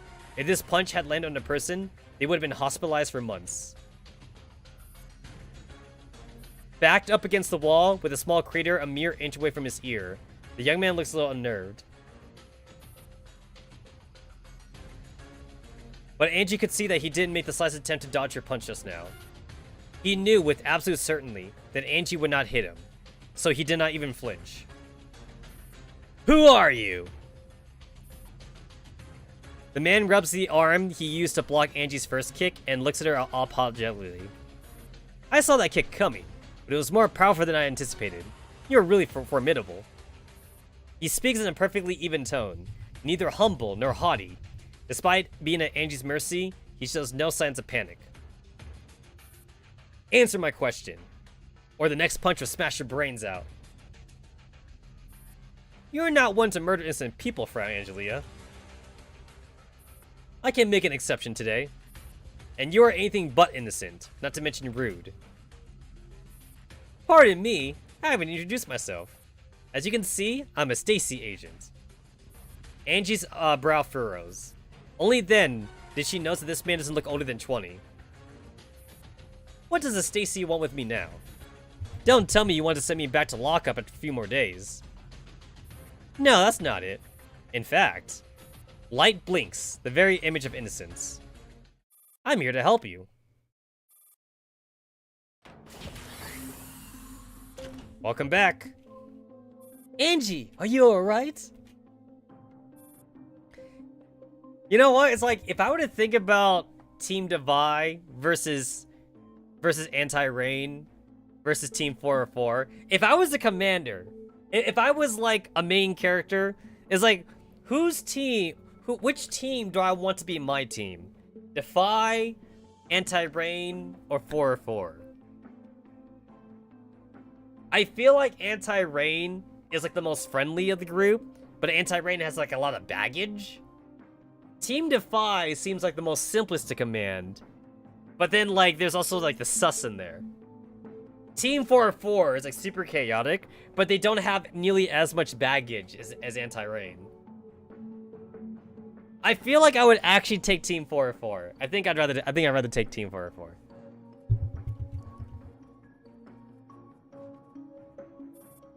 She frowns as she shifts her gaze from the dolls to the man sitting in front of the monitors. You brought my subordinates here. What's the big idea, Jay? Hey, don't give me that murderous look, eh? Hey, Jay, how did your date with Moradao go? Oh, wait, you never got that date with Moradao. Hey, wait a minute. The Naitos are stronger than humans, right? And Moradao's a Naito? If Jay had hit that, would Jay's pelvis be in one piece? Do you think Moradao can, like, control her strength? Imagine if you met this chick who, like, was really into you, but she's got, like, Amazonian strength, though. Imagine if she was, like, an isekai pro tag. Would you risk trying to hit that? Imagine if it was, like, one of those chicks where, like, they can, like, compress their pussy or some shit. That's a real thing, by the way. That's actually a real thing.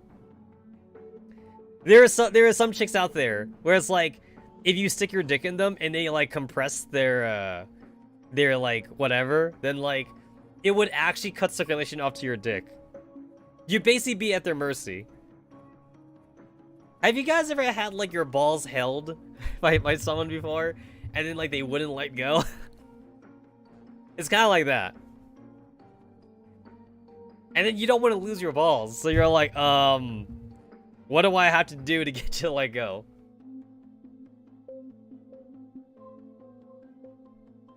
I mean, not that I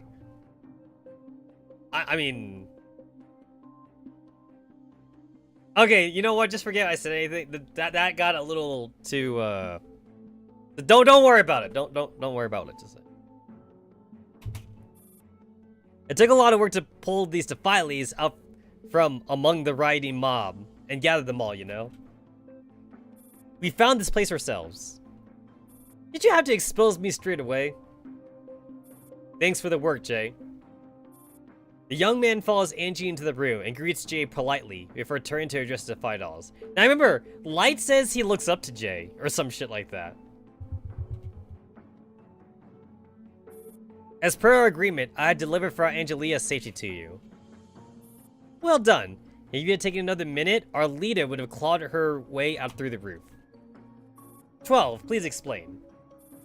There's nothing much to explain. When we got separated from you in the crowd, we immediately realized it would be extremely difficult to regroup. So we changed our strategies and decided to track down those who were monitoring us instead. That's how you found this place? It didn't take much effort. After all, they still knew exactly where we were under those circumstances. It was either GPS trackers or having a high vantage point. Once we understood that, it wasn't difficult figuring out the rest. When we got here, we found out that Mr. J was the one in charge of the operation. He told us that you were safe and had us wait here while he sent someone to fetch you. 12 refused to cooperate at first and threw a tantrum. It was kind of noisy, but then we got used to it. It wasn't that noisy. I don't trust them. Jay did a decent job in Bremen. But ensuring Angie's safety is my top priority. I only agreed to wait because I believe in Angie. So, have you had your meeting? How did it go? I got some information and possible leads.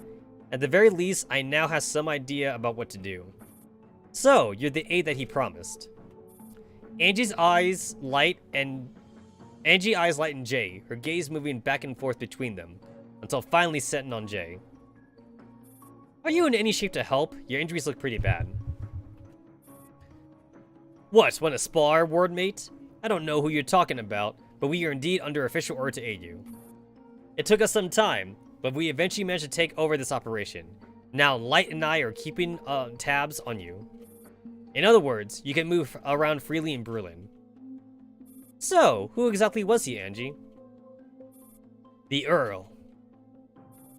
Angie fishes out the gold coin from her pocket and rubs the intricate markings with her thumb. A glistening griffin etched into the coin. Oh, wait! So did he just make like a custom coin? That's kind of cool. Yo, I want a griffin coin. A griffin coin would be nice. Solid gold. I'm gonna go solid gold, though. And then I'll bring it to a convention and conveniently lose it. Or should I say, Griffin Lions. You mean that Griffin? The Griffin and the Griffin and Griffin and Kyriger? I hear he.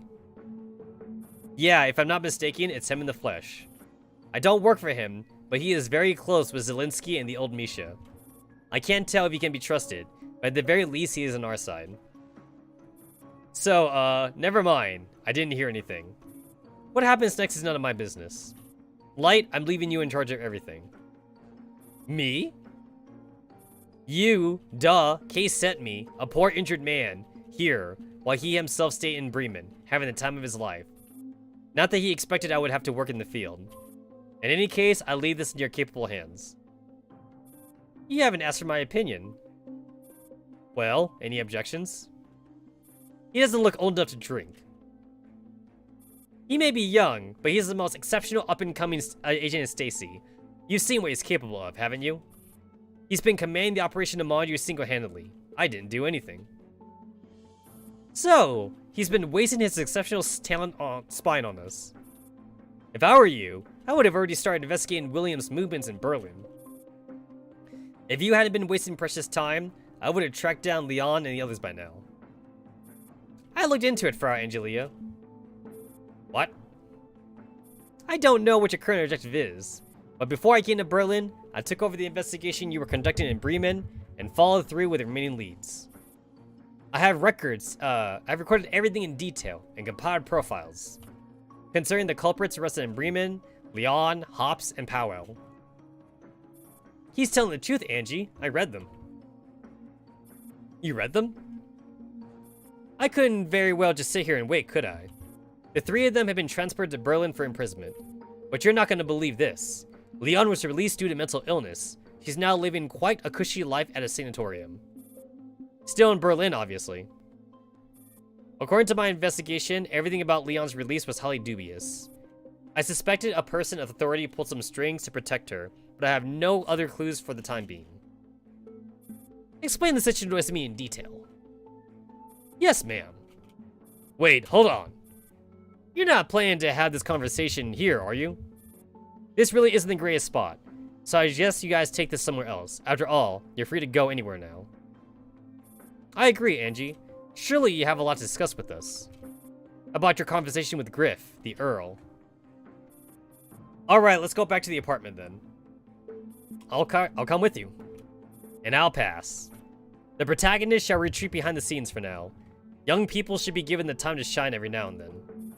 Isn't that right, Light? Now that you're back in your hometown, don't forget to make time to visit your... Let's go, Frau Angelia. Sure. Angie glances at the youth with delicate features. He's young, brave, remarkable, and ambitious, just like her when she was young. But just for a brief second, her face overlaps with Moradal's in her mind. His face overlaps with Moradal. Hey, cool! There's the infinity map.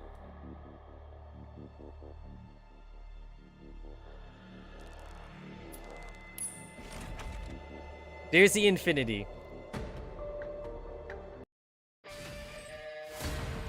Is Light Moradal's Oni-chan? What are we gonna do on the bed, Oni-chan? Oh, GK, GK, GK, GK, GK, GK, GK.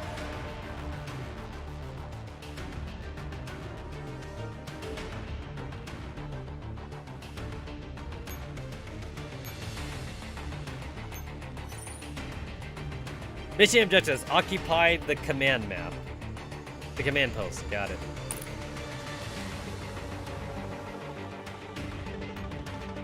I feel like I'm just gonna end up using Alchemist for like this entire playthrough. 早く出発するぞ。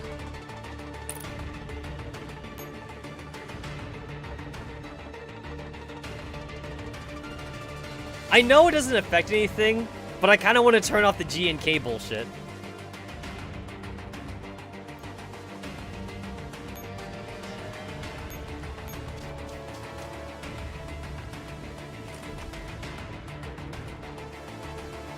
たかがネズミどもに邪魔されるとはな。Oh wow! I didn't even get time for Alchemist to use her special skill.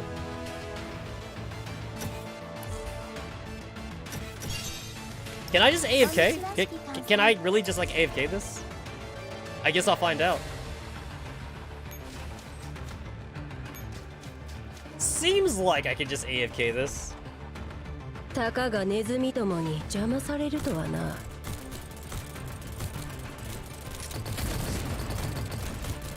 お祈りするか？いっそ泣きわめいた方が楽だぞ。Hey, you know what we need? We need like a gadget costume thing where like the girls can dress up as like SF ringleaders. That'd be kind of cool. I want like a ringleader costume gadget.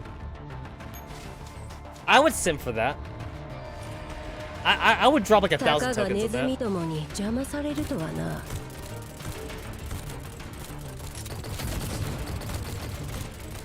これはどうだ？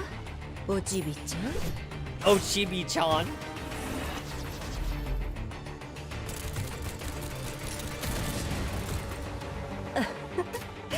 残骸を回収しよう。うまそうだ。One of these days, I'll get like those secondary Manticore units to level 100. Today is not the day.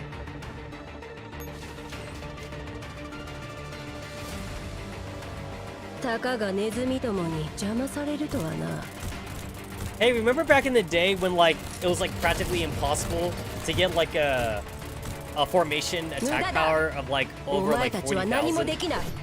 I mean, like attack power doesn't mean anything in this game, but like it does look nice though to like see like your formation have like a formation power of like 80,000 and some shit like that.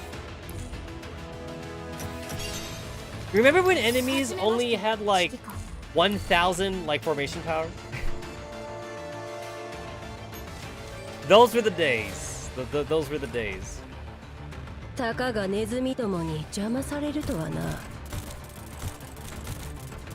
Oh, these guys got shields. Oh. お祈りするか？いっそ泣きわめいた方が楽だぞ。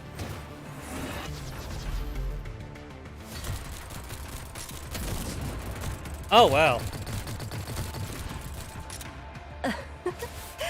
They actually survived the special. うまそうだ。私は64式小。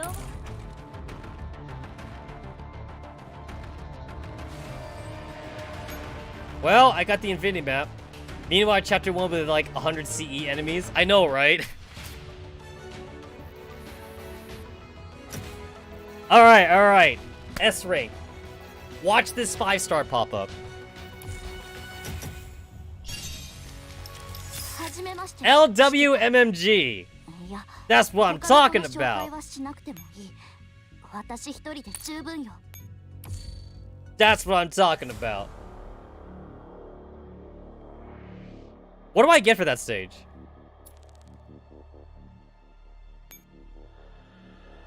Oh, this stage has Deringer in it, which means I actually had to do it. Deringer, KSVK, Mondragon. You know what though? LWMMG does have a Digimind though. She does have a Digimind. Just saying.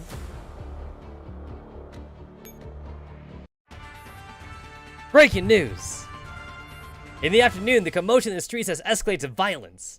The physical confrontations between local residents and the police as the chaos continues to spread. International humanitarian organizations urge the government to listen to the people and avoid intensifying the conflict. We'll now hand over to Shadowless, who is reported on site. Right, as you can see, we're currently standing within the police security area, just several meters away from where the confrontation first started. We can hear the crowd chanting their slogans. The police states that they may mobilize water cannons to disperse the crowd. According to the authorities, power has been restored in certain areas, while repairs are still underway. I will follow up if there's any new development. Back to the station. Oh, that was short. That was shorter than the other ones. Oh, I skipped the 8 PM one. A sudden power outage has occurred in the outskirts of Berlin, the green zone. 400 has been affected by blackouts. We are hand over to Shadowless report on site. Thank you. This is a relatively elevated position. We can see the entire area has gotten dark.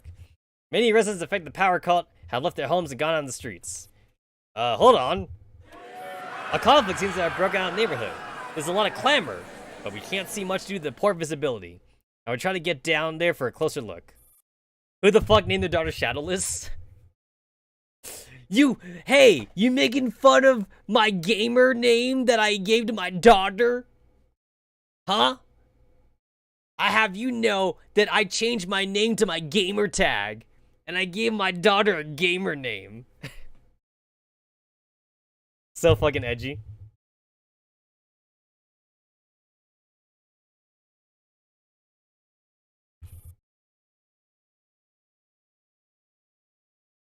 That reminds me, I've shown this off plenty of times in the past, but speaking of gamer names, it's too dangerous down. The main station device is approaching. Hold on, let me bring this up. Let me bring this up right now, because I know it's still there. I know it's still there. Kevin, not to cut yourself with all that edge. All right, hold on.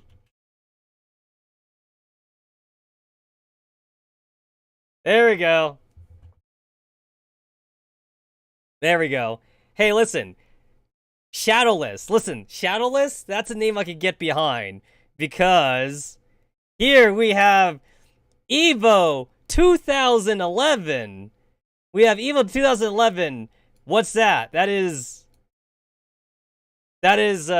Blaze Blue, Continuum Shift, Shadow Phantom, Blue Noel versus Tokido, Red Noel. That's me, by the way. That's me. I'm Shadow Phantom, so that's me. I've been using that. That's like my very first like gamer tag that I've ever made. I never got rid of it. Like that, I use that for Evo like every year. My badge, my badge literally says Shadow Phantom on it, so I never got rid of it. But yeah, if you guys want to see my fight with Tokido, it's there. If you guys ever want to see it, I'm not gonna play it now, but it's there. If you guys ever want to see it. What? Okay, yeah, that's a weird one to be there. What is there than you think? Wait, what is that? Oh, it's a motorcycle, guys. It's a motorcycle. It's a motorcycle. The Shadow Fence. Okay, let's go ahead and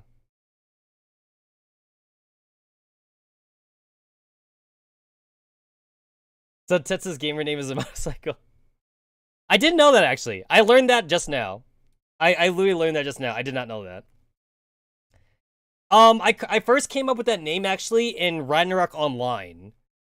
I remember way back in the day, my cousin, actually, I never played, like, an MMORPG before then, and my cousin played, like, a fan server for Ragnarok Online. So, like, he showed me it, and he was like, oh, like, this is a pretty cool Korean game. I'm like, oh, okay. I saw him play it. I thought it was pretty cool.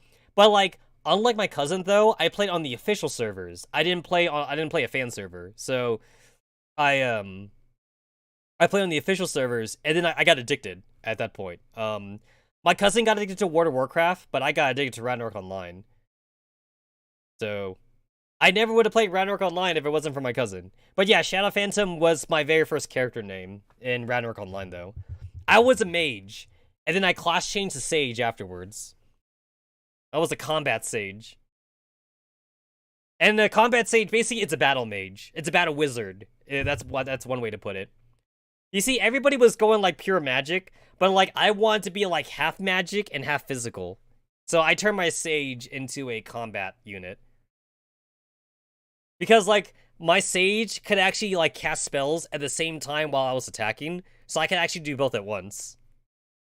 It was a very hard build to do, though, but it was worth it. Wait, what does that say? Critic Am, Brandon Berger, Invitempo, Wash, Aktul, Nashrutin. Yeah, sure, that's,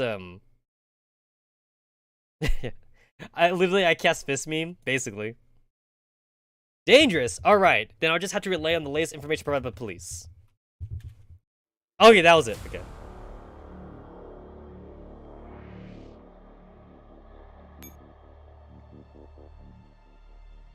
The game is saying new for these, but like, I've already gotten the things on this since I did the hard mode. I did the hard mode, so like I don't have to do the normal mode for these. Honestly, wait, legit? I thought I was on easy mode. I literally thought I was on easy mode. I didn't realize I was in hard mode. I'm not trying to brag. I'm not trying to brag or anything. But I seriously thought I was on easy mode because, like, those were pretty easy. I guess I might as well stay on hard mode.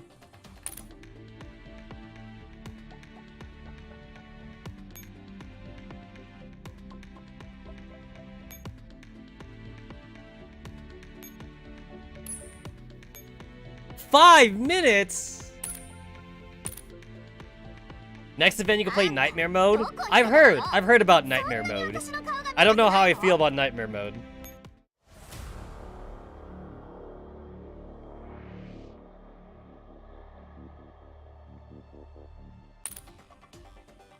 Gah! Wrong button.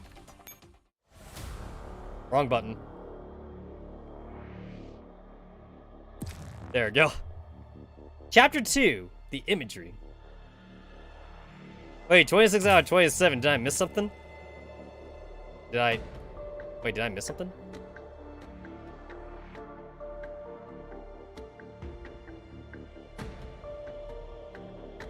I don't see the word new on anything.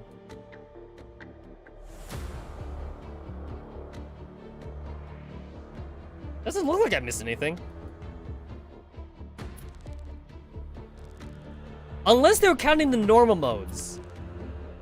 Which, if they're counting the normal modes, that means I'm not missing anything then. Yeah, it says 26 out of 27 for some reason. Ship of Theseus. Oh, crap. I remember I was, like, really into, like, Greek and Roman mythology back in the day. Ship of Theseus. Oh, what was that? What was that? I did miss something? I couldn't tell. Like, I literally couldn't tell. Yeah, what did I miss? I watch all the news thingies. Athena Zell. So it's like, unless they're talking about the normal modes, which they want me to do.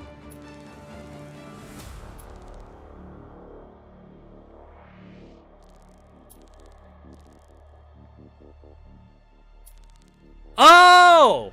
Oh, I think that's it. I didn't do the EX mode for the first one. That's probably it. This one I did normal mode only. I didn't do the EX for this one. I think that's it. I think that's it.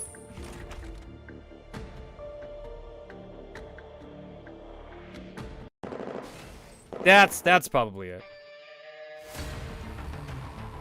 Yo, what the fuck? That's a lot of dudes. That's a lot of dudes, man. I ain't got no time for this. I'll do that off stream. Some first mission? I was expecting to, like, maybe kill, like, 5 guys. Okay, no. I mean, like, it's not even hard. It wouldn't even be hard, but it would be time-consuming. Even if I were to just use Alchemist for everything. Which I'm definitely gonna use Alchemist for everything.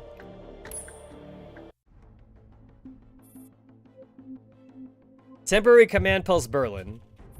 Star 15 brings a chair for the commander to sit by the window.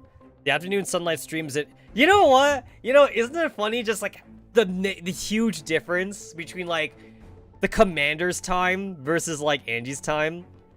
Angie had to like take interrogation. She almost died to Moradel and shit like that, you know?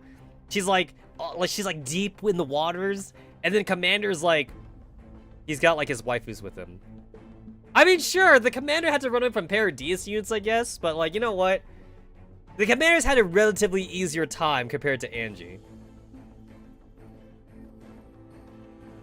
But then again, the commander did get interrogated by those Naito girls in Containment Turbulence, so maybe it evens out. I guess it evens out in the end. I don't know, the commander still goes on, like, vacations with his T-dolls. Like, when's the last time Angie went on a vacation, right? Now here's the thing. Mika has said that like all the holiday events are canon. The holiday events are canon. It's just kind of weird to think that they're canon, though. Shiki-Khan already had his time all the way to Polaris Light. Yeah, no, the train thing sucked ass for the commander. I'll definitely give you that one. The train going all the way to the submarine base. The whole submarine base thing was definitely a chore for the commander. I still think that, like, probably the worst time for the commander was probably still Continuum Turbulence, though. I would say Continuum Turbulence is probably still the worst. Well, I mean, Singularity / Continuum Turbulence. Other than that, though, the commander has definitely had more of a cushier time compared to Angie. Think about it like this. If all the fucking event stories are supposed to be canon, then, like, the commander gets to have, like, stupid-ass Christmas parties with his T-dolls. I don't even think Angie gets that. I did find the previous one kind of funny, though. The whole, like, coin thing, and everyone's fighting for the commander's coin. I did like that. Starfit team brings a chair for the commander to sit by the window. After the afternoon sunlight streams in, warming the commander's back. Commander, I believe we should wake up this damn Naito and start interrogating her. Mr. Griffin already mentioned that she looks exactly like the mole planted next to Angie. For all we know, you might end up falling victim to her this time. I know, but she's in no physical or mental shape for that right now. Waking her up by force would not help us and question her either. Don't be hasty, 15. We've already verified that Mashlin has very low combat capability. SOP 2 alone can handle her, let alone when we have so many dolls protecting the commander. But I'll ask Angie about more now at our meeting. 15 needs to chill the fuck out. Actually, I kind of feel that, like, 15, she has like a Lunacia racism thing going on. If it's not M4, she's Lunacia racist. It's like, no, M4, you're different. You're different. It's kind of like saying that, like, you're not racist against black people, but then, like, you have that one black friend. You have that one black friend, so you say you're not racist, but then, like, you kind of are racist to, like, other black people. That's kind of how I feel with Star 15. She's racist towards Lunacias, but she's not. She's okay with M4, though. Specifically M4, she's okay. It's like, no, guys. I'm not racist towards Lunacia. I have a Lunacia friend. But she's totally racist to Lunacia. AR-15 is goddamn racist. Yeah, I know, right? Go and get ready. We're moving out in 15 minutes. We're supposed to meet at 3? It's basic etiquette to show up early for a meeting with a lady. Commander, this is an incoming transmission. Is it Angie? Hey! What the? What? Why are we in the Christmas music? What the fuck? No, 45. You don't get the good music. All right, you don't get the happy music. Hi, Commander. It's been a while. I hope I didn't interrupt your refined appreciation of Sleeping Beauties. Wait, she was watching? She was watching! She was watching. I'm the commander, and I like to watch girls sleep. There's nothing wrong with that. I just like to watch girls sleep. She's always watching. We're family. Hashtag no blood relation, guys. Guys, it's okay because we're not related by blood.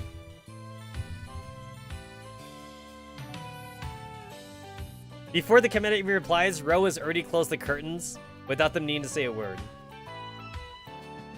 Oh my! Looks like you just scored some intel, which I can use to soak some money out of you. I wonder, how much would you pay to seal my lips, Commander? Cut the crap. What are you guys doing here? We're here because Miss Hellion most generously paid our urgent booking fees in order to help the poor, isolated commander, of course. But it looks like the commander's living the good life right now. Hellion did? Oh yes, Miss Hellion paid the entire sum in advance.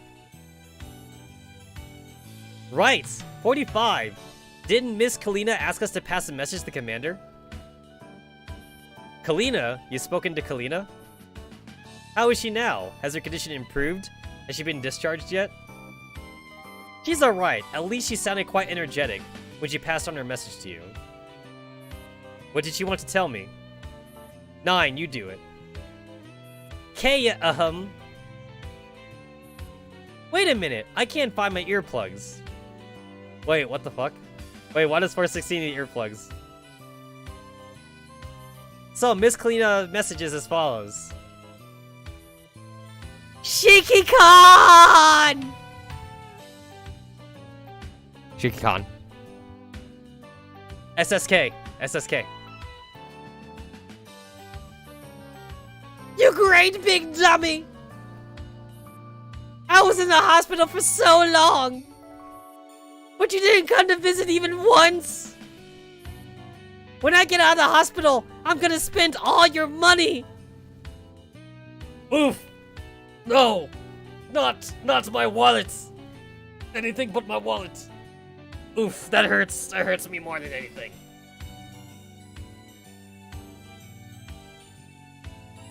And that was it.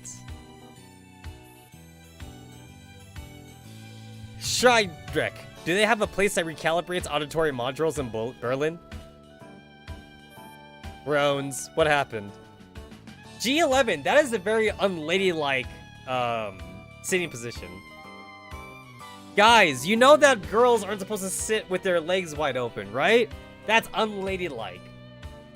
Women, ladies should sit with their legs together. Hashtag, no, I'm not sexist. I just like a lady. Well, that explains why Kalina was not in the beginning with Shiki-Con and Girls Frontline 2. G11 wants the Flash. Alright, I understand. Well, since the fee's been credited to our account, that means our contract is in effect. Commander, contact us on this frequency if you need help with anything. We'll be standing by during your time in Berlin. How many credits did Halion pay you anyway? Trade secret. We'll be meeting Angie in 15 minutes at the Athena's Owl. Could you scout our route and make sure there's no Paradias ambushes hiding along the way? Sure, we'll be there right away. The transmission ends. Commander, this mission ought to be much easier with 404's help. And it sounds like Miss Kalina's getting better. Yeah, it's a good start to things. The AR team prepares to leave with the commander. Garelsa's waiting at the door. Do you need us for anything, Commander?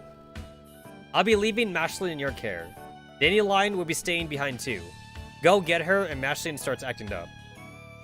Understood. Oh, wait, I forgot that. Okay, so wait. So I forgot that they were both Lunatias. That means they can do the linking up thing, right? All Lunatias can link up. Hashtag non-sexual, but I'm just saying they can link up together. Scissory. Hashtag non-sexual.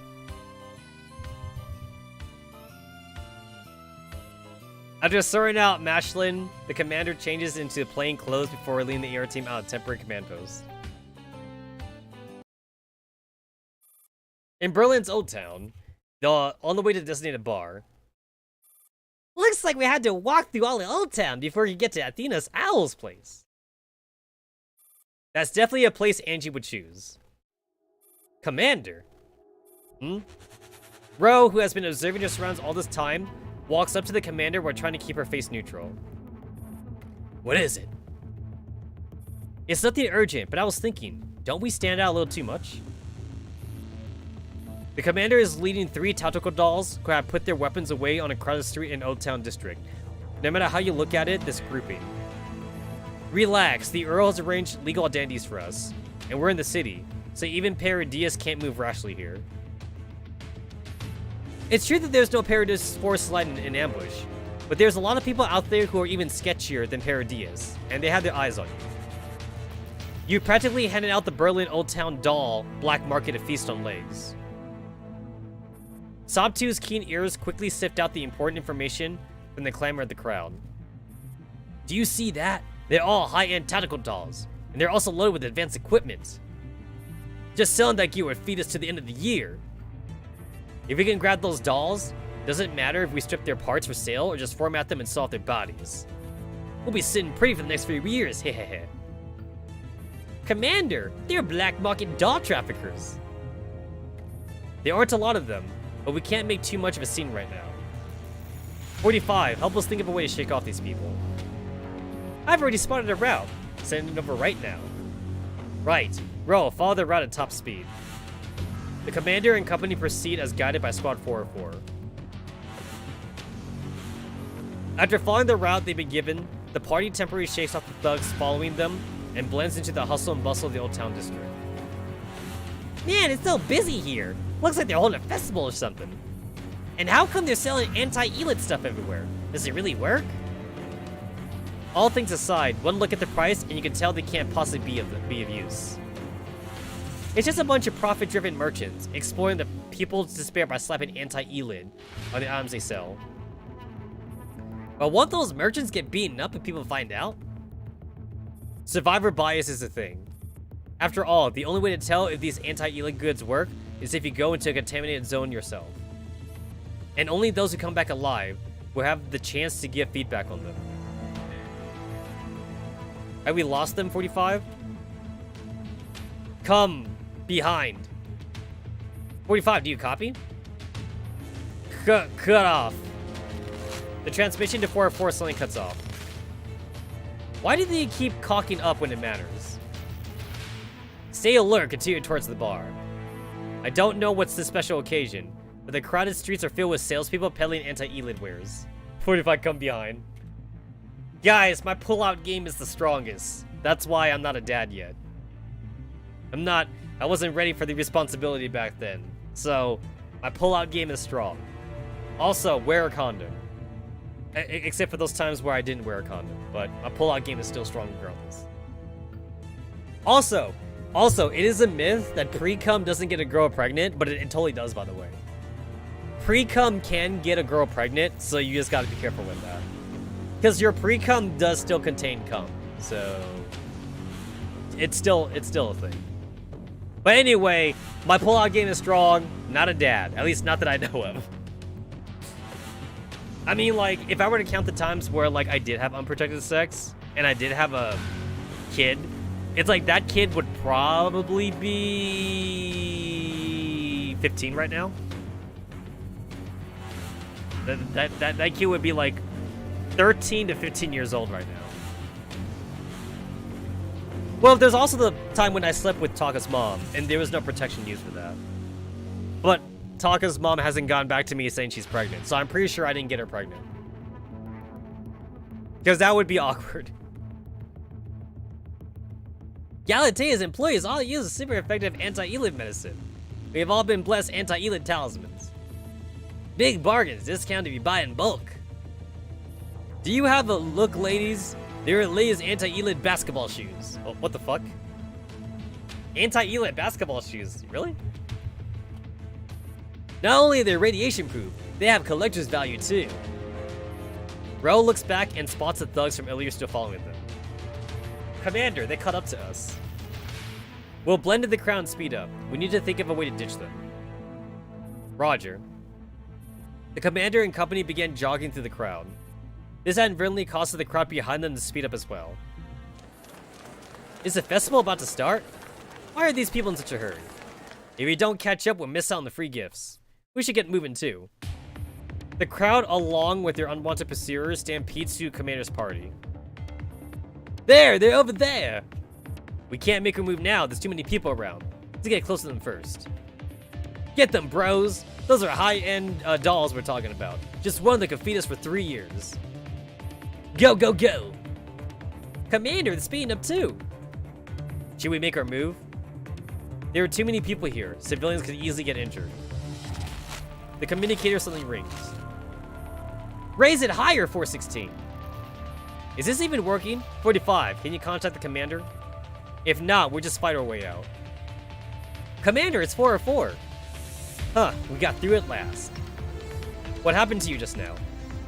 Our comms got jammed. We had to relocate several times before we could contact you. You were jammed? The jamming method was pretty special too. Reminded me of Talon. I'll go into more detail later. You see that alley 10 meters ahead? Get in there and go all the way to the end. Got it. Commander, it's a dead end. If you keep the fight in there, the people outside won't notice. Now the AR team can really let loose. Awesome!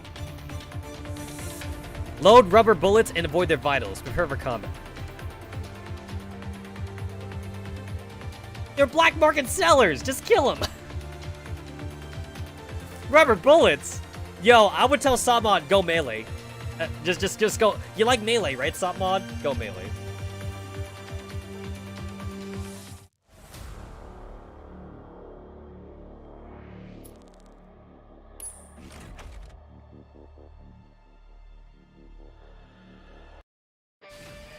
All right, what do we got?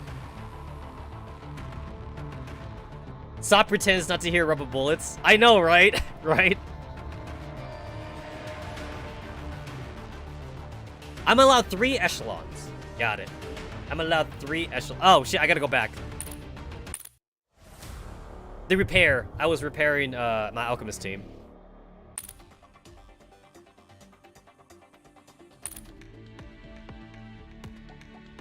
There we go. I knew that would take more than 5 minutes.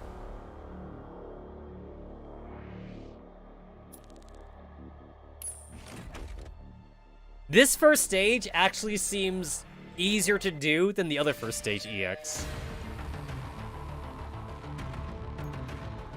Oh wait, I don't need the shadow step. I don't need that here.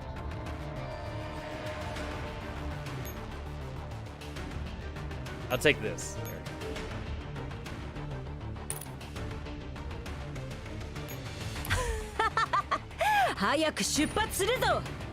Check the place to the southeast that looks like a bar, the radio station. Check the place to the northeast that looks like a bar, radio station. Unknown victory conditions. Oh. Okay.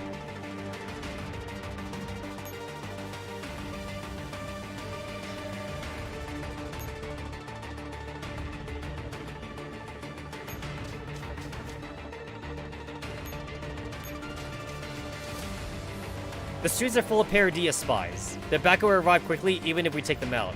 So we need to move carefully. Oh, okay.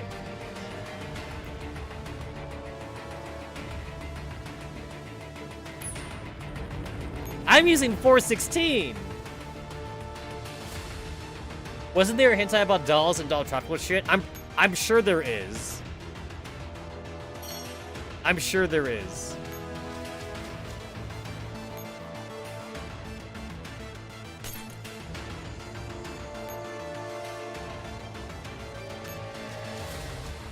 Fight me. Fight me. I dare you. I dare you to fight me.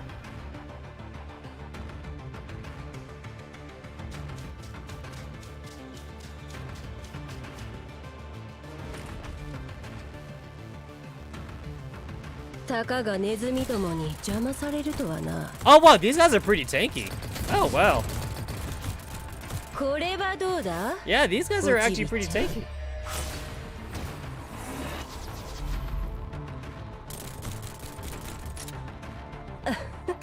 Not tanky enough though.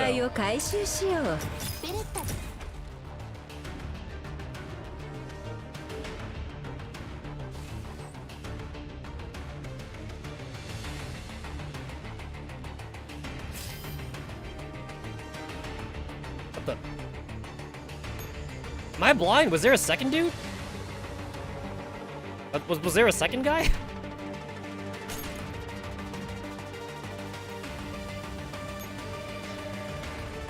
So I'm supposed to check the radar.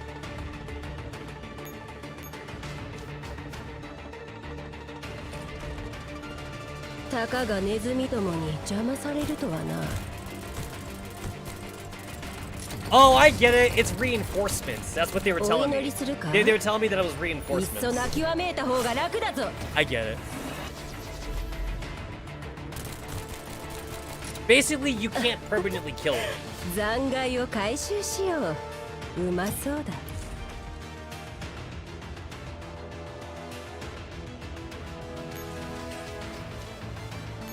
Or, I guess I did kill him. Okay, never mind then. たかがネズミどもに邪魔されるとはな。 Oh, it's the dudes that throw rocks. They're the rock throwers. Oh, nope, they died. They literally, like, didn't even... I didn't even get to activate Alchemist's skill. ラインメタル FG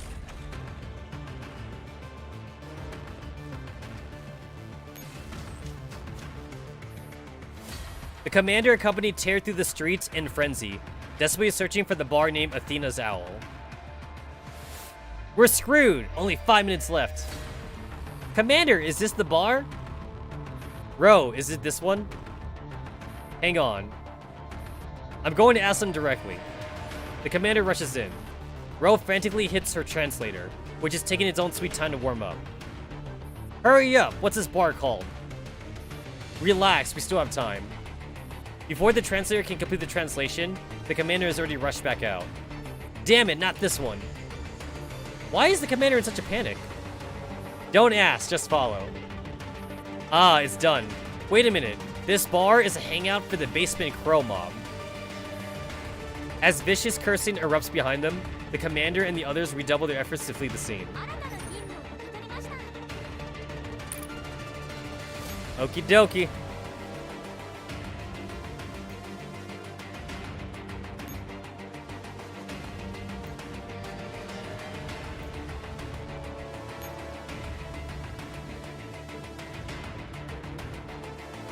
Wow, there's like no place to like get ammo basically. There's practically no place to get ammo. You know, it kind of makes sense that the first one next to you, it wouldn't be the right location. Because that'd be too easy, right? If it was the first location. Okay, it would take way too long, I think, to try to get Alchemist up there. If I use 416, I can get up there in 7. If I use Alchemist, it would take me 9. I use 2 less if I use if I use 416, so I guess I'll do that.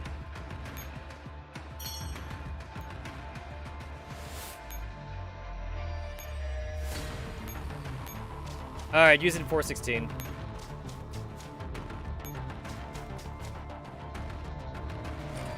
I can't use Alchemist for everything now, can 大 I? 砲戦闘開始 Look at Taunt Fairy plus Dandelion Shield. 私にできるのはこれしかない Do you think that's enough shields? やれることをやった Double the shields, double the fun. 指揮官こそ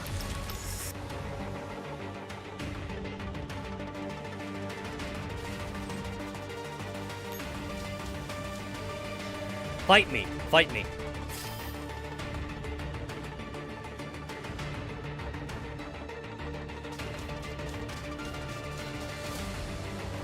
I should probably summon another echelon so I don't get that captured.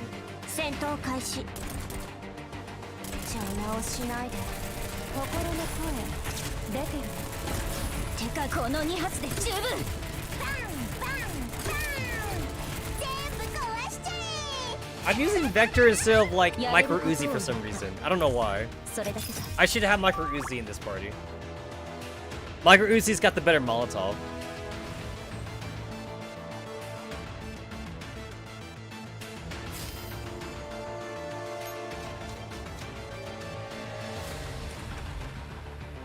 Tari砲戦闘開始邪魔をしないで何の Just one? There's literally just one dude? Which is the one guy. 完全な勝利 Look at that, Team Defy, Anti-Rain, and Team 4-4 all working together as one.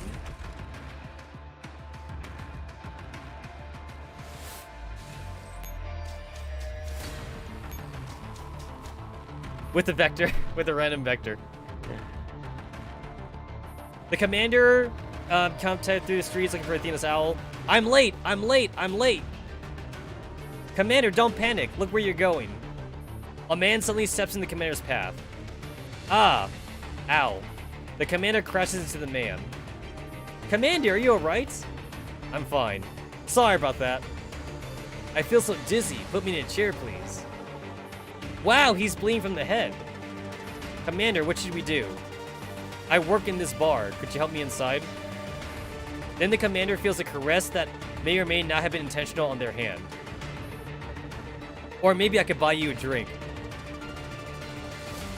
Oh shit, wait! The commander's getting hit on! The commander looks at the bar signboard, which reads pink flavor. They look back down at the flirter passing by. Oh, it's a gay bar! I want to take you to a gay bar!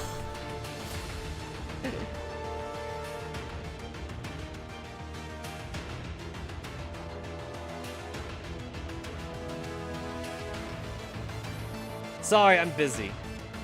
The commander flees at the speed of light. You know what? That may have been the fastest the commander has ever run. That was like literally like the fastest he would ever be running.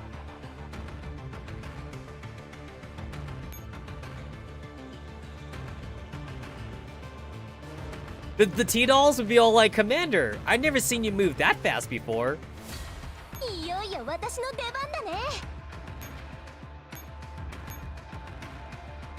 My name is Commander, and I am the fastest man alive. What's the second SMG I should be using?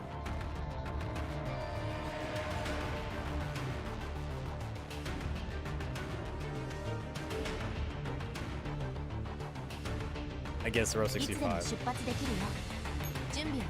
There we go. I actually like to keep Agent 416 in the center.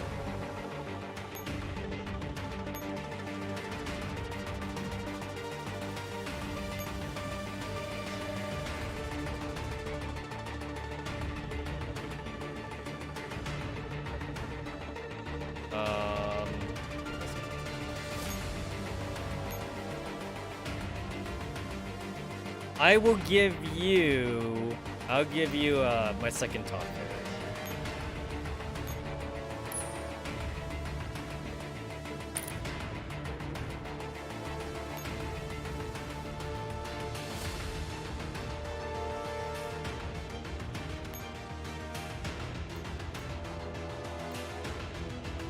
Yeah, actually, wait, I don't need another taunt fairy. I don't need another taunt fairy. I'll take the parachute fairy instead.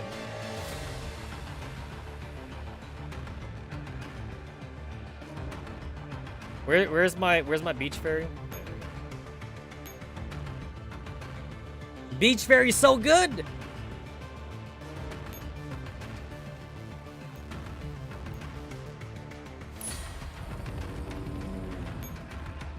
Activate.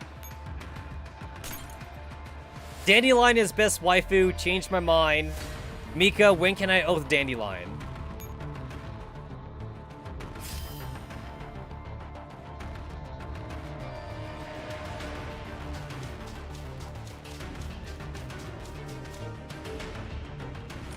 When she fuses with M4?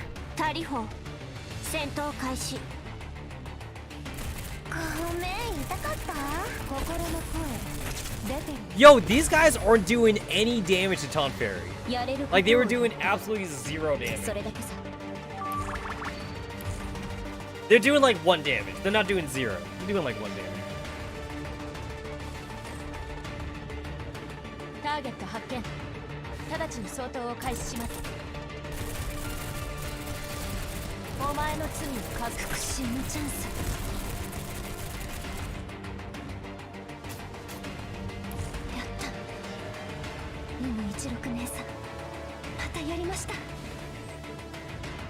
There we go. Okay, I need to bring Dandelion up here now.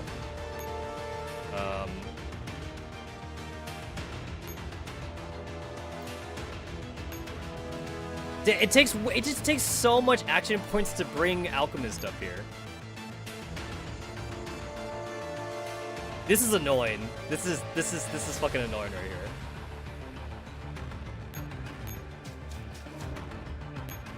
But it's like, I don't want to leave Alchemist in that corner, though.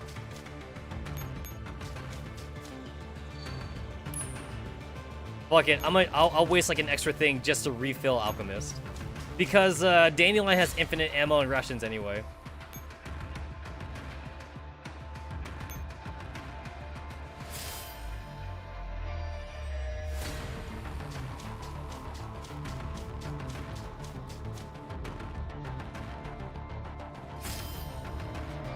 It's like I had to bring Dandelion up there.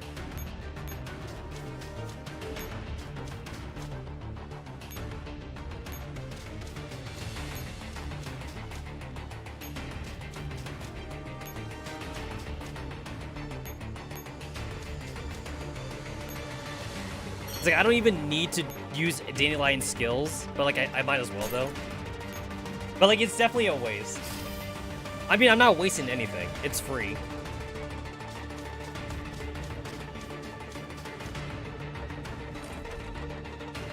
Taka ga nezumi tomo ni jama sareru to wa na.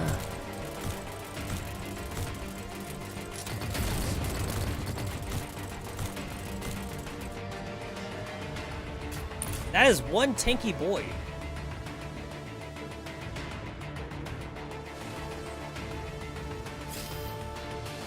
Oh man, this asshole's like right in front of it too.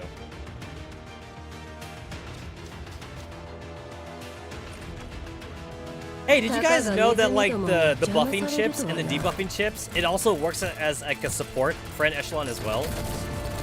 So like if you're gonna have like an SF team be a support echelon, give them the buffing and debuff chips. It'll basically just make them like such a stupidly OP friend echelon.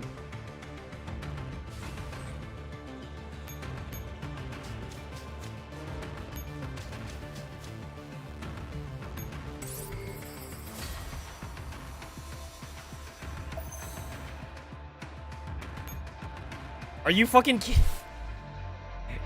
kidding me?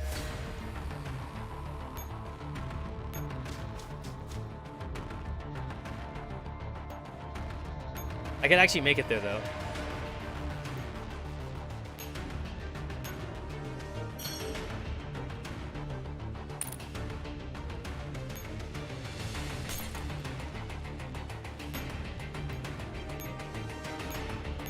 This guy's got the highest attack power. Maybe he could actually do like 1 damage to Alchemist.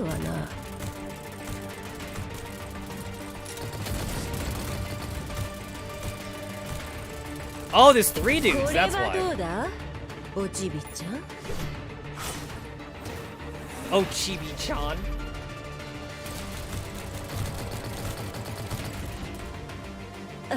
Hey, he actually did damage to Alchemist's shield. I mean, like, Alchemist didn't take permanent damage, but he did damage to the shield, though. Honestly, I think if they want to balance Alchemist, they should actually take away the shield. I think the shield's, like, not necessary. The commander and the company tear through the streets, blah, blah. I'm doomed! I'm doomed! I'm doomed! I'm doomed! Commander, over here, over here, over here! Commander, this is the place. What kind of crappy bar is this? Why is it so damn hard to find? My pillow would be better at running a business than the boss of this place. Athena's owl suddenly looms in view of everyone. I finally made it. The commander charges inside without a second thought. I'm late! I'm late! I'm late for my important date!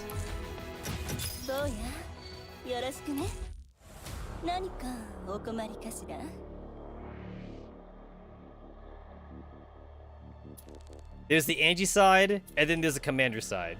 Obviously, we gotta look at the commander side, but not before we watch the news. Welcome to Actual Camera. This is Shadowless. I'll be taking you the latest news today.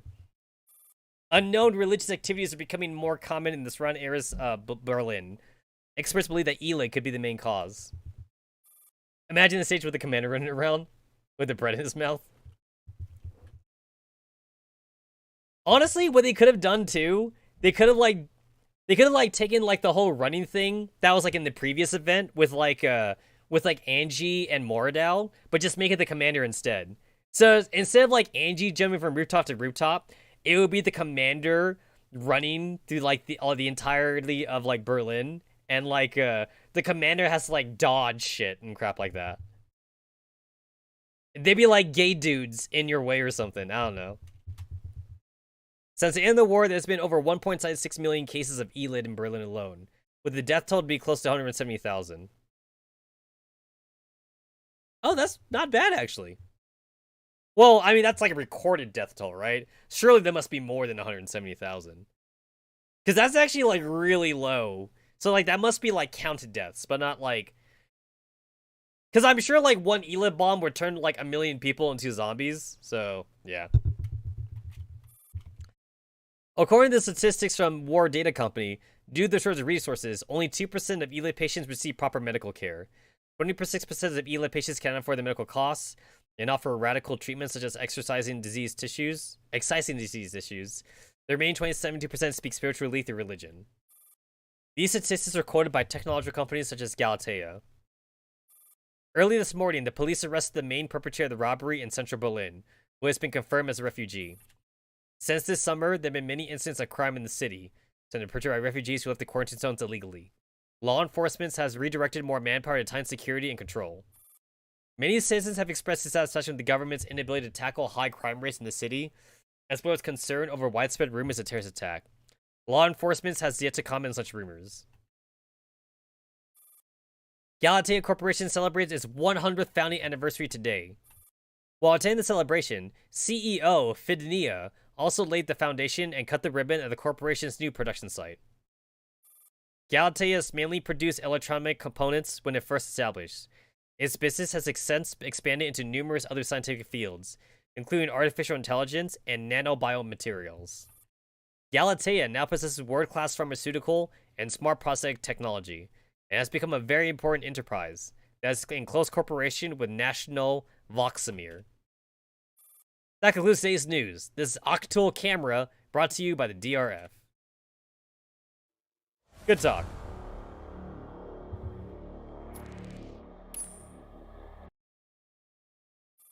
At the entrance of the Athena's Owl.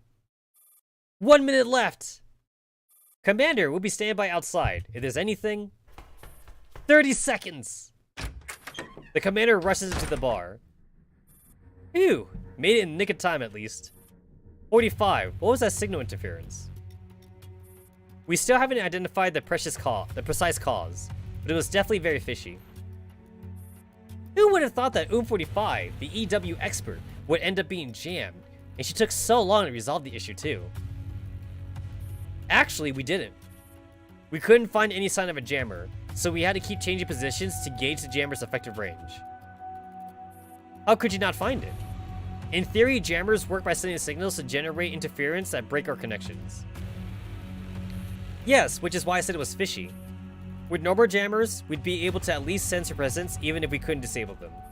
But this particular jammer felt like it directly cut off our connections. I couldn't feel anything. That is very dangerous. Yeah, we'll discuss this further once the commander is done in there. Right now, we need to rest. Copy that. After ending the transmission, Ro continues to puzzle over the jamming issue. Sop2 shakes her by the shoulder and points to the huge display board opposite the bar.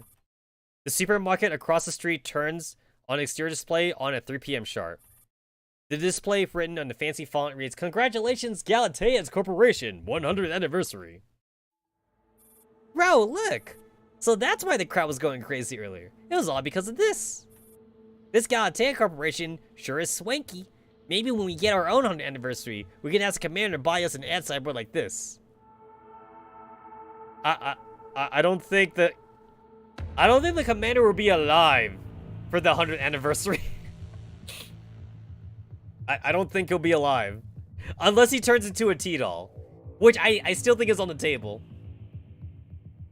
I'll say Girls Frontline 2. By the end of Girls Frontline 2, the commander would be like a male T-doll, essentially. And Angie. Angie will be a female T-doll. By then, the commander will be an old... Ahem. Let's leave it till then. Okay. Ro gazes at the monitor that is currently playing Galatea's Corporation publicity videos. A good-looking refugee representative is currently making a speech to convey her gratitude. Galatea's corporation has done a lot for us, not only in terms of material support, but also in spiritual comfort. Many people think that they already bestowed a most gracious gift by giving us refuge, even though they've done little to improve our terrible living condition. Only Galatea sees our pain of losing our homes to radiation contamination and offers a helping hand. What's on your mind, bro? The name of this corporation also comes up in Bonsdorf. Both the timing and the location where it showed up were surprisingly coincidental. Tingling. The bell behind the door tingles softly. A white-haired girl steps out, carrying a bag of cat food in her arms. It's Anne! 94? 15. Hello, members of the AR team. Hi, are Angie and the commander having a good chat? It's pretty good. Of course, it's cat food. 94 quietly walks to the side of the road and crouches down. The cat that was sunning itself on the eave lazily jumps down and rubs up against 94's hand. Since you're here, that means... Ting-a-ling, the doorbell tinkles again. If it isn't the AR team, it's been a while. Yes, it really has. Oh, look at that! We got a good smile. We got a smile out of Row 65. I like that. Beautiful smile. You should go in and get a drink. The bartender here is pretty good. Of all the bars Angie and I visited, his mixing skills rank among the top 3. Well, she said he, so that means it's not Jill. Obviously, it's not Jill. Wow. Then why did you come out? It's obviously because there's someone annoying in there. So Jill is what, rank 2? You guys came to Berlin first? How is it? Not too good. Recently, Angie's been, well, I guess you can tell. Is it because of that Moradau woman? Of course, she's the cause of all this. If it weren't for her, we wouldn't even be here. What is she like? She's a devious high-spec Naito who is an expert in pretense. She can change personalities the way people change clothes. Is she good at disguising herself? Without a question, Moradau is a talented con artist. Angie's as sharp as a knife, and even she was deceived. We might have captured Moradau. 15, we can't be sure of that yet. The commander's still looking into it. Oh, then you better be careful. All the grief we've gone through recently is thanks to her. No wonder she could draw out that many Paradius troops. She's also very good at changing her image to take advantage of her victim's weakness. I'm a bit concerned. Someone like the commander could certainly resist interrogation, or perhaps not a request for help, coming from a weak, vulnerable person. While the commander is both righteous and kind, I don't think they'd easily be deceived. Don't worry, Angie's definitely going to give the commander lots of useful suggestions. Oh my, so many familiar faces. Sus! RPK-16 and AK-15 and Task Force Defy. Yes, we are. You must be 635, the current leader of the AR team, right? Hello, nice to meet you. You know what? This is... Row 65 has become temporary leader so many times. I feel like she's basically the leader now. It's like I feel like she's been leader practically like almost as long as M4 has been leader. She's basically equal leader now to M4. Oh, don't mind me. Please carry on with your conversation. The moment RPK-16 shows up, AK-12 leans against the wall and closes her eyes to rest. Silence hangs in the air. In the distance, the Galatea Corporation publicity vicios are still chattering on. M4 keeps taking extended leaves, basically. Oh my god, she's so hot! There's no way she's evil, right, guys? She's hot. I mean, she can't be evil. All this time, Galatea's corporation has focused its efforts on researching anti-ELIS medications, and I believe everyone will be happy the results may have been achieved. You may have heard the new type of anti-ELIS medication called Iden. Our aspirations for this formulation is to make it safer, more effective, cheaper, and more widely available. Oh, you're right, it is DNA. That's pretty cool. You're right, it's DNA. IDUN has shown promising results in clinical trials so far, and is currently under review by the government. We believe that it can be launched in the not too distant future. And when that happens, we cordially invite everyone to judge the effectiveness of IDUN themselves. It is always the darkest before dawn, so please do not give up hope. We will surely see the first rays when the sun comes up. The crowd surrounding the monitor cheered wildly. Even though quite a distance away, the dolls gathered at the bar's real entrance can feel the genuine outpour of joy and hope from the people. You're surprised by how many new CDs we got this event? That's kind of a bad thing. That's kind of a bad thing. It's like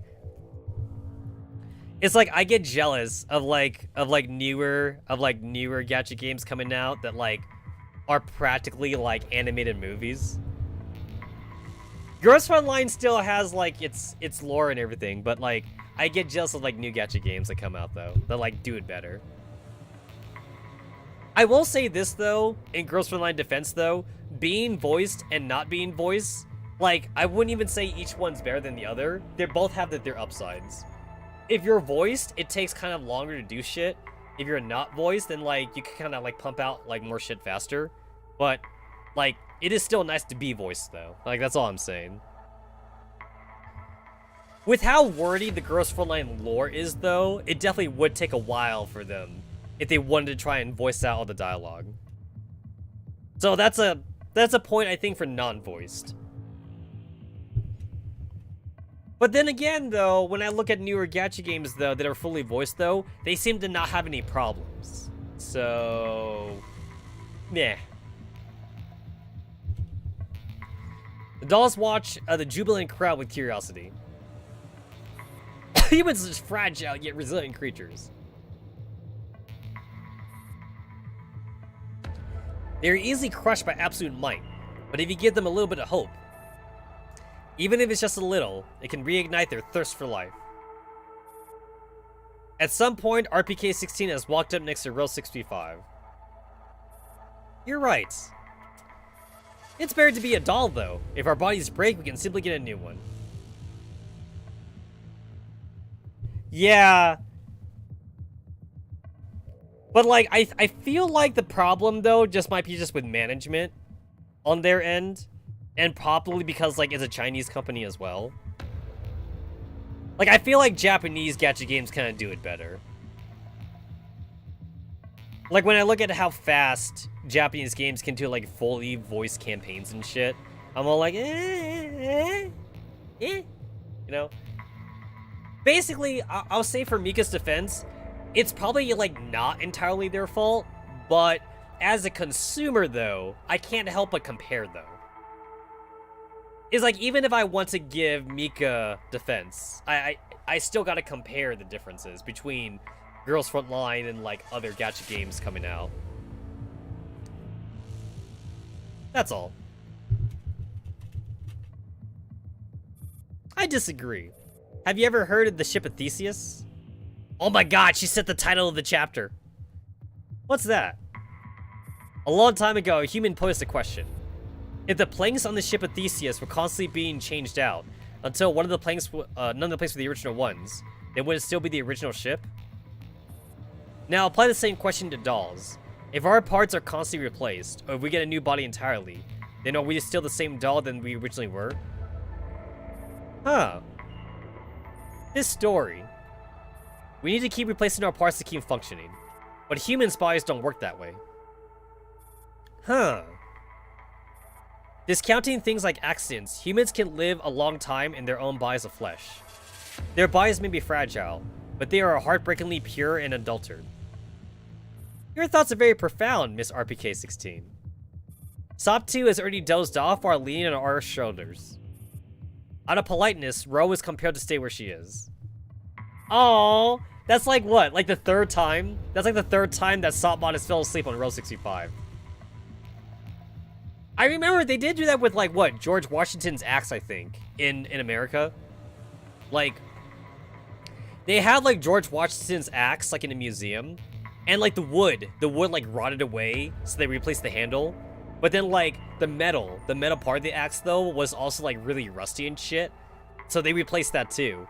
And then people were asking, like, well, I mean, is it still George Washington's axe, then? You know? Miss Rowe, do you find my musings dry and boring? Not at all.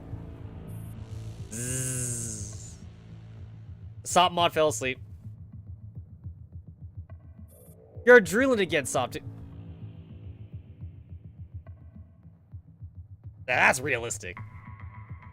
Might be a little too realistic. Do you want a drooling robot? No, Ricky, they do eat food. So there must be saliva, right? They eat food. I mean, can you imagine can you imagine like trying to eat food with a dry mouth? So, That's a good question though. Like maybe it's not oil then. Maybe like they just have like synthetic water in their system. I would love to see blueprints on like their stomach, you know? Like, is their stomach just a furnace or something? Like whatever they eat, like the furnace just burns and maybe they get energy from it or some shit.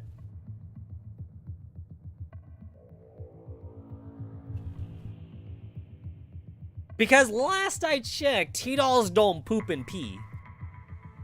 At least I don't think they poop and pee. So if T-dolls don't need to use the bathroom, then that means whatever food they eat, like their body has to like burn or something. Because like WA 2000 and P7 eat a lot of ice cream. So like, unless they go to the bathroom all the time, then like surely they must burn the contents in their stomach. So yeah.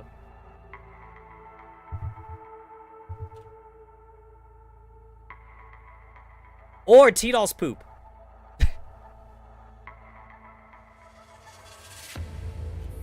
That's wonderful. There are many things I'd like to ask you, Miss Rowe.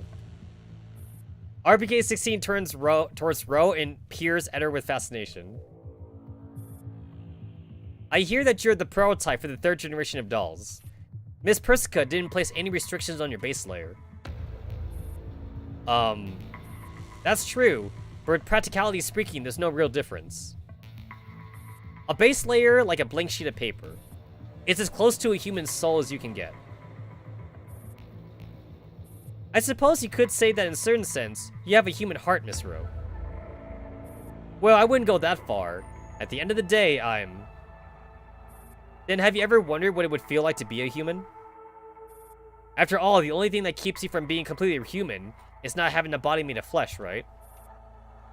If a doll had a soul as pure as a human's, and a body as pure as a human's, then she would practically be no different than her creator. I mean, isn't that kind of the whole point of Lunacia?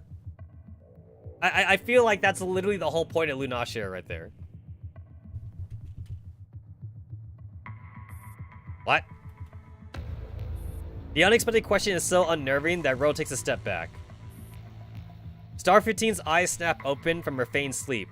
AK-15 and AK-12 also eye their teammate incredulously.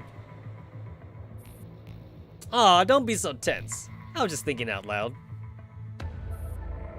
Sorry, I never thought about this question before, so I don't know how to answer it. Ding-a-ling. The commander steps out the back door. Ro, let's... Oh hey, it's Task Force Defy. I'm not interrupting anything, am I? Technically, Naitos and like Moradao are almost human too, closer than T-dolls at least. You're right, pretty much. Although like, the whole point about Lunacia was that like, at least on Persica's end, like Persica is trying to go like the complete artificial route, whereas like William and Persica are both doing Lunacia, but in different ways. William is trying to like integrate Lunacia into people, and then like Persica, it was doing like the complete artificial route, basically. So I guess it just depends on like who gets better, who's got the better Lunacia. Either way, they're compatible with each other though. Like William's Lunacias and then like Persica's Lunacias, they can fuse together, so that they're all kind of the same. Oh right, we have a third kind, right? We have like the fucking SF, we have like fucking Eliza and shit. So like, that's like a third. There's like a third Lunacia, right? I totally forgot about the SF. Because Eliza's in there too. But the SF dude is dead though. Because we saw the backstory for that shit. He died. He already died like a long time ago.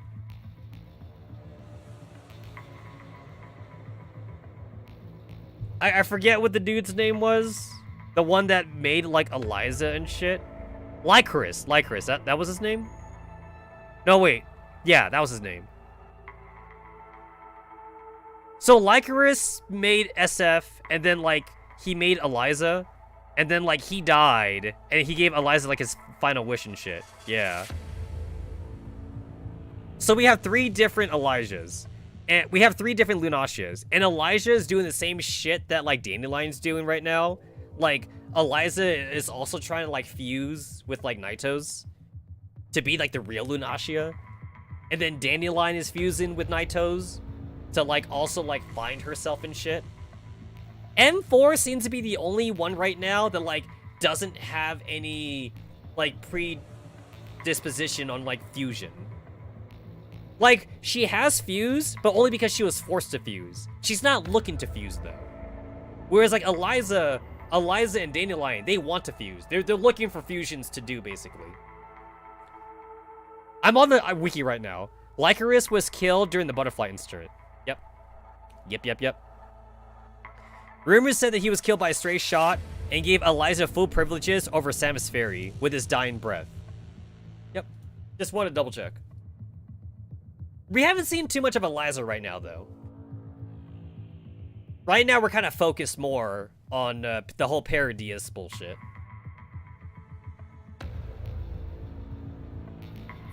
Hello, Commander. Hello. Angie's waiting for you in there. Ro, we should head back. Okay, 15. Sop 2, let's go. Zzz. Sop 2, wake up. Time to go. On a rooftop occupied by Squad 4-4 in the Old Town District. What the hell were they droning on about? It's almost put me to sleep. 45, what's on your mind? Oob 45's gaze once again falls on RPK 16, who is currently smiling and talking to Angie. I have a feeling something's about to happen. She knows! She knows the sus! She can see the sus!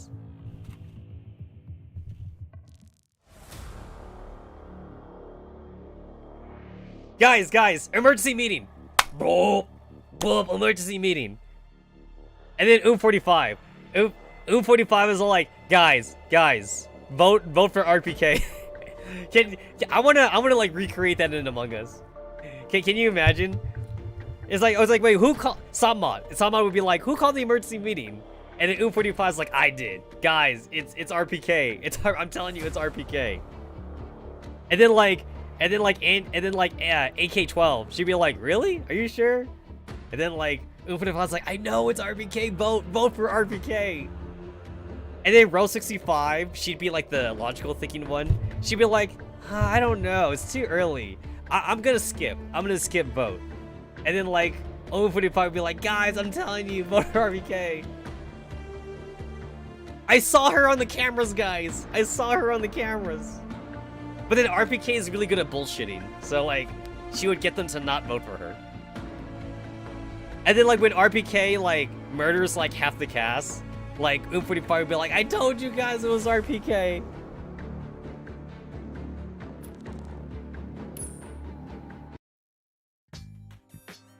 Oh cool, we got like the chill music. Temporary command post Berlin. Utterly exhausted, the commander flops down on the sofa right after entering the room. Since you're safely returned to the command post, we'll go and get some rest ourselves. Sure, your work for the day is over too. Hurry, 45, but don't leave soon, the queues are going to be super long. Coming! See you tomorrow, Commander. The transmission ends, and the commander lifts a hand up to their forehead. How is Miss Angie? Well enough. At the very least, she looked like she could still easily snap my neck. Speaking of which, about Mashlin. Hirosa stands in the doorway with a cup of strong tea in hand. What happened? She's awake, Commander. Also, I think you need this. The Commander accepts the tea, which is at the right temperature. Its thick aroma fills the nose and lifts the spirit. Get Dandelion. We begin the interrogation. She's compiling our information on Bonsdorf. Then we'll start without her. Inside the room, Mashlin is already woken up and is sitting on a chair while glaring coldly at the Commander. The Commander drags a chair over and sits opposite of her. Your name is Mashlin, is that correct? Yes. What about you? Are you really called Robin? No comment, but you can keep calling me Robin if you like. I knew it. Still, you did save me. The Commander looks up from the information on a tablet and carefully studies Mashlin's appearance. She's still a little groggy and confused, having just woken up from being knocked out. She looks practically identical to the picture of Moradao, where her temperament couldn't be any more different. Is Moradao just the good at disguising herself, or is she really somebody else? When did you first join Paradies? I was never part of Paradies. I'm just an ordinary person. From what I know, there's a girl from Paradies who just looks like you. You might have heard her name before, Moradao. What is your relationship with her? Or are you her, perhaps? I have only one name, Mashlin. That's the only thing people call me. So, you refuse to disclose the nature of your relationship with her? I don't care about her affairs, and I don't want to hear about her. I want nothing to do with her for the rest of my life. Mashlin's eyes fills with fear and pain at the mention of Moradao's name. Then let's talk about you. When we found you, you were in Bonsdorf. Bonsdorf was a refugee shelter that was built a few years ago. What were you doing there? Treating Elid patients. Why? There's no why to it. Since I had the ability to do so, I also used it to treat refugees in need. To my knowledge, there's no existing medical cure for Elid. The most common theory nowadays involves straightening the patient's antibodies to gradually defeat the illness. But I saw you pray over a refugee and perform a certain ritual, and then the refugee got better, just like that. What did you do? Was it some kind of medicine? Yes. Where did your medicine come from? Who supplied you with the medicine? Mashlin looks like she wants to say something, but her lips quiver for a long time without uttering a word. Are you afraid of something? Mashlin goes quiet, avoiding the question. If all you want from me is treatment, then you can just bring the patients to me, and I will save them. But if you kidnap me because you're after the exact treatment method, then you have wasted your time. Because I'm the only one who can administer it. We haven't known each other for long, but I can sense that you're different from those who profit off anti-Elid products. Profit is not your goal. I am not saying this to trick you or to win your trust. I simply wish us to meet each other halfway. If you release me, I am willing to help you. There is a creak as Dandelion pushes the door open. Commander, I finished compiling the information on Bonsdorf. The moment she sees Dandelion, Mashlin's calm features begin to distort. Paradies! You're from Paradies. What? Mashlin's eyes fills with tears as she glares at the Commander with a look of anger and despair. Disbelief and betrayal are written all over her face. Here you are again. What are you gonna do to me this time? You're going to strap me into a slab and torture me forever, aren't you? We aren't going to do that. Mashlin, please calm down. Mashlin laughs derisively as she stares blankly. I won't let you have your way. Neither him nor you. Nobody will. Commander, her virtual cognition image is disintegrating. She's coming! She's coming! I can hear her footsteps. Dandelion, subdue her! On it. A second later, Mashlin knocks over the table as she slumps limping to the ground. What does it mean when a virtual cognition image disintegrates? Simply put, it's like a doll's neurocloud meltdown. A virtual cognition image? Is that Paradies' equivalent of a neurocloud? Why have I never heard of that term before? Because I just made it up on the spot. I have already verified the presence of a virtual cognition image in Mashlin, which is to say she is 100% a Naito. I should also point out that now is when her defenses are the most lax, so I recommend hacking her directly. Why didn't you tell me earlier? Will it cause her harm? You never asked. And her current lack of resistance will actually minimize the damage we inflict. Then get started right away. I want answers. Understood. Alright, I get to hack an unconscious girl! You do not take that out of context. One-sided recollection.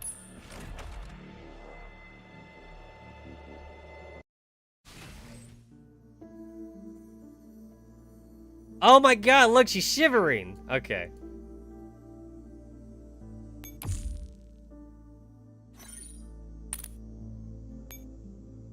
She can't fight back.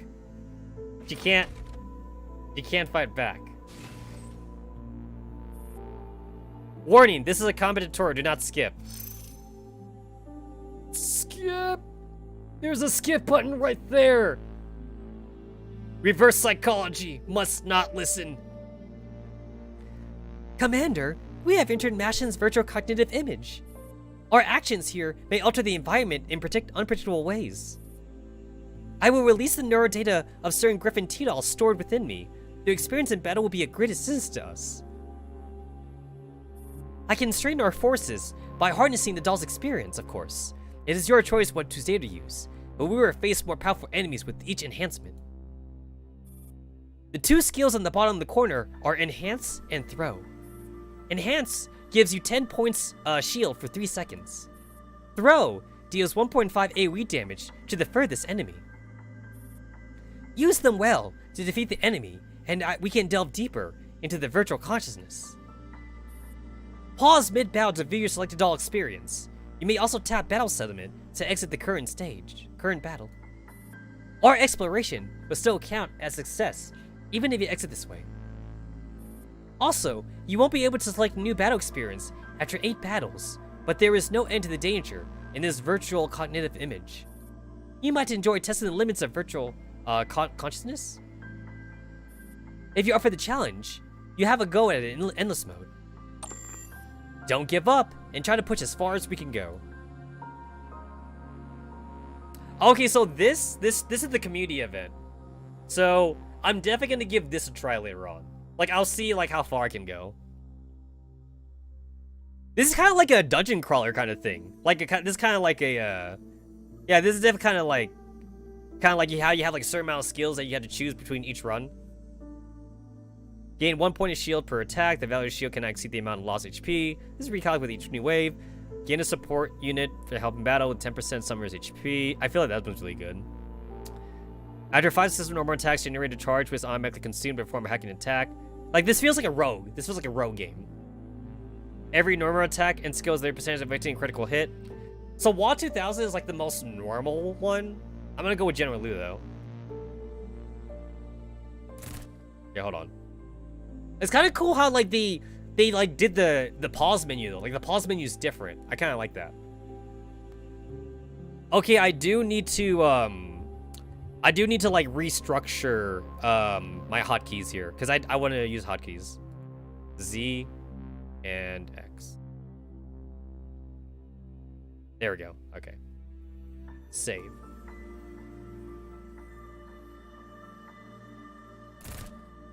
I like how Dandelion's got a gun. Choose a T-doll backup file. Let's see. Friendly reinforcement units gain 5% permanently increased HP. Friendly point increased damage. For every 30 seconds that passes, increase self-rated fire by 4% permanently. Throwing skill damage keeps by 40%. I'm gonna go Ryby rolls.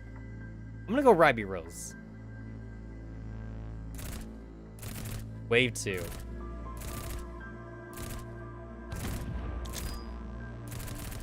It's kind of weird seeing Dandelion with a gun. Oh. I should go in front. Okay. Permanently increases self-rate of fire by 30%. Whenever a reinforcement unit leaves the battlefield, the next reinforcement unit arrive has their HP permanently. I don't think that one's useful. Increase self-damage by 4% whenever reinforcement. I'm gonna say Super Sass. Oh, that's Digimind. That's Digimind Super Sass. Oh, I see a Strutlet.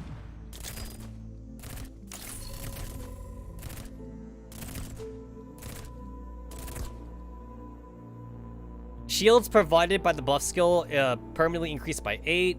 Regular attacks have a 6% chance knock. Damage from regular attacks decrease. Well, okay, movement. The movement sucks. Don't do the movement. I think knockback. I'm gonna take knockback.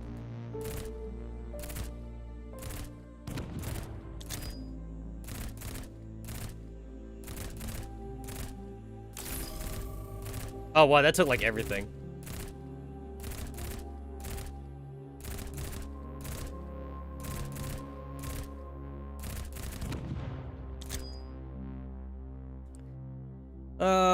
Damage the regular attack decreases enemies' move speed. Self-based increases health. Permanently increase self-damage by 30. I mean, that's pretty self-explanatory.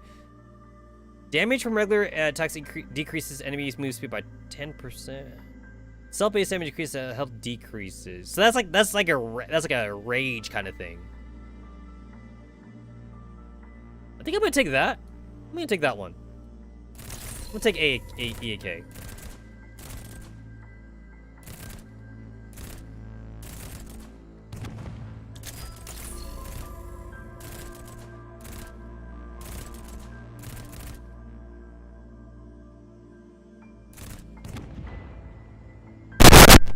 Stetchkin mod. Number of reinforcements increases by 1. Ooh, okay. I think that's a pick right there. Reinforcements gain the skill Last Word. When they are removed from the battlefield, they will immediately trigger an enhancement or grenade skill. That one also sounds really good as well. But I think Stetchkin is definitely the one to go though. I think it has to be Stetchkin. Easy pick. Easy pick.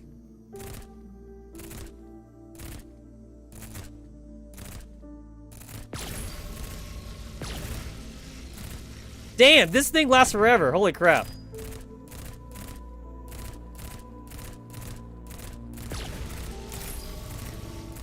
So just get out of the way. Okay. Number of reinforcements increased by 1. Number of reinforcements increased by 2, but the rate of fire damage permanently reduced by 50. I don't think I want that. Reinforcements gain the skill Growth. Every 8 seconds, the damage of reinforcements permanently increased by 30%. They can also gain a shield. Oh, I kind of like that. I like that. I think I'll take this one. I think I'll take that. Oh, shit.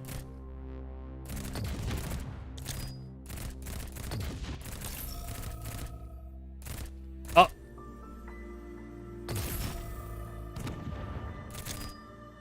Dodge. Just dodge. Just dodge. Oh, it's the new chicks. Oh, VSK. Increasing armor by 2? No downside. No downside to the VSK one. Gain an elite oh, an elite, though. Oh, an elite.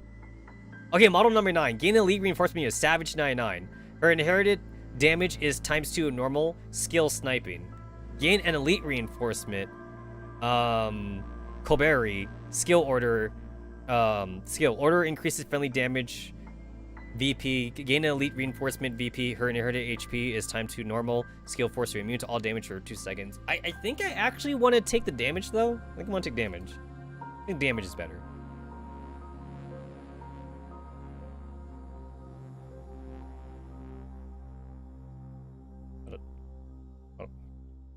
Oh, it's Mashlin.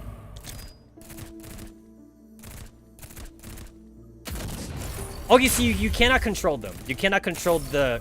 Not even the elite reinforcements, you can't control them. Okay.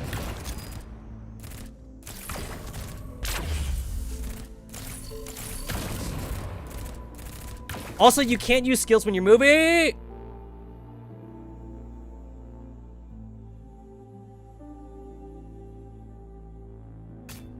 I accidentally clicked. I wanted to keep playing. I accidentally clicked. Alright, whatever. Yo, that's pretty fun, actually. I'll definitely try that for the community event.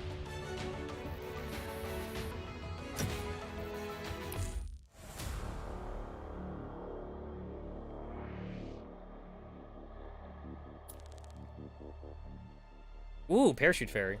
Or not parachute, freaking prototype.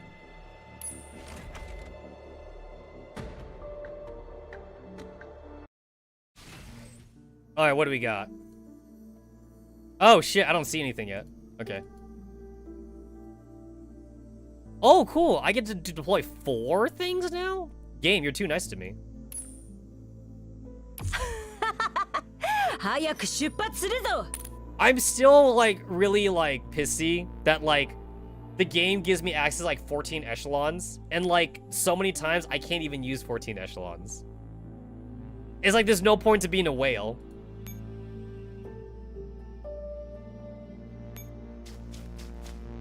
It's like you could use 14 echelons, I guess, in the normal maps, and that's not even true anymore. It's like even in a lot of the normal maps now, you're limited because like they're trying to make it lore accurate.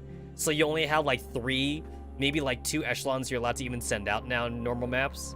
But it's like you could send out 14 echelons though, like in the older stories. But then like, do you even need to send out 14 in like the older maps though? You know, it's like it's such a weird thing where it's like I'm actually getting punished now for spending money on the game.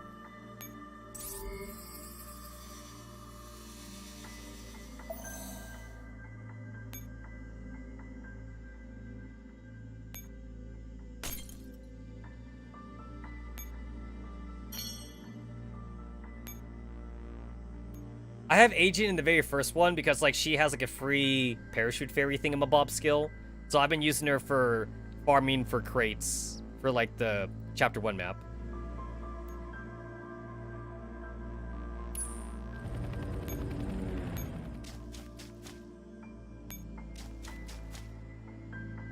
I guess I also want to move up as well. Oh, wait, no. Well, I guess I need to keep moving Dandelion that way.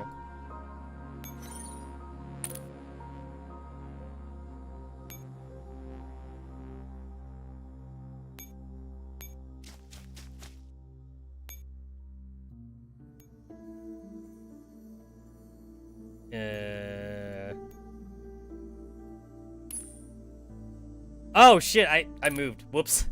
Oh well. I always forget sometimes that like sending in like a new unit takes up an action point.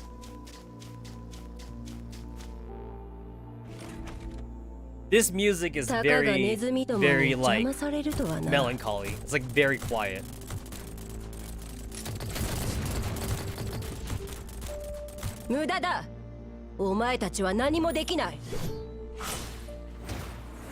This kind of feels like more like music that would play like during like a special cutscene in an RPG game.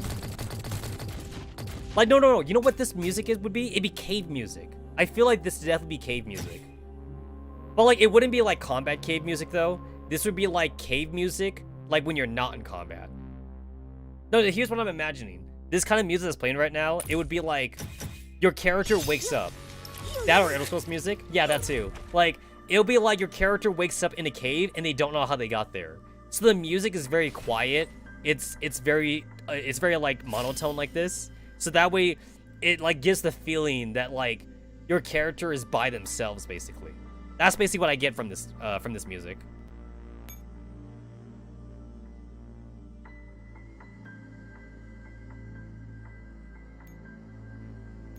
Or another vibe that I'm also getting from this music too is like this music would also play like when your party members are having like a round table where like they're discussing strategy and shit, but like it's near towards the end of the game where like the villain like just like did like his evil plan or some shit.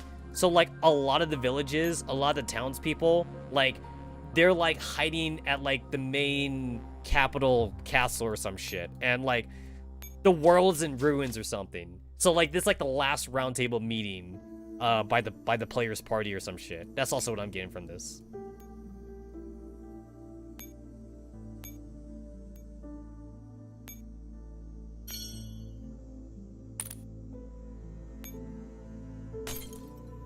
Like it's like kind of like saddish music in a way, where it's like oh like there, it's not like at the very beginning of the game where like your party is like a plucky band of adventurers. It's like near the end, you know.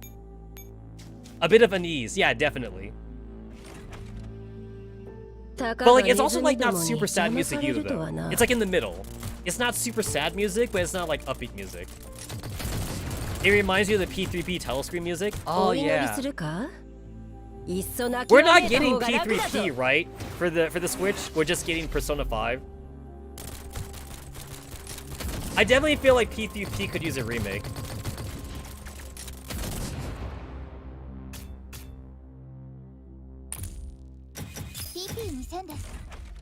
Also, I actually looked back up Persona 5 shit again. So, you guys remember how like I modded Persona 5 with my own custom 3D models? Guess what? Persona 5 Royal is moddable now. If I wanted to, I could mod Persona 5 Royal. I still have like my old videos, by the way. I have like my old some of my old clips of when I modded Persona 5.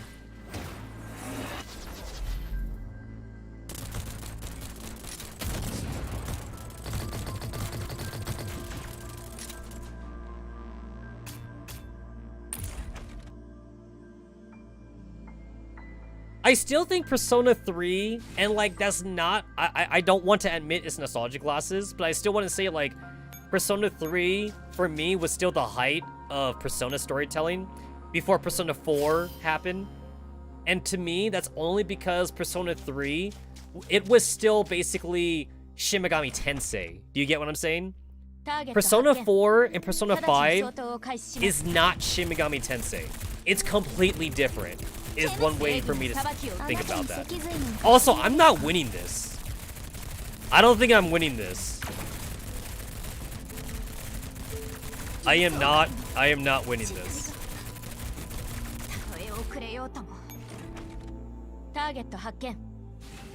Here's the thing. Persona 4 was more profitable than Persona 3 was. Persona 4 is actually different from Persona 1, 2, and 3. Persona 1, 2, and 3 are not Persona games. Persona 1, 2, and 3 are Shin Megami Tensei games. And Shin Megami Tensei games are different. Persona 4 and Persona 5, I think that's what Persona games are. That's what they're supposed to be. Persona 3 was an experiment, and then they simply like went on that experiment to Persona 4. People want more Persona 4 games, so Persona 5 takes Persona's 4 formula. Persona 3 is still Shin Megami Tensei, though, in my opinion.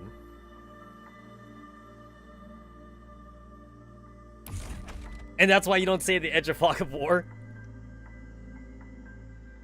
I didn't think they'd come from me. I didn't think they would come.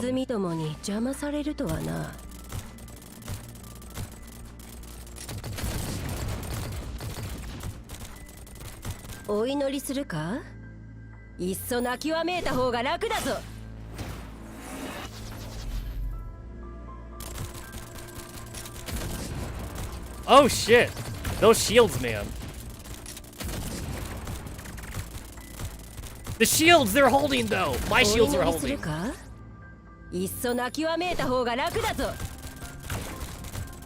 Oh shit, this might be unwinnable. This might actually be unwinnable. You know what SMT has that Persona doesn't have Hitler. And yep, it's unwinnable. It's unwinnable. Okay. I literally can't do anything. Also, he can't do anything either, though. No, we can be here for the end of time, basically. Nobody is winning, and nobody is losing.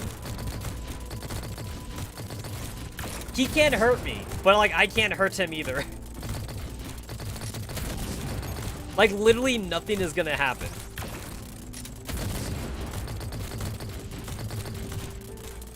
Yeah. This will just go on forever. Okay.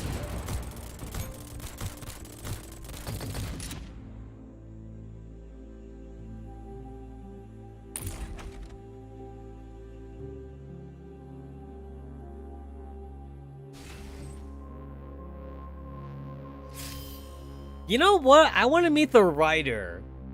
That's Persona 2, right? That was Persona 2? Like, I want to meet the writer. I want to ask him why Hitler. I seriously want to ask him. Why Hitler?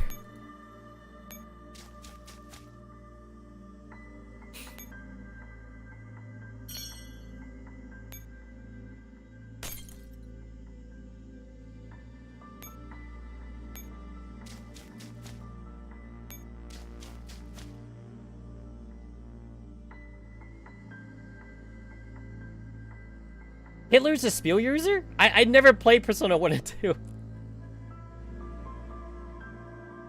He's a spear user? Damn.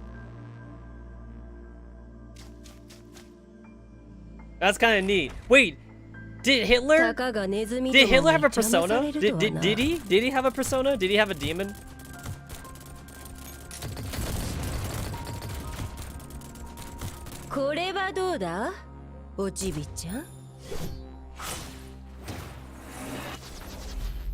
That's crazy. Oh, hey! Hey, you know what's also, you know what was also, you know where Hitler was also in though? It's, if I had $1 for every anime Hitler was in, I'd have like $5, which is more than $1, and weird that it happened multiple times. But like, Hitler was also in Dragon Ball. He was in Dragon Ball Z, in the Dragon Ball Z Christmas movie or some shit. Wait, was it the Christmas movie? I can't remember if it was a Christmas movie or not now. Hitler was also, no, he was in like the Dragon Ball Z movie where like they revived all the enemies and shit. Yeah, no, Hitler's in like at least 5 animes that I know. Hitler's like a reoccurring character. Like dead ass. Like dead fucking ass. Not even joking. Not even fucking joking.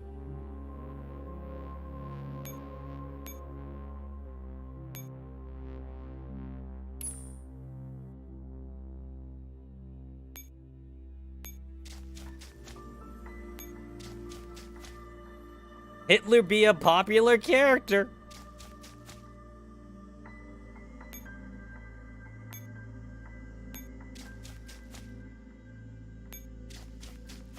All right, now I can go take on that dude. I have Architect now next to KSVK, so like if I do get attacked again by shield dudes, I'll be okay. I'll be fine.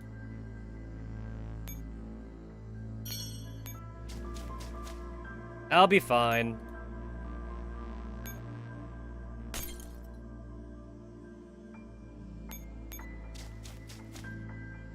Hey, in Mobile Suit Gundam, like, wasn't Zeon also kind of like Nazis? I feel like there was like Nazi imagery for Zeon in Mobile Suit Gundam. That kind of feels familiar. I definitely kind of want to live stream Persona 1 and 2 someday.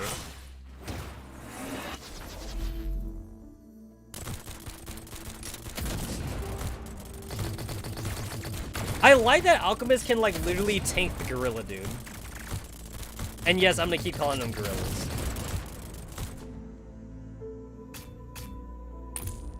Oh, I took some damage.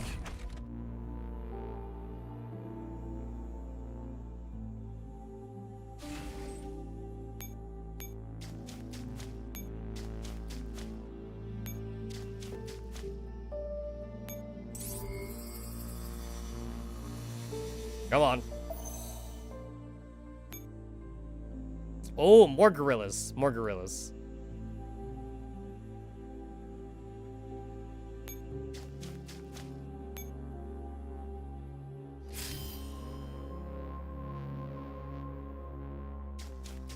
Okay, my home team is being attacked, but they're fine. Because I have Architect. They're fine. They're fine. 戦うことですが、射撃開始。覚悟が感じられない手伝ってあげ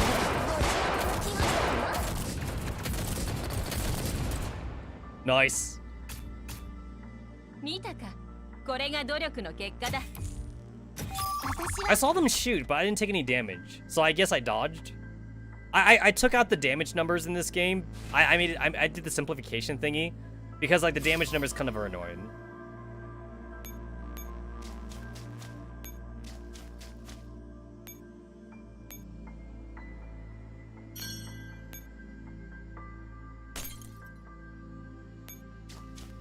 I do wish there was kind of a better way to escort Dandelion in this game.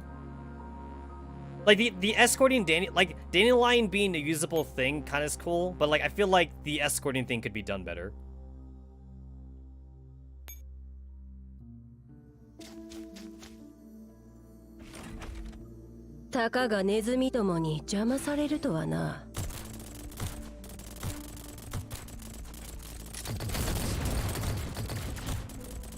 Dude, Dandelion is best tank.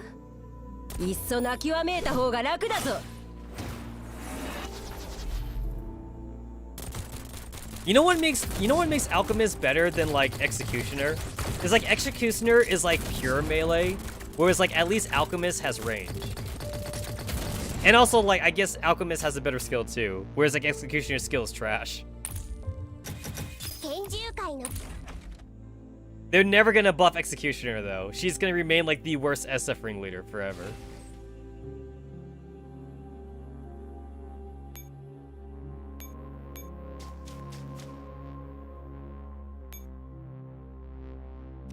I feel like I don't need to take out the shields for these guys. I could probably just win without them. Because like I don't want to waste a whole turn just to deactivate their shields. I don't want to waste a turn doing that. Oh, Chibi-chan. Chibi-chan. Oh yeah, I didn't need Dandelion. I only need Dandelion to get rid of the shields for like the gorilla dudes. You got the floaty bastards, you got the gorilla dudes, you have the Gundams. Every Paradius unit has a nickname, essentially.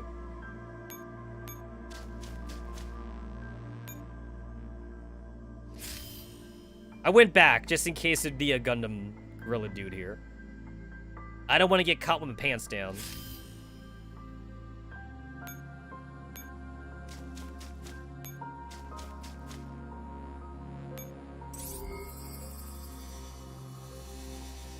I kind of wish hacking in this game was like more of a mini game. I wish it was a mini game. Wait. Did I just take the long way? Did I just fucking take the long way? Oh my god. I fucking took the long way.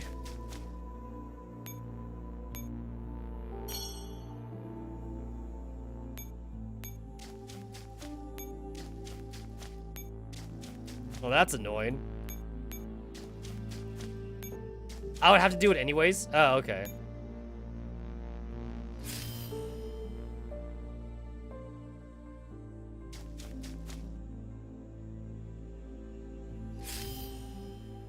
Okay, you don't have any gorillas? Nope, no gorillas.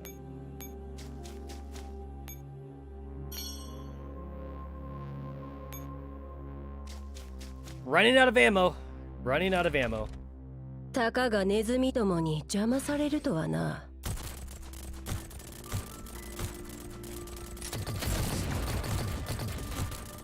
Man, these guys, I forget how scary these guys are, especially like in theater.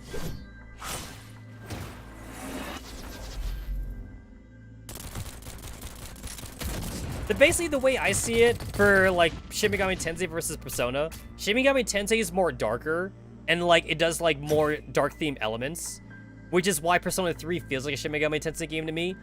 The Persona games is more lighthearted. Persona is happier than Shin Megami Tensei is. I feel like the thing about Persona games that like at the very end, they always do like some kind of like family party bullshit thing, which like Shin Megami Tensei doesn't do. Like Persona games are all like, oh my god, Nakama power. Like, Persona games love doing Nakama power. Whereas like Shin Megami Tensei games, like it's always about like other shit instead.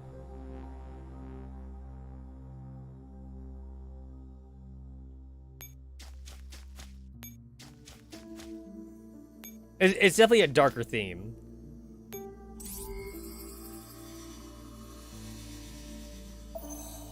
No, you're right. You're right about SMT. Yeah, you're 100% right. SMT was always kind of like a bleak environment, basically. Okay, there's a gorilla dude. I'm about to run out of ammo. I gotta go back. I gotta go back and get ammo. That's really annoying. It's like, I know that I'm gonna win every fight, honestly. So this is like more of a battle of attrition. This is totally like a battle of attrition. Persona X GFL. I wonder what kind of tarot card the what kind of tarot cards like the anti-rain girls would be, or like Team Defy and shit. Like who would be like Priestess, who would be Emperor, who would be like Joker in the world or whatever shit like that. That'd be kind of interesting. Who'd be the Fool? Who'd be the Fool card?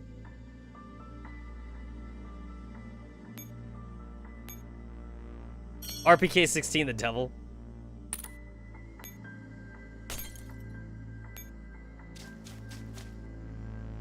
Oh yeah, and death. There's also like death in there too. Give you back your Volker Chronicles collaboration. How about when Sega becomes like not an asshole of a company to work with?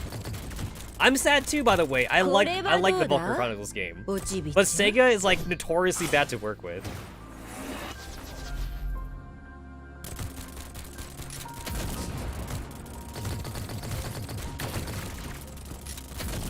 Ooh, my shields! They almost got my shields.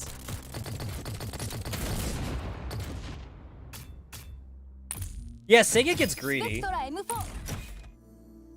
They get greedy with collabs.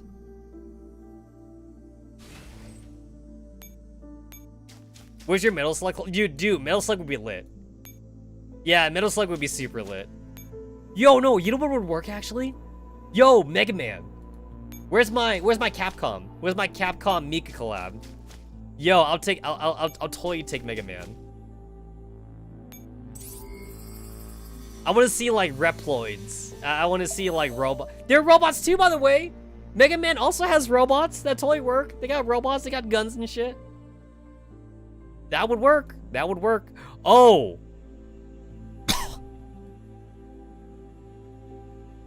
I can't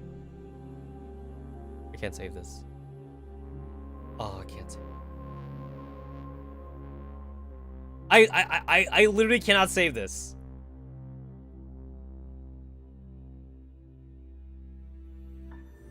Oh no. I can't. Oh no. Oh no. No! It took me so long! That was like the longest 9 turns ever. It took me so long to get to this point. Oh man. It took me so long to get to that point. Okay, hold on. Retreating. Hold on, I don't want to lose my ammo.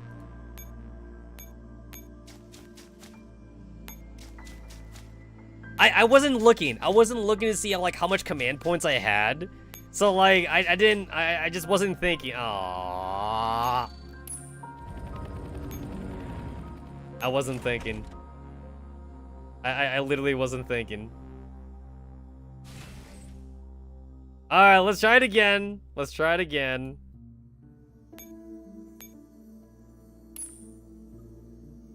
It sucks when you die from your own hand. That's what sucks the most. You know what I'm saying? It sucks when you die because of yourself.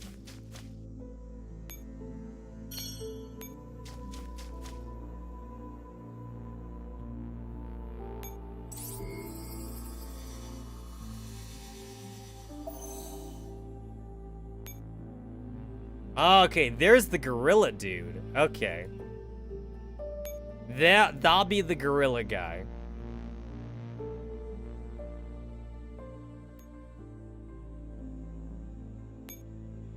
I guess I don't really need parachute fairy, so I'll give you guys something else. Something that's useful. How about airstrike fairy? Take an airstrike fairy.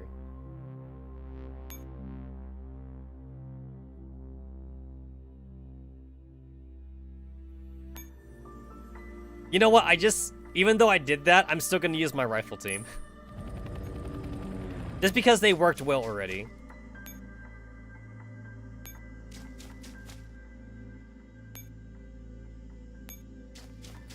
Okay, I am not gonna activate. Shit, I think I just fucked up already.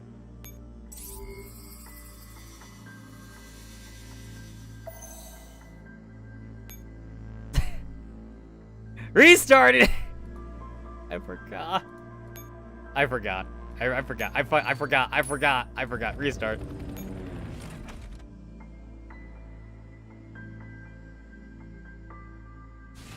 Okay. I'm not gonna do something stupid this time. Yeah, I'm not gonna do something stupid. Gonna activate this shit. Not this time. Not this time.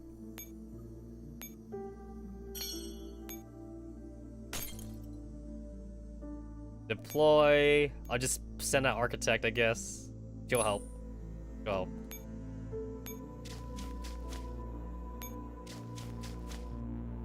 There we go. Architect can help. She can help.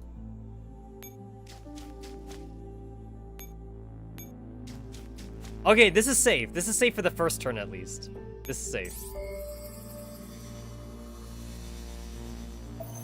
To be fair, like Parachute Fairy definitely is like one of like the weirdest things that Mika has ever put in the game. And like I feel like the devs like they didn't think about like the ramifications of a maxed out Parachute Fairy. I feel like Parachute Fairy is definitely balanced if it's like 3, maybe 5 nodes away. But letting a maxed out Parachute Fairy do like infinite range, the devs most definitely probably didn't think about how OP that would be. And then they realized, wait, people can like skip the game though. Like the debuff. The debuff is not good enough. Especially if it's like a 5-star level 100 Parachute Fairy. Like a maxed out Parachute Fairy like essentially like removes like the debuff anyway. So if they wanted to make Parachute Fairy actually usable, they would need to nerf Parachute Fairy somehow. But then like nobody would like nerf, so they either need to do like, you know, the anti-Parachute Fairy like radar thingamajigs that they introduced a long time ago, or they just not have helipads essentially, or just had the locked, at least had the locked helipads and crap. But like, it definitely just feels like a weird addition though, like they just weren't thinking essentially. Alright, so definitely want to anti-thing this thing.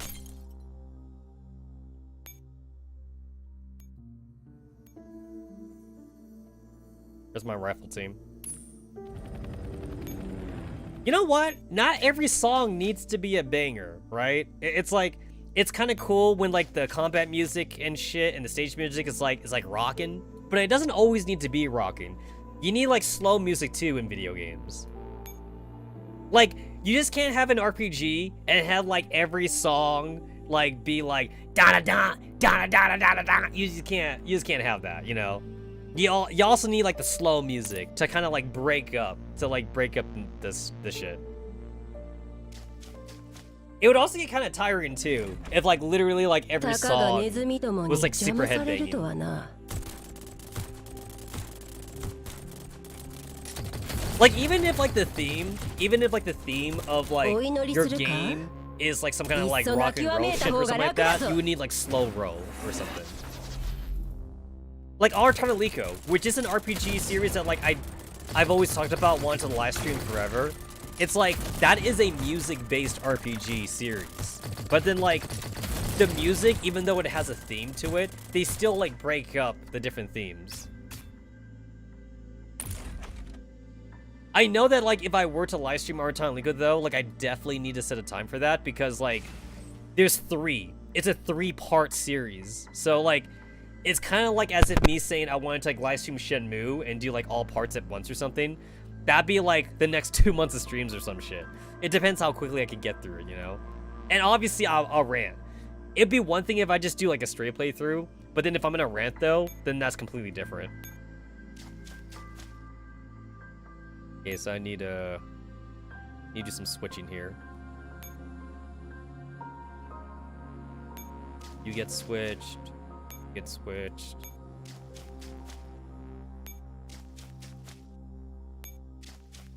Alright, yeah, this works.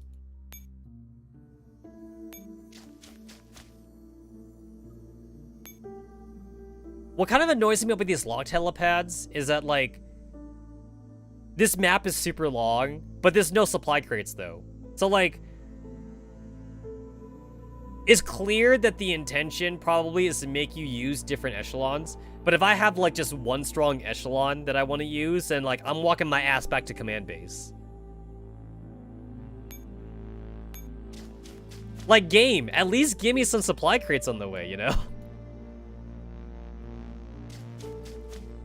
All of these locked helipads don't do me no good.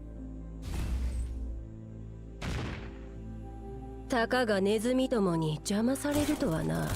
still think it would be nice if this game also adopted the Bulkier Chronicles thing about, like, action points. Where, like, in Bulkier Chronicles, you get to carry over your unused action points to the next turn. Girls Frontline doesn't do that. If you have, like, 3 leftover points or some shit, then, like, you don't get that in the next turn. You just lose those 3, you know? Like, if you don't use, like, 5 action points this turn, because you end your turn for some reason, then, like, the next turn, you would get, like, 5 extra action points.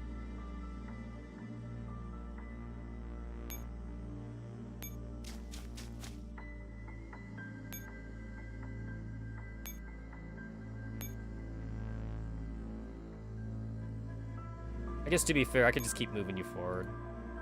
But I might as well move Dandelion then.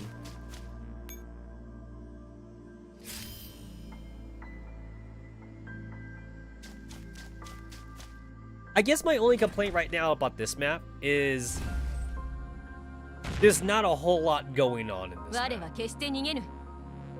I'm on hard mode right now, and it's very clear that I can beat it, but I have to slog. I need to like slog through the entire thing. I do understand the theme, though. I get there's the theme that we're hacking into Mashlin, and we're using, like, Dandelion for that. I kind of get that. But I think this is the part where Girls Frontline kind of weakens a little bit, and that, like, other games, they would have put in, like, a mini-game for this. But this is not a mini-game. It's the same thing that we've always been using the entire time, you know? Which is, like, this combat phase thing. Another thing, too, is that, like, this is supposed to simulate hacking into Mashlin, but look at what we're doing right now. We're fighting, and we're using our resources. We should not be using resources for this, though. Like, okay, I'm a veteran player, and I'm, like, maxed on my resources, so it doesn't really affect me. But, like, imagine if, like, they just had raid up, like, right before this event, and people didn't have resources. It's like, you're a mid-level player, you going into this stage. The theme is that we're hacking into Mashlin. Resources shouldn't even be an issue, though. So, even if I were to have, like, 100 ammo and 50 rations and, like, 10 manpower, I should still be able to complete this stage. The rations and manpower, that should be free. The game should not be taking stuff away from me. It would make sense thematically in-game lore-wise, is all I'm saying. But, you know, that's not how this game works, but that's all I'm saying.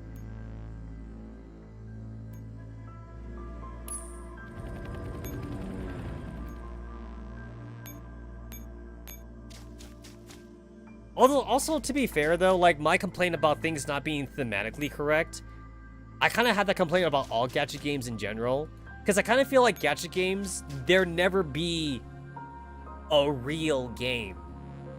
And a lot of gacha games try to do more than that, you know, like, it's like, oh my god, our gacha game, it's just like you're playing a game, but, you know, there's still, like, predatory gacha in it. There's still parts of the game they make you question the development phase for, and it's very obvious that they want you to spend money, especially, like, if grinding is a mechanic in said game.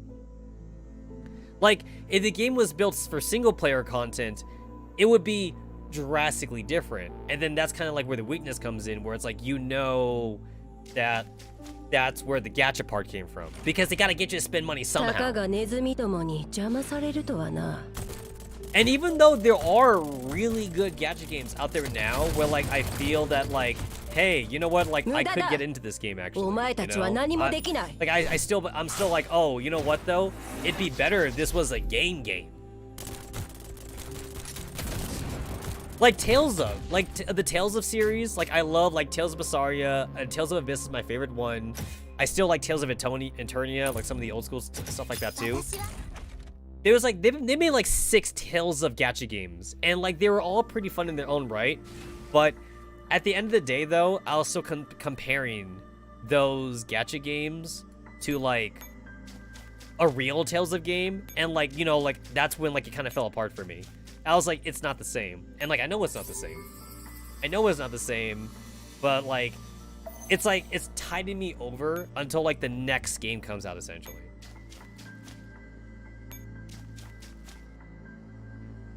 Now what the fuck do I do? Like what the fuck do I do now? Like, this is the part where like I feel like I have to waste an action point doing something, but I have nothing to spend this on. I literally have nothing to spend this shit on. Yeah, I got nothing. I can't even fight this guy.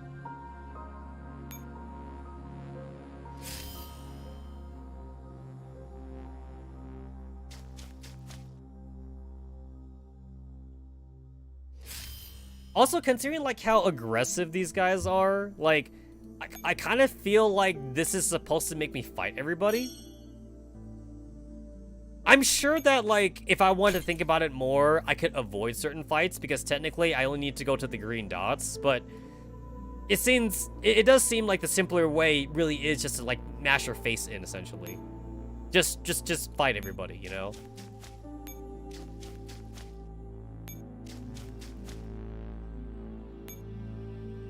And that's because I've always been a brute force kind of guy. That's kind of like how I play a lot of my games. I kind of like brute force my way through. If the game does have like some kind of puzzle element to its combat system, I give it my fair shot. I do try and think about like how maybe the elements work out or something, or see like how weaknesses work out. But at the end of the day, if I found out that like I can essentially beat the game just by being 10 levels over leveled the enemies, then without utilizing the puzzle elements, I will actually favor grinding. I'm a big dumb caveman. I just like to bash my face on the screen. I've always been more of a story over gameplay kind of dude, and I think the only exception to that is fighting games. Fighting games is the only exception I have, where like I actually do think the fighting part is important. Okay, as long as I have Architect, this should be fine. Also, I gave Architect the fucking ammo thing to make her useful.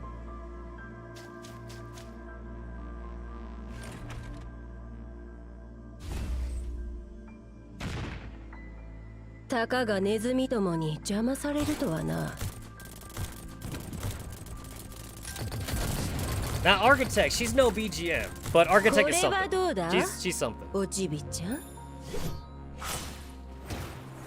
Last I checked, like, none of the SF ringleaders are going to be quite as good as like BGM is for like shield penetration. But again, though, it's better than nothing. Better than nothing.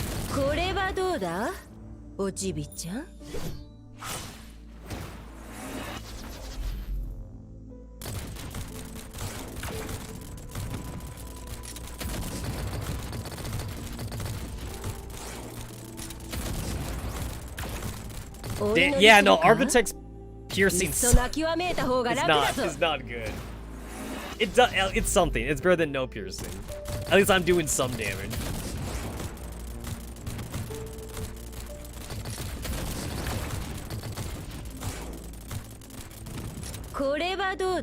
Oh wow, that timed out right. Wait, can I win this? Can I actually win this? Oh no. Oh no, does he regenerate too fast? Oh no, wait, I can win this. It's just gonna take a while. It's literally gonna take a while. I can win this. It's just Architect though, it's all Architect. Yeah, it's... At least he can't kill me.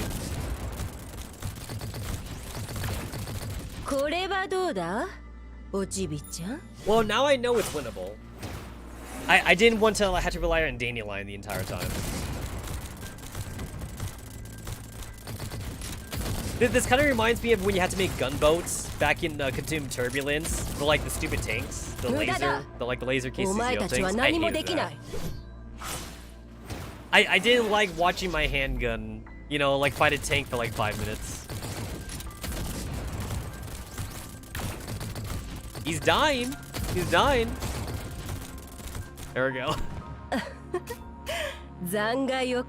Yo, Architect was the real MVP there.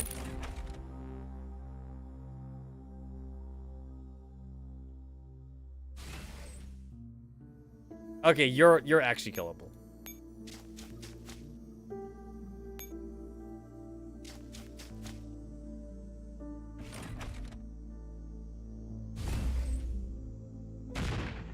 I remember I did kind of spoil myself a little bit about the difficulty of hard mode on Game Press. And I did on purpose. It wasn't on accident, but like it did say that like if you were on hard mode, as long as you have like maxed out units, it's still like pretty easy. Like normal mode is like piss easy, and then like hard mode with maxed out units is like still pretty easy, as long as you're maxed out. And I'm pretty much maxed out. Singularity ranking gunboat fun times. Here's the thing though, I don't think gunboat is necessarily a bad thing though. I don't think it's a bad thing, but the game wasn't really meant for that kind of design philosophy. And I don't think there's a way Mega can upgrade the way combat works in this game without recoding the entire game, essentially. And I don't think Mika wants to do that. Like, I think Gunboat actually has its place in Girls Frontline. The only problem, though, is that, like, the game would need to teach the player about Gunboat and not the player having to look up, like, Reddit or, like, having to go to forums and, like, find out how to do Gunboat themselves. Because, like, it's clear that the game never intended for players to make their own gunboat. They didn't want players to, like, have a handgun fight a tank for, like, 5 minutes. But then it was also the most efficient way to do things, though. It was very efficient. Because, like, you had your machine guns kill all the random enemies, and then, like, afterwards, you will, like, retreat them, and then your handgun, like, fights the tanks at blank point range, whatever, because they can't fight at blank point range for some reason. Like, it's efficient, but, like, it's kind of, like, boring efficiency. But they could definitely make the game around Gunboat. They could definitely do that.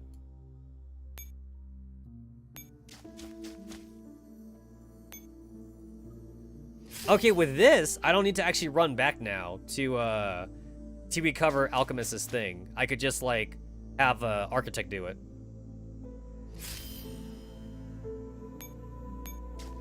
Basically, I want the game to encourage weird team setups. Like, and I feel like theater mode. I feel like theater mode's, like, the only mode that, like, gives that to us in some way.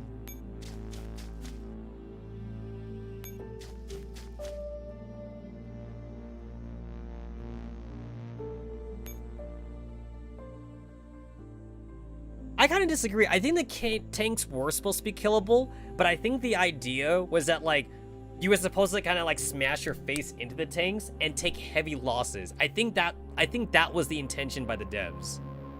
I don't think the devs intended for players to perfect the tank kill.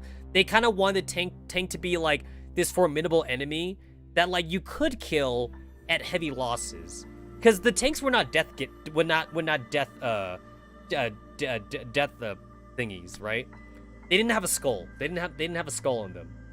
So not having a skull in them kind of told me as a player that, like, they were killable. But, and I did test this out. Oh, by the way, like, I did kind of, like, run, like, a regular, like, machine gun team, and I did kill the tanks, but, like, I ended up, like, losing units though. And of course, you know, we players don't want to lose units, so we came up with a gunboat strategy. But I do feel though that, like, I want to see, like, rifle shotgun. You know, I want to see, like, handgun SMG. I want to see, like, I don't know, shotgun assault rifle. Like I want to see teams where, like, you don't have to be encouraged to make everyone buff each other, even though the game at the very beginning makes it seem like you should. At the very beginning, Kalina even says it too, in the tutorial. Kalina's like, hey, SMGs and assault rifle buff each other. You should have had them, you know, in the same team. Rifles and handguns buff each other. Machine guns and shotguns buff each other. But what if we did like, I don't know, machine gun and SMG? You know, what if we did that? What if we did that? Do I have to be next to them? Oh, I gotta be right next to them. Oh, okay. Right now, the amount of T-dolls we have that are weird buffers, they're very, like, we have a handful, right? It's like, we do have, like, we have, like, MP5, for example. MP5 buffs SMG, she buffs assault rifles and rifles, and she's an SMG character. So, like, that means, like, you're kind of encouraged to use rifles with MP5. Like, if you need a shield. If you need, like, a shield unit, for example. Like, that's a step in the right direction, basically. I definitely do want to see more hybrid encouragement from the game. Unfortunately, we're, like, this far into the game story, and, yeah, we're still doing handgun rifle. We're still doing, like, the regular teams. In polarized light ranking, though, we did have, like, MP5 and the other shield SMGs be put in rifle teams, though, for, like, the parachute fairy thing. But, like, that's, like, a very small category of, like, exceptions, though.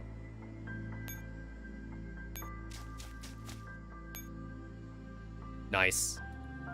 Oh, it only has a turn cooldown. Cool.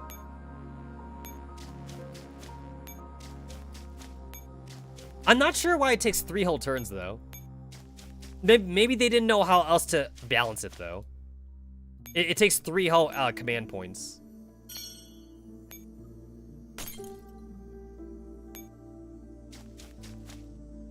I mean, I guess another way they could also balance out, like, the resupply thing. It could use your actual resources, like, more of it or something. I don't know. Use up, like, 1,000 parts? I don't know.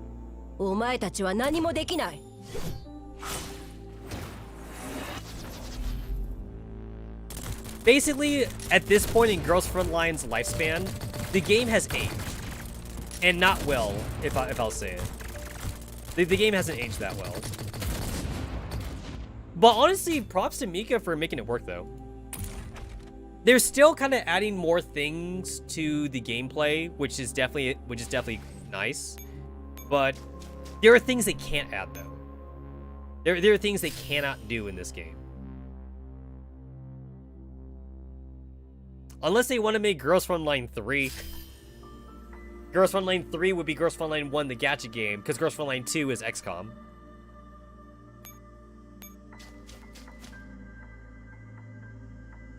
Okay, this time, I'm looking. I have 9 action points. This time, I'm okay. I'm okay now.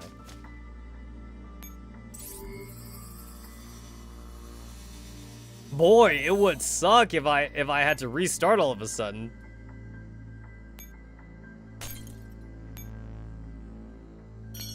That would suck.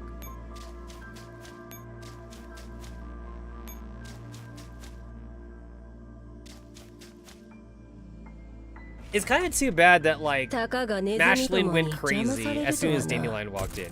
And that was the commander's original plan too, to have Dandelion sit in. That also means that the commander was wrong, actually. The commander should have just kept on talking to Mashlin without without Dandelion in the room. Because Mashlin was willing to talk, at least until Dandelion showed up.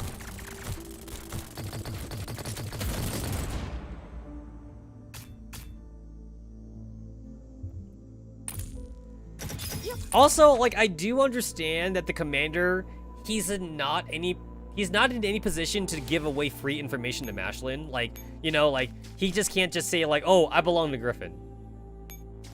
He is not in a position to just offer that kind of information to Mashlin at all.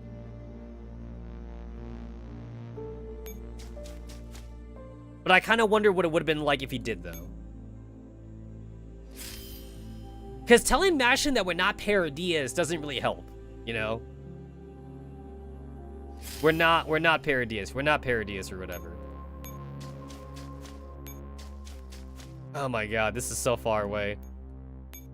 Holy shit, are you kidding me? Are you serious? Shit.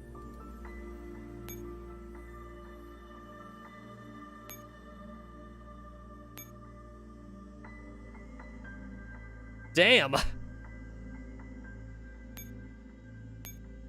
It's so far away.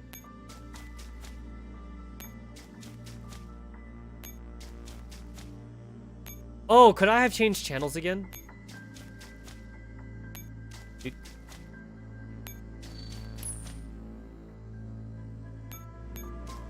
Oh, this is gonna make me very angry.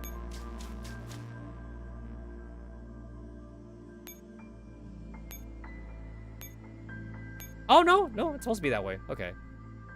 So they want you. They want you to walk all the way around. Okay. Alright. I was thinking that, like, I had to change channels again for a shortcut, but nope.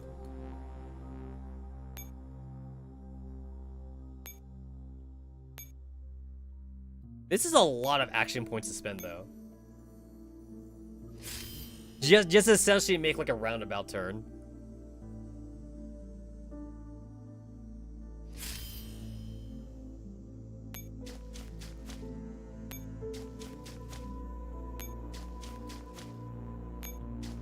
And then, like, it's an escort. This is an escort mission. So, like, I have to walk all the way around.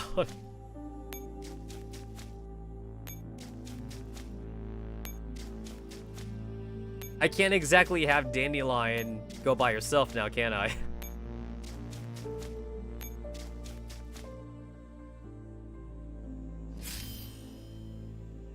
And I guess, to be fair, it's not like I have to use Alchemist. I could use my other T-Dolls, too.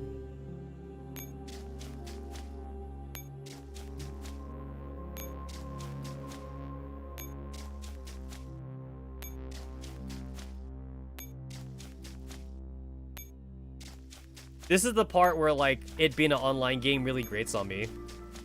Because I see, like, the load icon, like, in the bottom right-hand corner. It's like, I get it. It's an online game. So, like, it has to load all the actions. It's like, I'm not faulting the design just because, like, that's how online game works. But, like, I hate being reminded of the load icon. Like, if this was, like, a single-player game, then, like, the movement would be a lot faster, essentially. Okay, I do not want to activate that right now. I do not want to activate that. You know, if Girls Frontline was like a game or whatever. But gadget games, on mobile games have reshaped the way people look at gaming.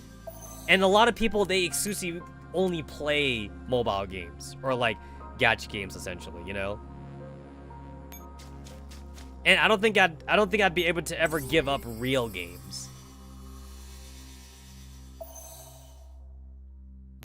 Oh, goody, another gorilla.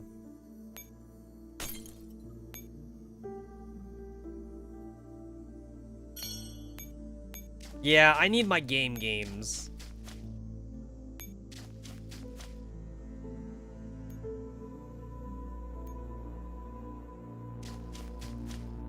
At least the game is nice enough to give me a, like, real helipad for たかが once. ネズミどもに邪魔されるとはな。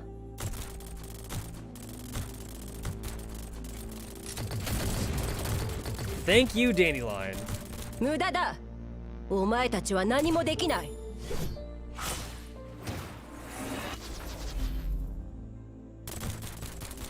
With how often I use Alchemist, you would think I'm an Alchemist sim. But, like, she literally has, like, no characterization, though. So it's like, I can't even say I like her. Destroyer and Judge got, like, so much characterization of, like, the rest of, like, the SF Ring leaders. Scarecrow also got, like, destroyed in the stick, too. Scarecrow didn't get much characterization at all. Hunter got a little bit more, because, like, she had, like, that solar fight with, like, Star 15 at the beginning. But then, even Hunter and, like, Executioner, they didn't get too much. They didn't get a whole lot.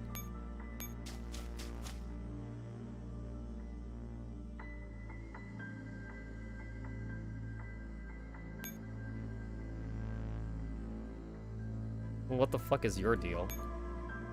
Well, why are you there? Why are you there? Well, you're not doing anything to me, so I'm just going to ignore you. You're not doing anything to me. Beak B M16's chauffeur. I know, right? I know.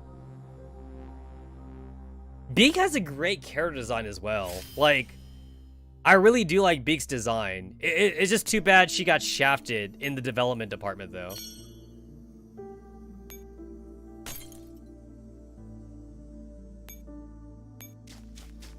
I get it, though. KCCO, Igor, Angie, Paradias, I get it. Like, they're the bad guys now, or whatever, but, like, man, kind of makes you go back, want to go back to simpler days of, like, Area SO9, you know? Area S09. Back in my day, we only had Eliza to worry about. Back in the day, alright? Back in the day. Back in the day in Singularity, like leading up to it, we thought KCCO were the good guys. Back in the day, man. Like, you don't even know. Back in the day. Back in the day.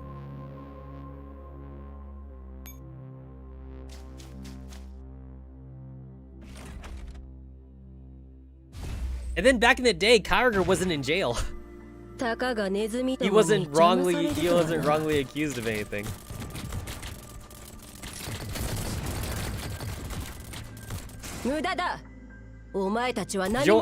Join Griffin, they said. It'd be easy, they said. You only gotta, like, take out a few SF here and there, they said.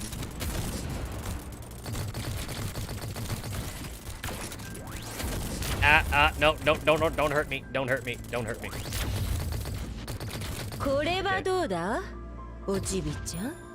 Yeah, I couldn't move them in time. It's like, I forgot that I was finding a patroller. Okay, there we go.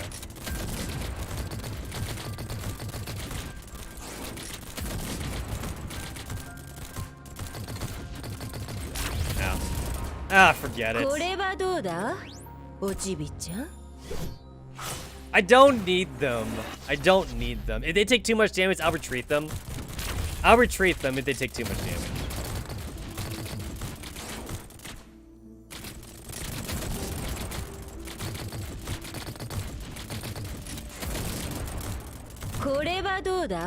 Oh, cool. Thanks for jumping in my arms.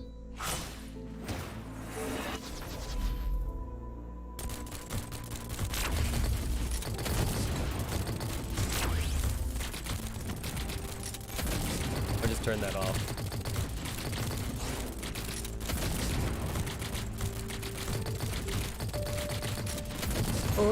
Man, this mission took way too long to do.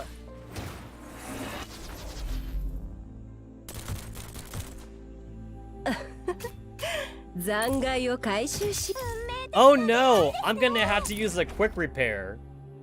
I only have like 18,000 left.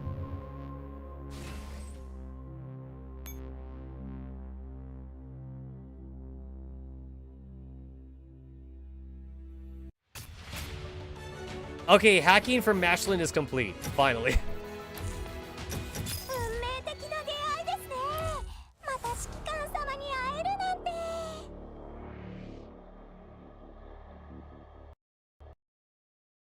No! Okay, you know what? You know what? I went for a long time without a crash. I was due for one. At least it happened after the stage, and not like during the stage, because that's more annoying.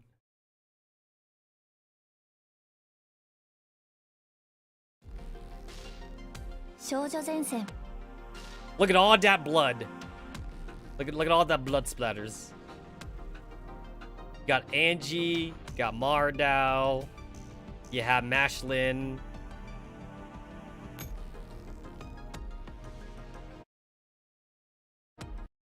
I like the splash art. I like the splash art this time.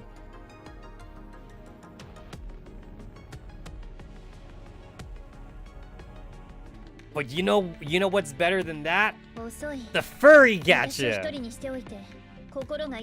Sarcasm. Sarcasm.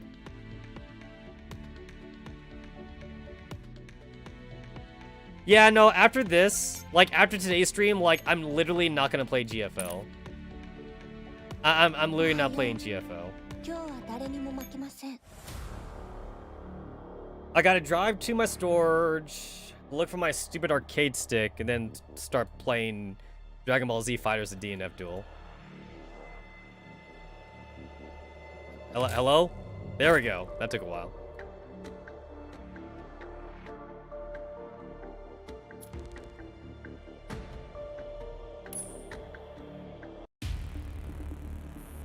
Through Dandelion, the commander finds an extraordinary amount of memory fragments in Mashin's virtual cognition image. How interesting. You've been muttering to yourself for a while now. What have you found? Mashlin is truly a collection of contradictions. The structure of her virtual cognition image looks very early Paradia's technology, but her memory fragments are presented in a way that is nothing like I've ever seen in a Naito before. So, she's both old and new? I said that backwards, but you get it. The memory fragments from the abandoned Eastermers in Talon were just a collection of low-res visual clips, but Mashlin's memories look like they've been digitized. Is it hard to process her virtual consciousness? Hacking her virtual consciousness isn't difficult in itself, but I don't know where to start when it comes to a collection of memory fragments of this size. Well, whatever its structure, you can always sort them by chronological order, right? If it were that simple, I would have done it already, but that's impossible here. Mashin's memory fragments lack timestamps, so I can't put them in chronological order. How could that be? That's how it is. What's that supposed to mean? Memory fragments are all timestamped from creation, and they are typically never removed. Unless someone really had all the free time to go frame by frame and trim off the timestamps for every single one. Deleting the timestamps for this amount of memory fragments on a frame-by-frame basis seems almost impossible. Then that leaves only one possibility. Her memories were destructively wiped, which led to the loss of their timestamps and her memories being thrown in disarray. So even she doesn't know what really happened in the past. Is it possible that somebody could have embedded these memory fragments into her? No. Mashlin's virtual cognition image is extremely fragile, and forcibly implanted memories could have led to a complete breakdown. Also, I collected some readable data, but since they're out of order, reorganizing them might lead to many different conclusions once they're read. Please go over the fragments which can be read. Alright, I'll start from the most recent ones. In Bonsdorf. My lady, do you have any brothers and sisters? Huh, I suppose you could say I have a little sister. Wow, your little sister must love you since you're so nice, my lady. That doesn't seem to be the case, though. Huh? Do you not get along with your sister? Two insects fall into the same hole. They can hold each other to keep warm and find a way to survive together, or they can trample each other underfoot to see who comes out on top. Right now, neither of the insects is moving, because the storm has yet to come. Once it arrives, there is no telling what will happen. I guess that largely sums up our relationship. I don't quite get it. But that's okay. You're my favorite person in the world, my lady. Haha, you're my favorite person too, Elsa. Another memory of Bonsdorf. We've seen those several times already. It's smooth and clear, but doesn't tell us anything of value. It can't be helped. It seems only the memories of this period are clear. Let's look through the muddled memory fragments. In a lab, she is shackled to some kind of experimental device. A man whose face is distorted and blurred sits up opposite of her. How do you feel now? Not very good. Do you still remember who you are? Mashlin. Do you still remember who I am? You're... A stretch of painful and garbled memories flood in her mind, but Mashlin does not say anything. Huh, are you experiencing memory impediment? Very good. It seems the memory scrubbing is showing more progress from yesterday. Let's wipe her again. Perhaps I'll make a breakthrough with my experiment today. Understood. The man's assistant walks over and does something to the device. What are you gonna do to me? Before we begin the scrub, I'll show you something nice. The man holds up a picture to Mashlin's eyes. It is a warm and loving family picture. A perfectly ordinary husband and a wife lean affectionately against each other, and the girl in the middle smiles. Even the gap where her missing front tooth should be seen seems to be spotted too. Papa, Mama. And I'll tell you another little secret. Your beloved father and mother are dead. Well, calling them dead isn't quite right. They're still wandering around the village, attacking every living creature that passes by. Oh, they're elids. Got it, they're zombies. No, I don't believe it. Let me go. I want to find Papa and Mama. She struggles vigorously, but the device that keeps her shackled does not yield.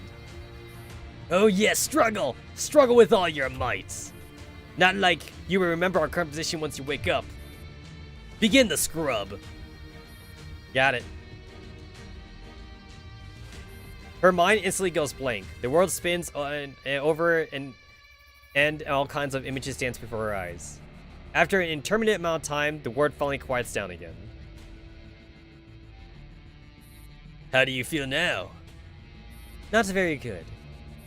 The man with distorted face laughs menacingly, and Mashlin's vision begins to blur. Are there any fragments where his face is visible? I do not recommend doing that at the moment. Mashlin's virtual consciousness is weak to begin with. Forcibly restoring specially processed image data could easily lead to a breakdown. That guy's face is such a scary mess. I don't know if that's a result of Mashlin's fear for him, or the alterations Paradies made for her memories. If it's the latter, it would mean Paradies has a terrifying degree of control over virtual cognition. Keep searching. Dandelion puts Mashlin's spine on display. Fragments of all colors, sizes, and shape are scattered everywhere. Some of them seem out of place, while others even look damaged. Start with these fragments and look for the ones with similar colors. Doesn't matter if they're blurred. Alright. Inside a certain underground base, an electronic monitor clearly displays a map of Berlin, covered in densely packed location markers. A girl with a blurred face is giving out assignments. Oh, look it! It's the new Naito chick. Do you remember your assigned locations? We have memorized them. We will proceed to our assigned position and carry. Oh shit, guys! Rip Black Naito. Rip Black Naito. Very good, very good. The girl with the blurred face hands out control devices to the Naitos. The Naitos respectfully hold out both hands to receive them. Do you know what these are? Did you reach out to take them? What are these? What? The girl suddenly flies into a rage. She picks up the Black Naito by the collar and throws it toward the nearby wall. A splatter of blood instantly covers the wall. This concerns Father Operation Cocoon, a plan of utmost importance. How dare you not pay attention? You there, tell me what this is. It is the control device for the lasso box. Correct! It is a weapon that will make the world a better place. We just have to push this little button. Wonderful hope would fly out of the box. When everyone pushes the button, all of Berlin would be filled with glorious hope. The Naitos fall to their knees, one after the other, and hold the arms out to the girl. The white Naito fingers lightly taps the button for control device. Is the mission complete? Everything is ready. Very good. All is for Father's glory. For Father's glory. The Naitos begin praying devoutly. Countless white Naitos press the button on the control devices they were holding. Boom. A series of explosions fill the air, and pale yellow pollen works its way into every corner of the city. The contamination index in the city spikes to red zone levels. People flood the streets, desperately trying to get out of the pollen's range. But in the end, they all collapse on the street one after the other. Some of them don't get up again, but others come back to life in another way. Ugh. Remember Father's orders. Search for all semi and pain immunisms and bring them back to the base alive. Yes. A legion of night-tails walk into the pale yellow pollen. Bestial howls blend with desperate human wails. An inferno has manifested on Earth. Is this Berlin? I saw the quarantine wall. Record this entire stretch. We need to be sure about this. My hand trembles slightly as it holds my teacup. I can't get the apocalypse scene out of my head. Those screams of pain and suffering make it hard to breathe. Damn, yo! Damn!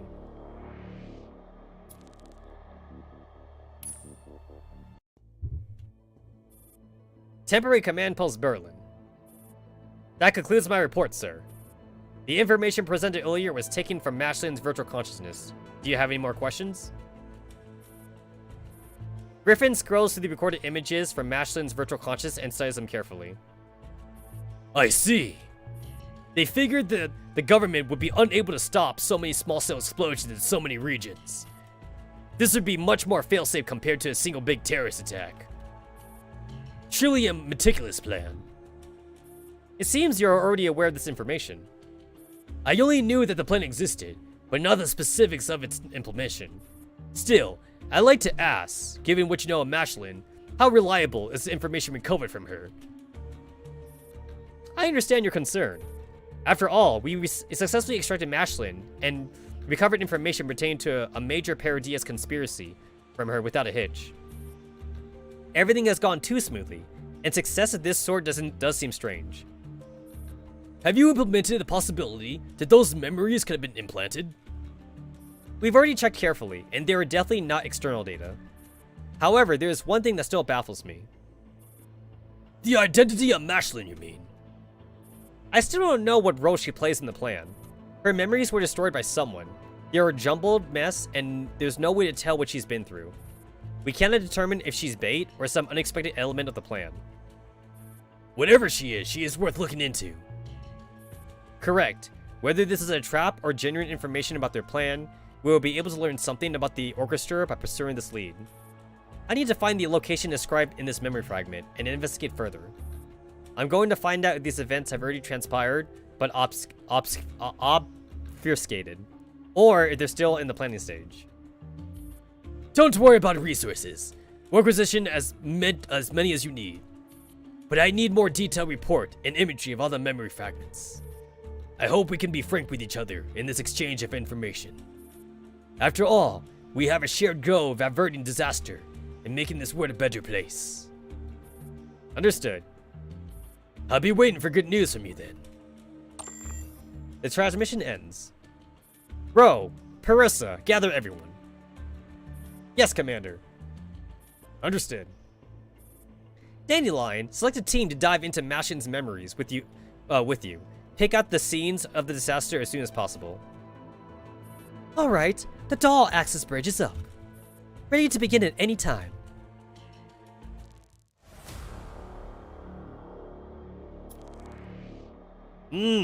More hacking into an unconscious girl. Hashtag do not take out of context.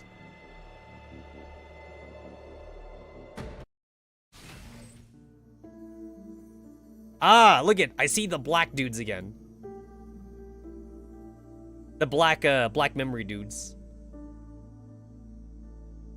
They're made out of polygons. I see lots of gorillas,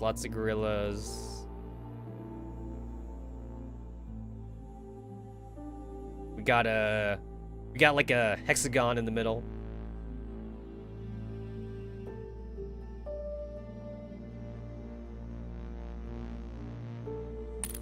I don't, it doesn't look like I get Dandelion this time. I see that this is like a one-way thing. And I also see like that's a one-way thing.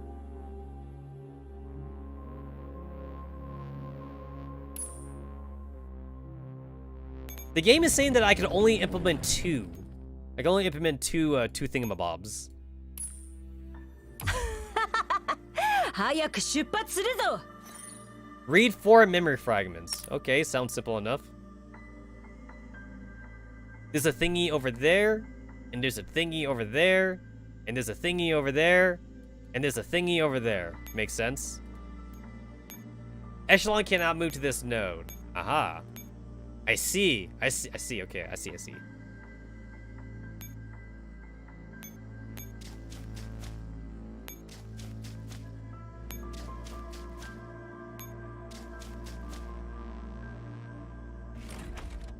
These guys are always pretty easy to kill. They're melee characters.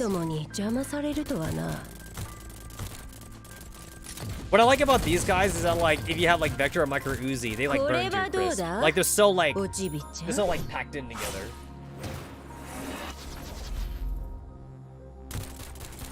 I always favor like AoE strategies in strategy games. It's like, why kill one enemy when you could kill like 30 at once?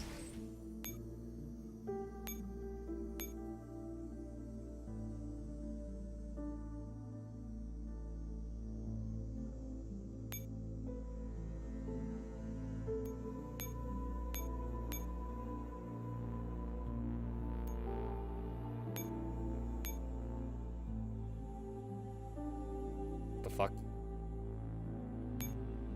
Oh, there it is. Okay. I'm like looking really hard. I'm like, where the fuck is the thing? Okay, there it is. So that gets that side. So which means this gets the other side. Okay, I get it. Okay. I see.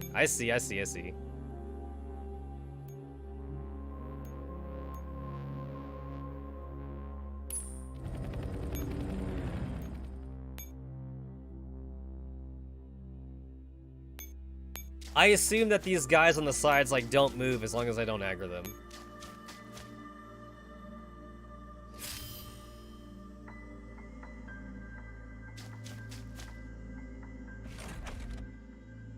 Oh, maybe I should have brought my AR SMG team. I mean, it's too late now.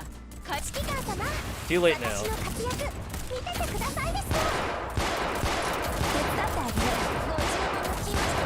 I still hate the way her gun sounds. It's so loud compared to everything else.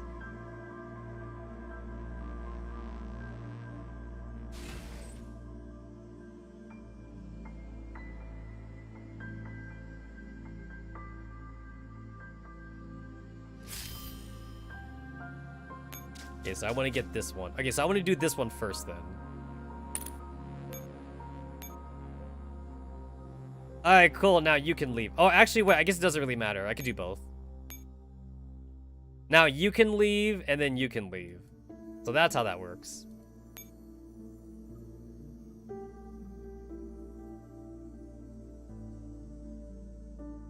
Well, that gets me that fragment. Doesn't really get me those fragments yet. But I guess I'll figure it out as I go.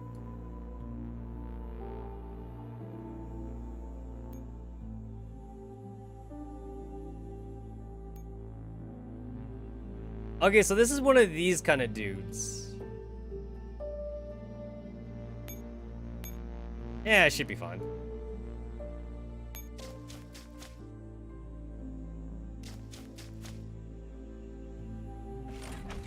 I don't see how this could possibly go wrong.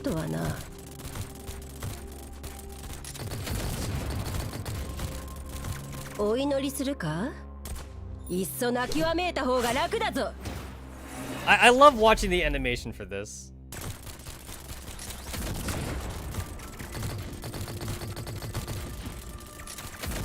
Yeah, tank that shit, Alchemist. Tank that shit.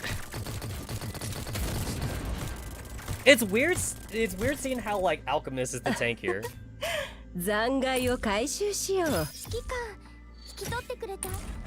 I still wish that you could have combined, like, ringleaders with, like, regular T-dolls. But I suppose that means that they would have to, like, downgrade them, though. Like, they wouldn't have the same moves that they have right now, basically.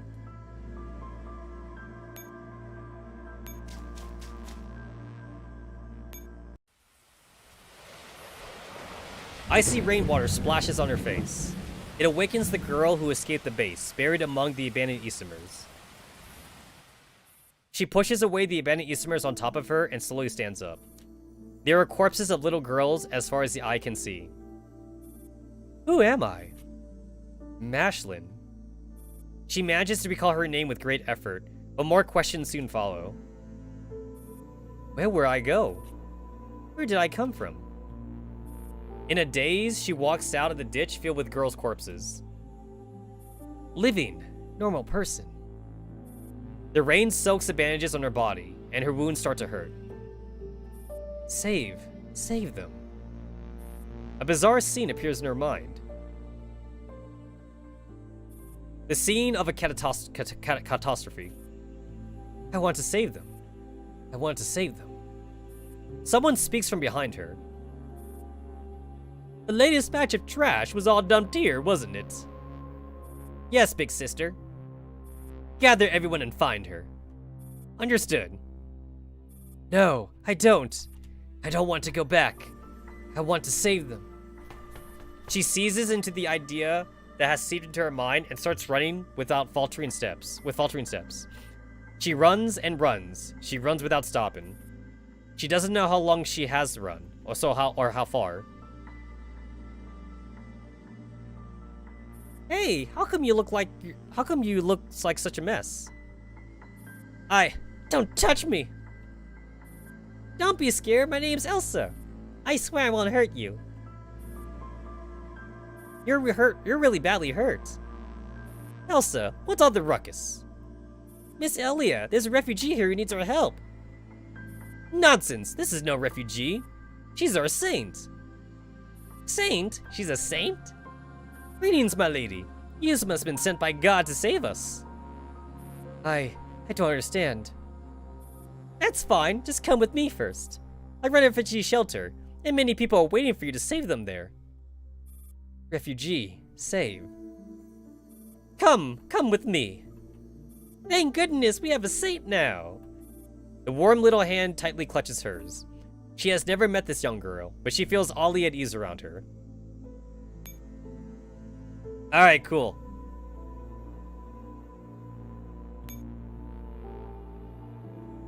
Oh, you wanna go, bitch? You wanna go? Let's go.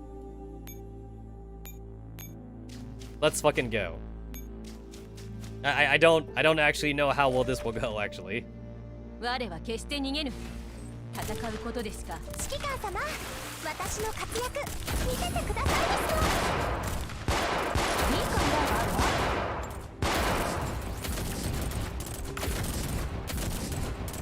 as good. Not as good as Alchemist, but it's Alchemist. Good enough, though. Good enough. I probably could have done like my micro better, but if it works, it works. I don't need to get S rank or whatever if I had to repair or shit. Although, damn, that's a lot of Gundams. That's a lot of Gundams. Damn, that's a lot of Gundams actually.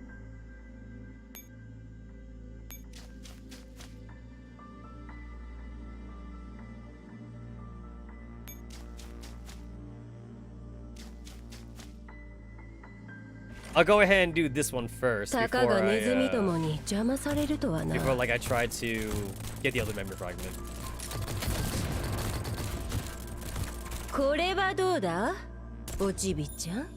I remember one of the big things about Executioner's skill, if I remember right, is that like she's still vulnerable while she uses the skill, while like Alchemist, when she uses her, she's invulnerable. I kind of like what sets them apart. Noelle had the same problem too, like in the BlazBlue Guilty Gear collaboration.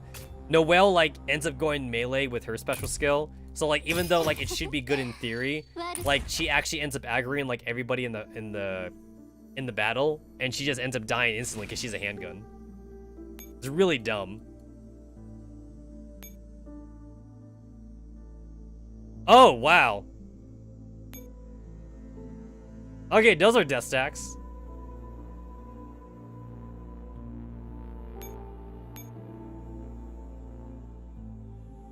Oh, okay, I see the patrol. I see the patrol thingamajig. Alright. I see. I see what the game wants me to do. I can figure it out.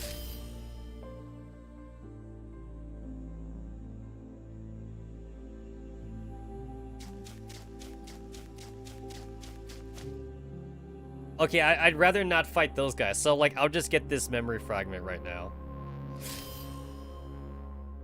Well, actually, I had to fight one more at least. Because I need to get to that stupid shit.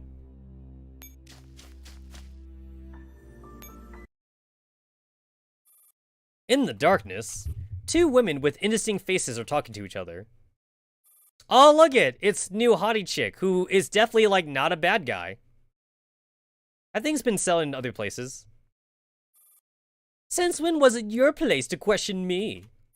Just mind your own business. I don't need a hag like you nagging me about how I do my work. You should know that our plan is like an arrangement of dominoes. If a single part goes wrong... Yes, I know.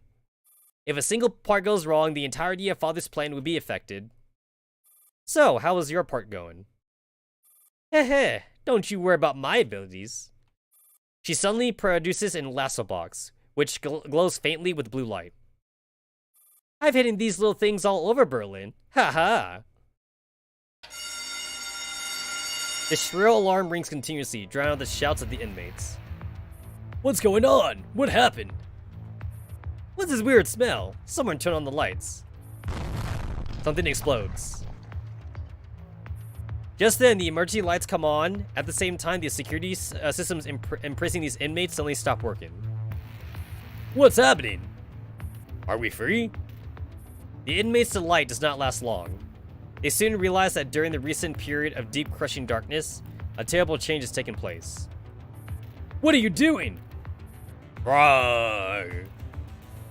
I'm your friend! Stay back! Ah, that hurts! Help me! Their former cellmates have transformed into fearsome monsters, which are now lunging and tearing at the fleeing human inmates. Said inmates run around in a blind panic, not noticing the open lasso boxes lying quietly on the floor. A continuous series of explosions bring forth blossoms of fire on the surface of the quarantine wall. No! The quarantine wall has fallen! The wall is down! As the crowd watches in dismay, the quarantine wall, which has withstood wind and rain and protected the city for many years, collapses like a toppled sandcastle. Behind it, a pale yellow mist sweeps it like a sandstorm.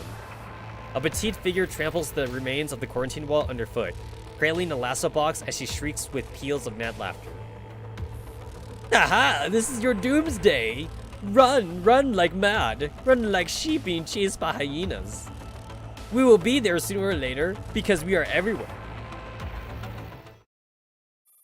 A woman's hysterical laughter echoes in the darkness, while the other woman remains silent. So, does that mean everything is ready?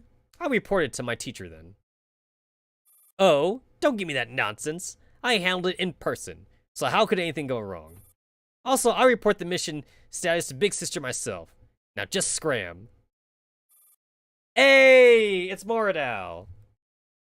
I gather you completed your mission, seeing that you now have time to bicker. A third woman interjects. The moment she speaks, the other two immediately bow their heads in reverence. Teacher, everything is ready on my end. Big Sister, I finished all my tasks too. Very good. Father will reward you for your efforts. Now then, there's only one last thing to do. Let me do it, Big Sis. I'll be so happy. Every bone in my body will dance a jig if I get to kill that woman. No, I must finish off that woman personally. This is the mission I was given from the moment I was born, after all. The third woman slowly approaches, the sound of her high heels tapping out crisp notes on the floor. Clack, clack, clack. Neither quick nor slow, but each step is filled with lethal menace. Clack, clack, clack. Every beat feels like a stomp on her heart. Clack. She is here. Alright, cool.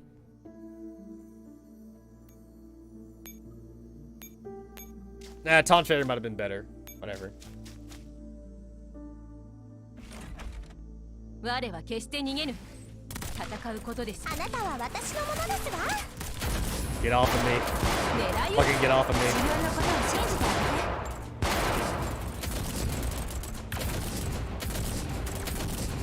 て。 Retreat. Oh, good. I didn't need to retreat. 見たか。 Basically, I kind of like AFK that fight. But you know what? AFK is good enough. Good enough.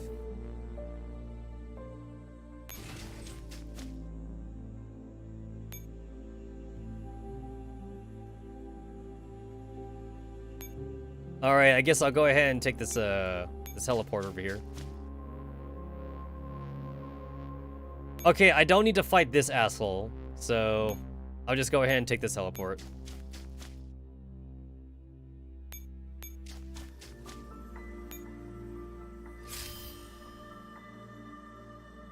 Yeah, I guess I could kind of like take my time at this point.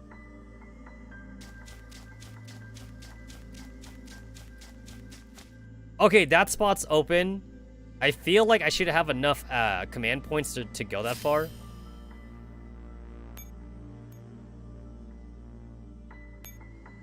Oh wow, I barely have enough.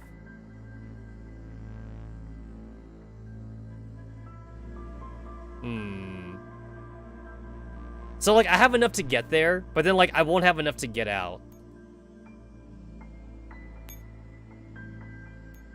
Yeah, I won't have enough to get out.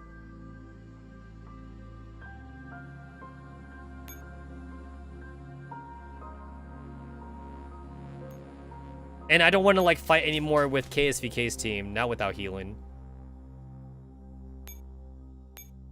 Well, there goes my S rank.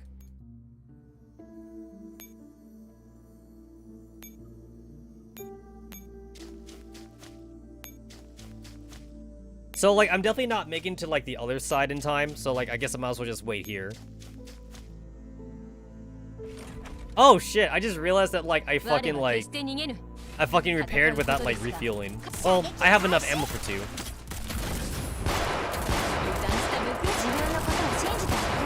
I'm actually still not sure if I want to get like Type 88's Gundam costume, because I kind of like her cute sexy costumes instead.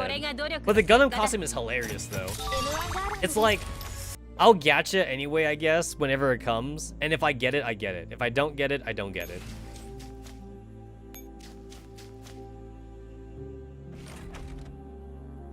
I'll just stay AFK for now. I'm not gonna bother my brain. Yeah, Taunt Fairy might have been better than Beach Fairies. Okay, yeah, no, that was good.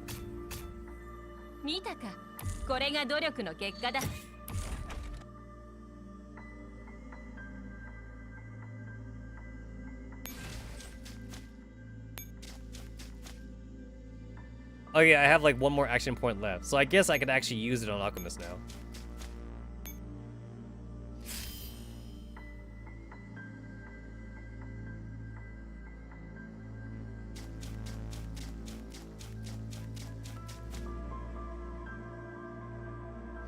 I'm sure the death stacks are killable, but you just need like a very specific team to do it.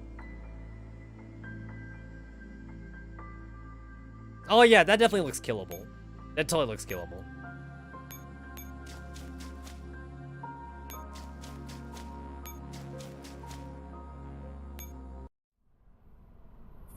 Pale yellow mist fills the underground passage. This is supposed to be rush hour, yet the subway station is silent. Several black-clothed girls hop, skip, and jump along the tracks, humming a strange rhyme. Who killed Cock Robin? I said the sparrow with my bow and arrow. I killed Cock Robin. Who saw him die? I said the fly. With my little teeny eye, I saw him die. The office workers on the railway platform would normally be chatting away. Instead, they're now lying quietly on the platform, seemingly fast asleep. They do not respond even when the black-clothed girls tread on them. Who caught his blood? I set the fish with my little dish. I caught his blood. The pale yellow mist stretches out into a familiar village. Pale and bony refugees wail and cry in despair as they fall to this insidious and deadly mist, one after another. The white-clothed girls smile and chant their rhyme while passing through the refugee corpses, oblivious to the hellish sight around them. Who will make the shroud? I said, the beetle.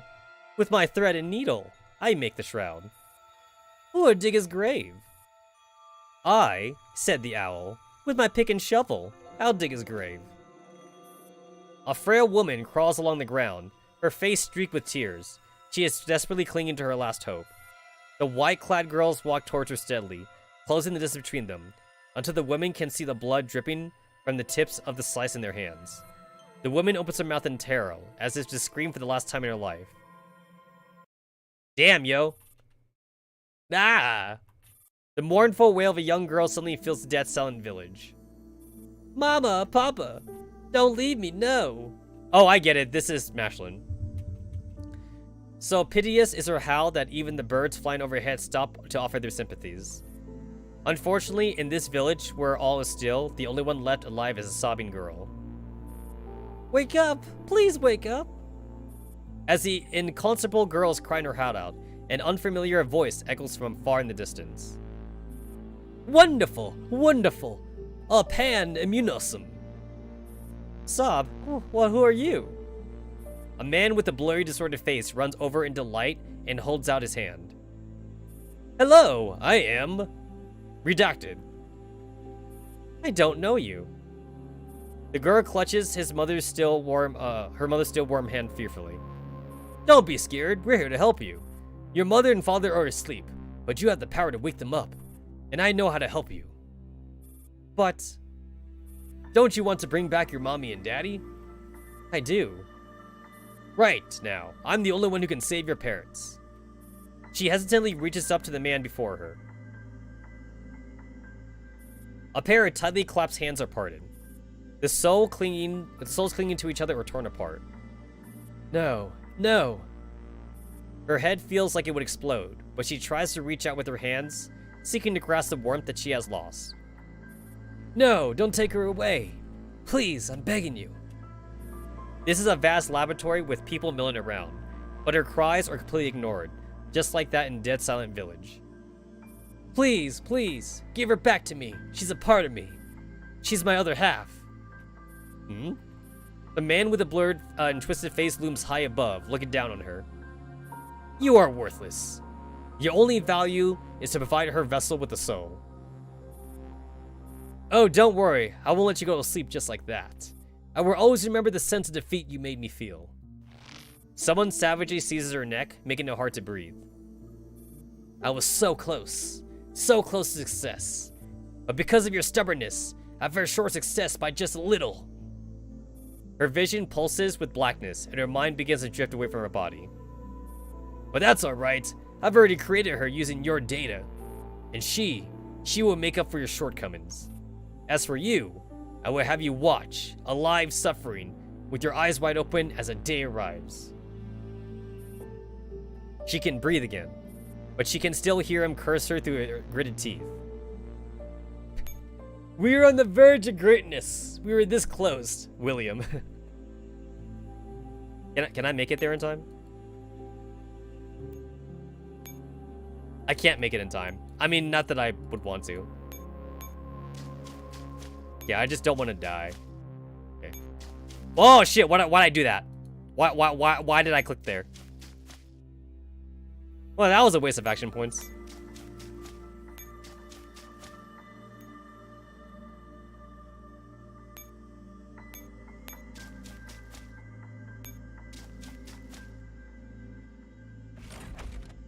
Taka ga nezumi domo ni jama sareru to wa na. Oh wow. Muda da. Omae You know, tachi it's wa kind of nani mo funny like dekinai. how easy the manticores like die when like they're our enemy, but then like when we get to use them though, they're like amazing. I mean, surely it's not because we're dicking the manticores, right? You can't ult them. Shiki-Con, love and affection were triumph over all. Join Griffin, where the Shiki-Con is actually nice to you, unlike William. Also, Mika, when can I oath, like, Jaegers and, like, Strikers? I want to oath them, please. When can I oath them? When can I oath Hawks, Mika? I want to oath Hawks and Fairies, too. Listen, guys, you put like a Onaho attachment on a fairy, and she's fuckable. To be fair, our Manticles are more like Hydras. Yeah, basically. Remember, guys, fairies are just holograms. The rear fairy is just a drone. I should oath the Earl himself. Oh my god.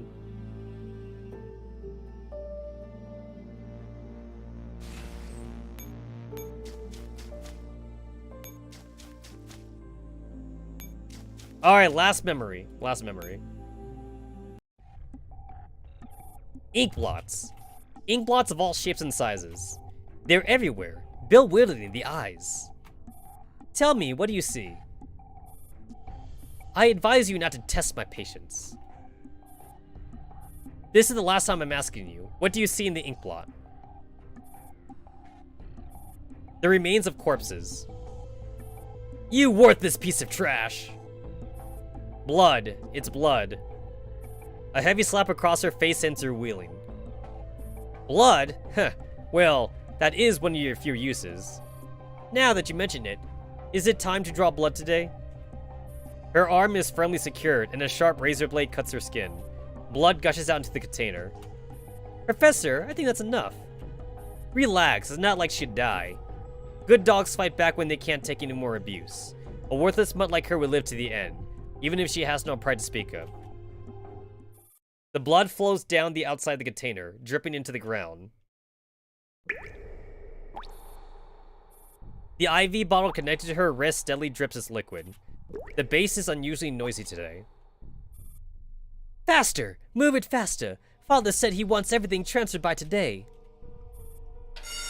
She carefully pulls out the IV catheter and the alarm goes off, as expected. Don't look around. Our schedule is packed. Pick up the pace. After a while, nobody has come around to check on her, and the sound of the alarm has died down. Her heartbeat suddenly speeds up in excitement. Is anyone there? Nobody answers. She stands up and pushes the door open to the treatment room. There are no obstacles in the empty corridor. Her footsteps slowly pick up speed, getting faster and faster, until she's in a flat out sprint. At the truck dispatch point. This is the last batch of trash that needs disposing. We'll head out in 5 minutes. Once we're taking care of it, we'll proceed directly to the new base. Good. Don't waste any time along the way. If you're discovered or followed, take care of them by yourself. Remember to destroy all evidence. Understood. She holds her breath and climbs into the cabin filled with abandoned isomers. She pulls off a black cape and drapes it over herself. Then she pulls apart the girls' cold corpses and squeezes among them. She is nervous and afraid. All she can do is close her eyes and wait for the truck to start moving. It's time. Go! Hurry up and dispose of this trash. The truck shudders and finally begins to move. In the distance, she hears a panic alarm coming from the base. Yay! A rank. Cool. ラインメタル FG42 が着任しました。指揮官の下でもっと鍛えてもらいたいです。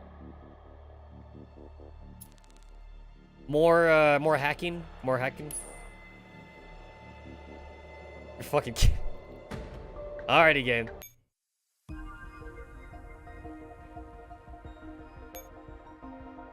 Oh yeah, I'm still training Wererod for her skill. Alright. There we go.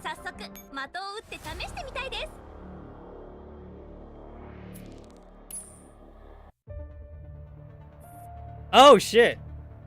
Cool. We got the good music. Temporary command post Berlin. What happened to Mashlin was horrible. They did all that to her just because they thought she was a pan-immunism.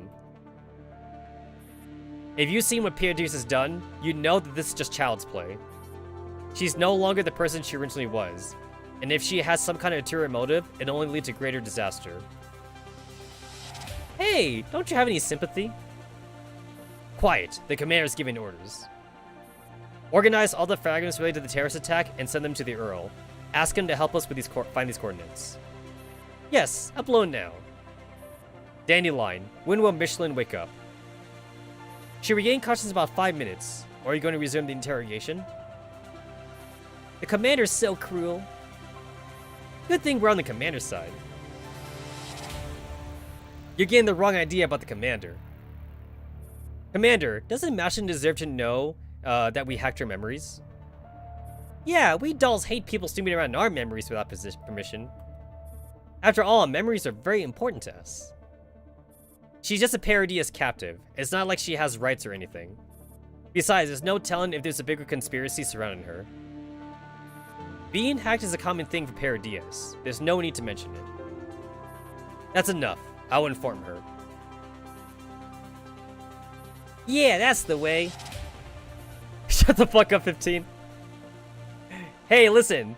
Like, the whole fucking architect thing. Still mad at 15 for, like, basically pulling the trigger. Mashlin is woken up by the chattering dolls. Do you feel unwell?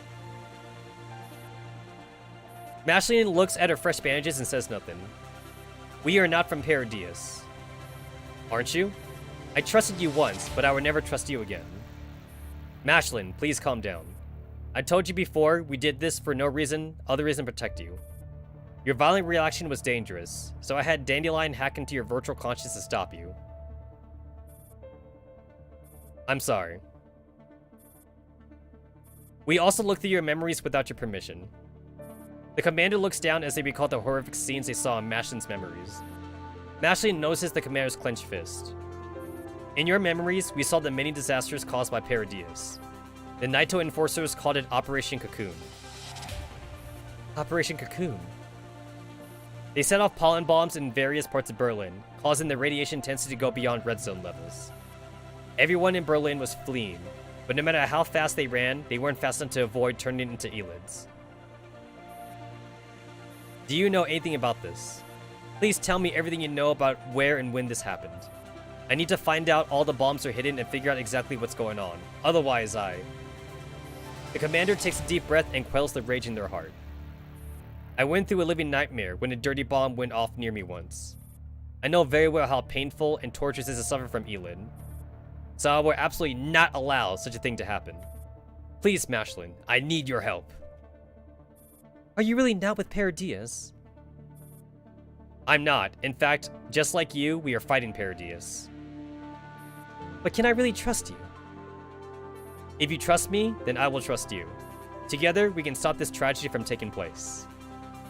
Mashlin's eyes glimmer as the commander quickly summarizes the images they saw just now. As I thought. I know your memories have suffered severe damage, but please tell us everything you can remember. We saw the scenes of many locations in Berlin being destroyed by Paradias. If their plan succeeds, all of Berlin will suffer the same fate. Can you tell us where these places are? It's not that I don't want to tell you, but my memories are so jumbled, I don't know where to begin. The commander and the dolls fall silent, and that makes Mashlin more and more uneasy. I have many images in my mind, but I can't put them together to form a complete story. That sounds very similar to the environment of your virtual consciousness. Also, you mentioned something about curing Elis before you passed out. How do you do it? With my blood. Sorry? Well, not directly using my blood. It's more like my blood is the raw material, which is then processed. No wonder you said everyone wanted to kidnap you. If what you say is true, then there must be a place where they develop a medicine that can cure or at least slow down Elid infection by experimenting with your blood. That must be where you met Moradao. And this place is closely connected to Paradias. Am I on track so far? Yes. Is the medicine generally effective? It worked very well when I used it on the refugees. The dolls searched you, but you weren't carrying any medicine on you. Where is the rest of it? I can't say. Fair enough. Then I'll ask you again once we make a breakthrough with our investigation. Okay. Commander. I take in Mashlin's downcast eyes and pursed lips. I stop STR-15 who wants to take over the questioning. That's enough. Let's call it a day. The commander's communicator suddenly rings.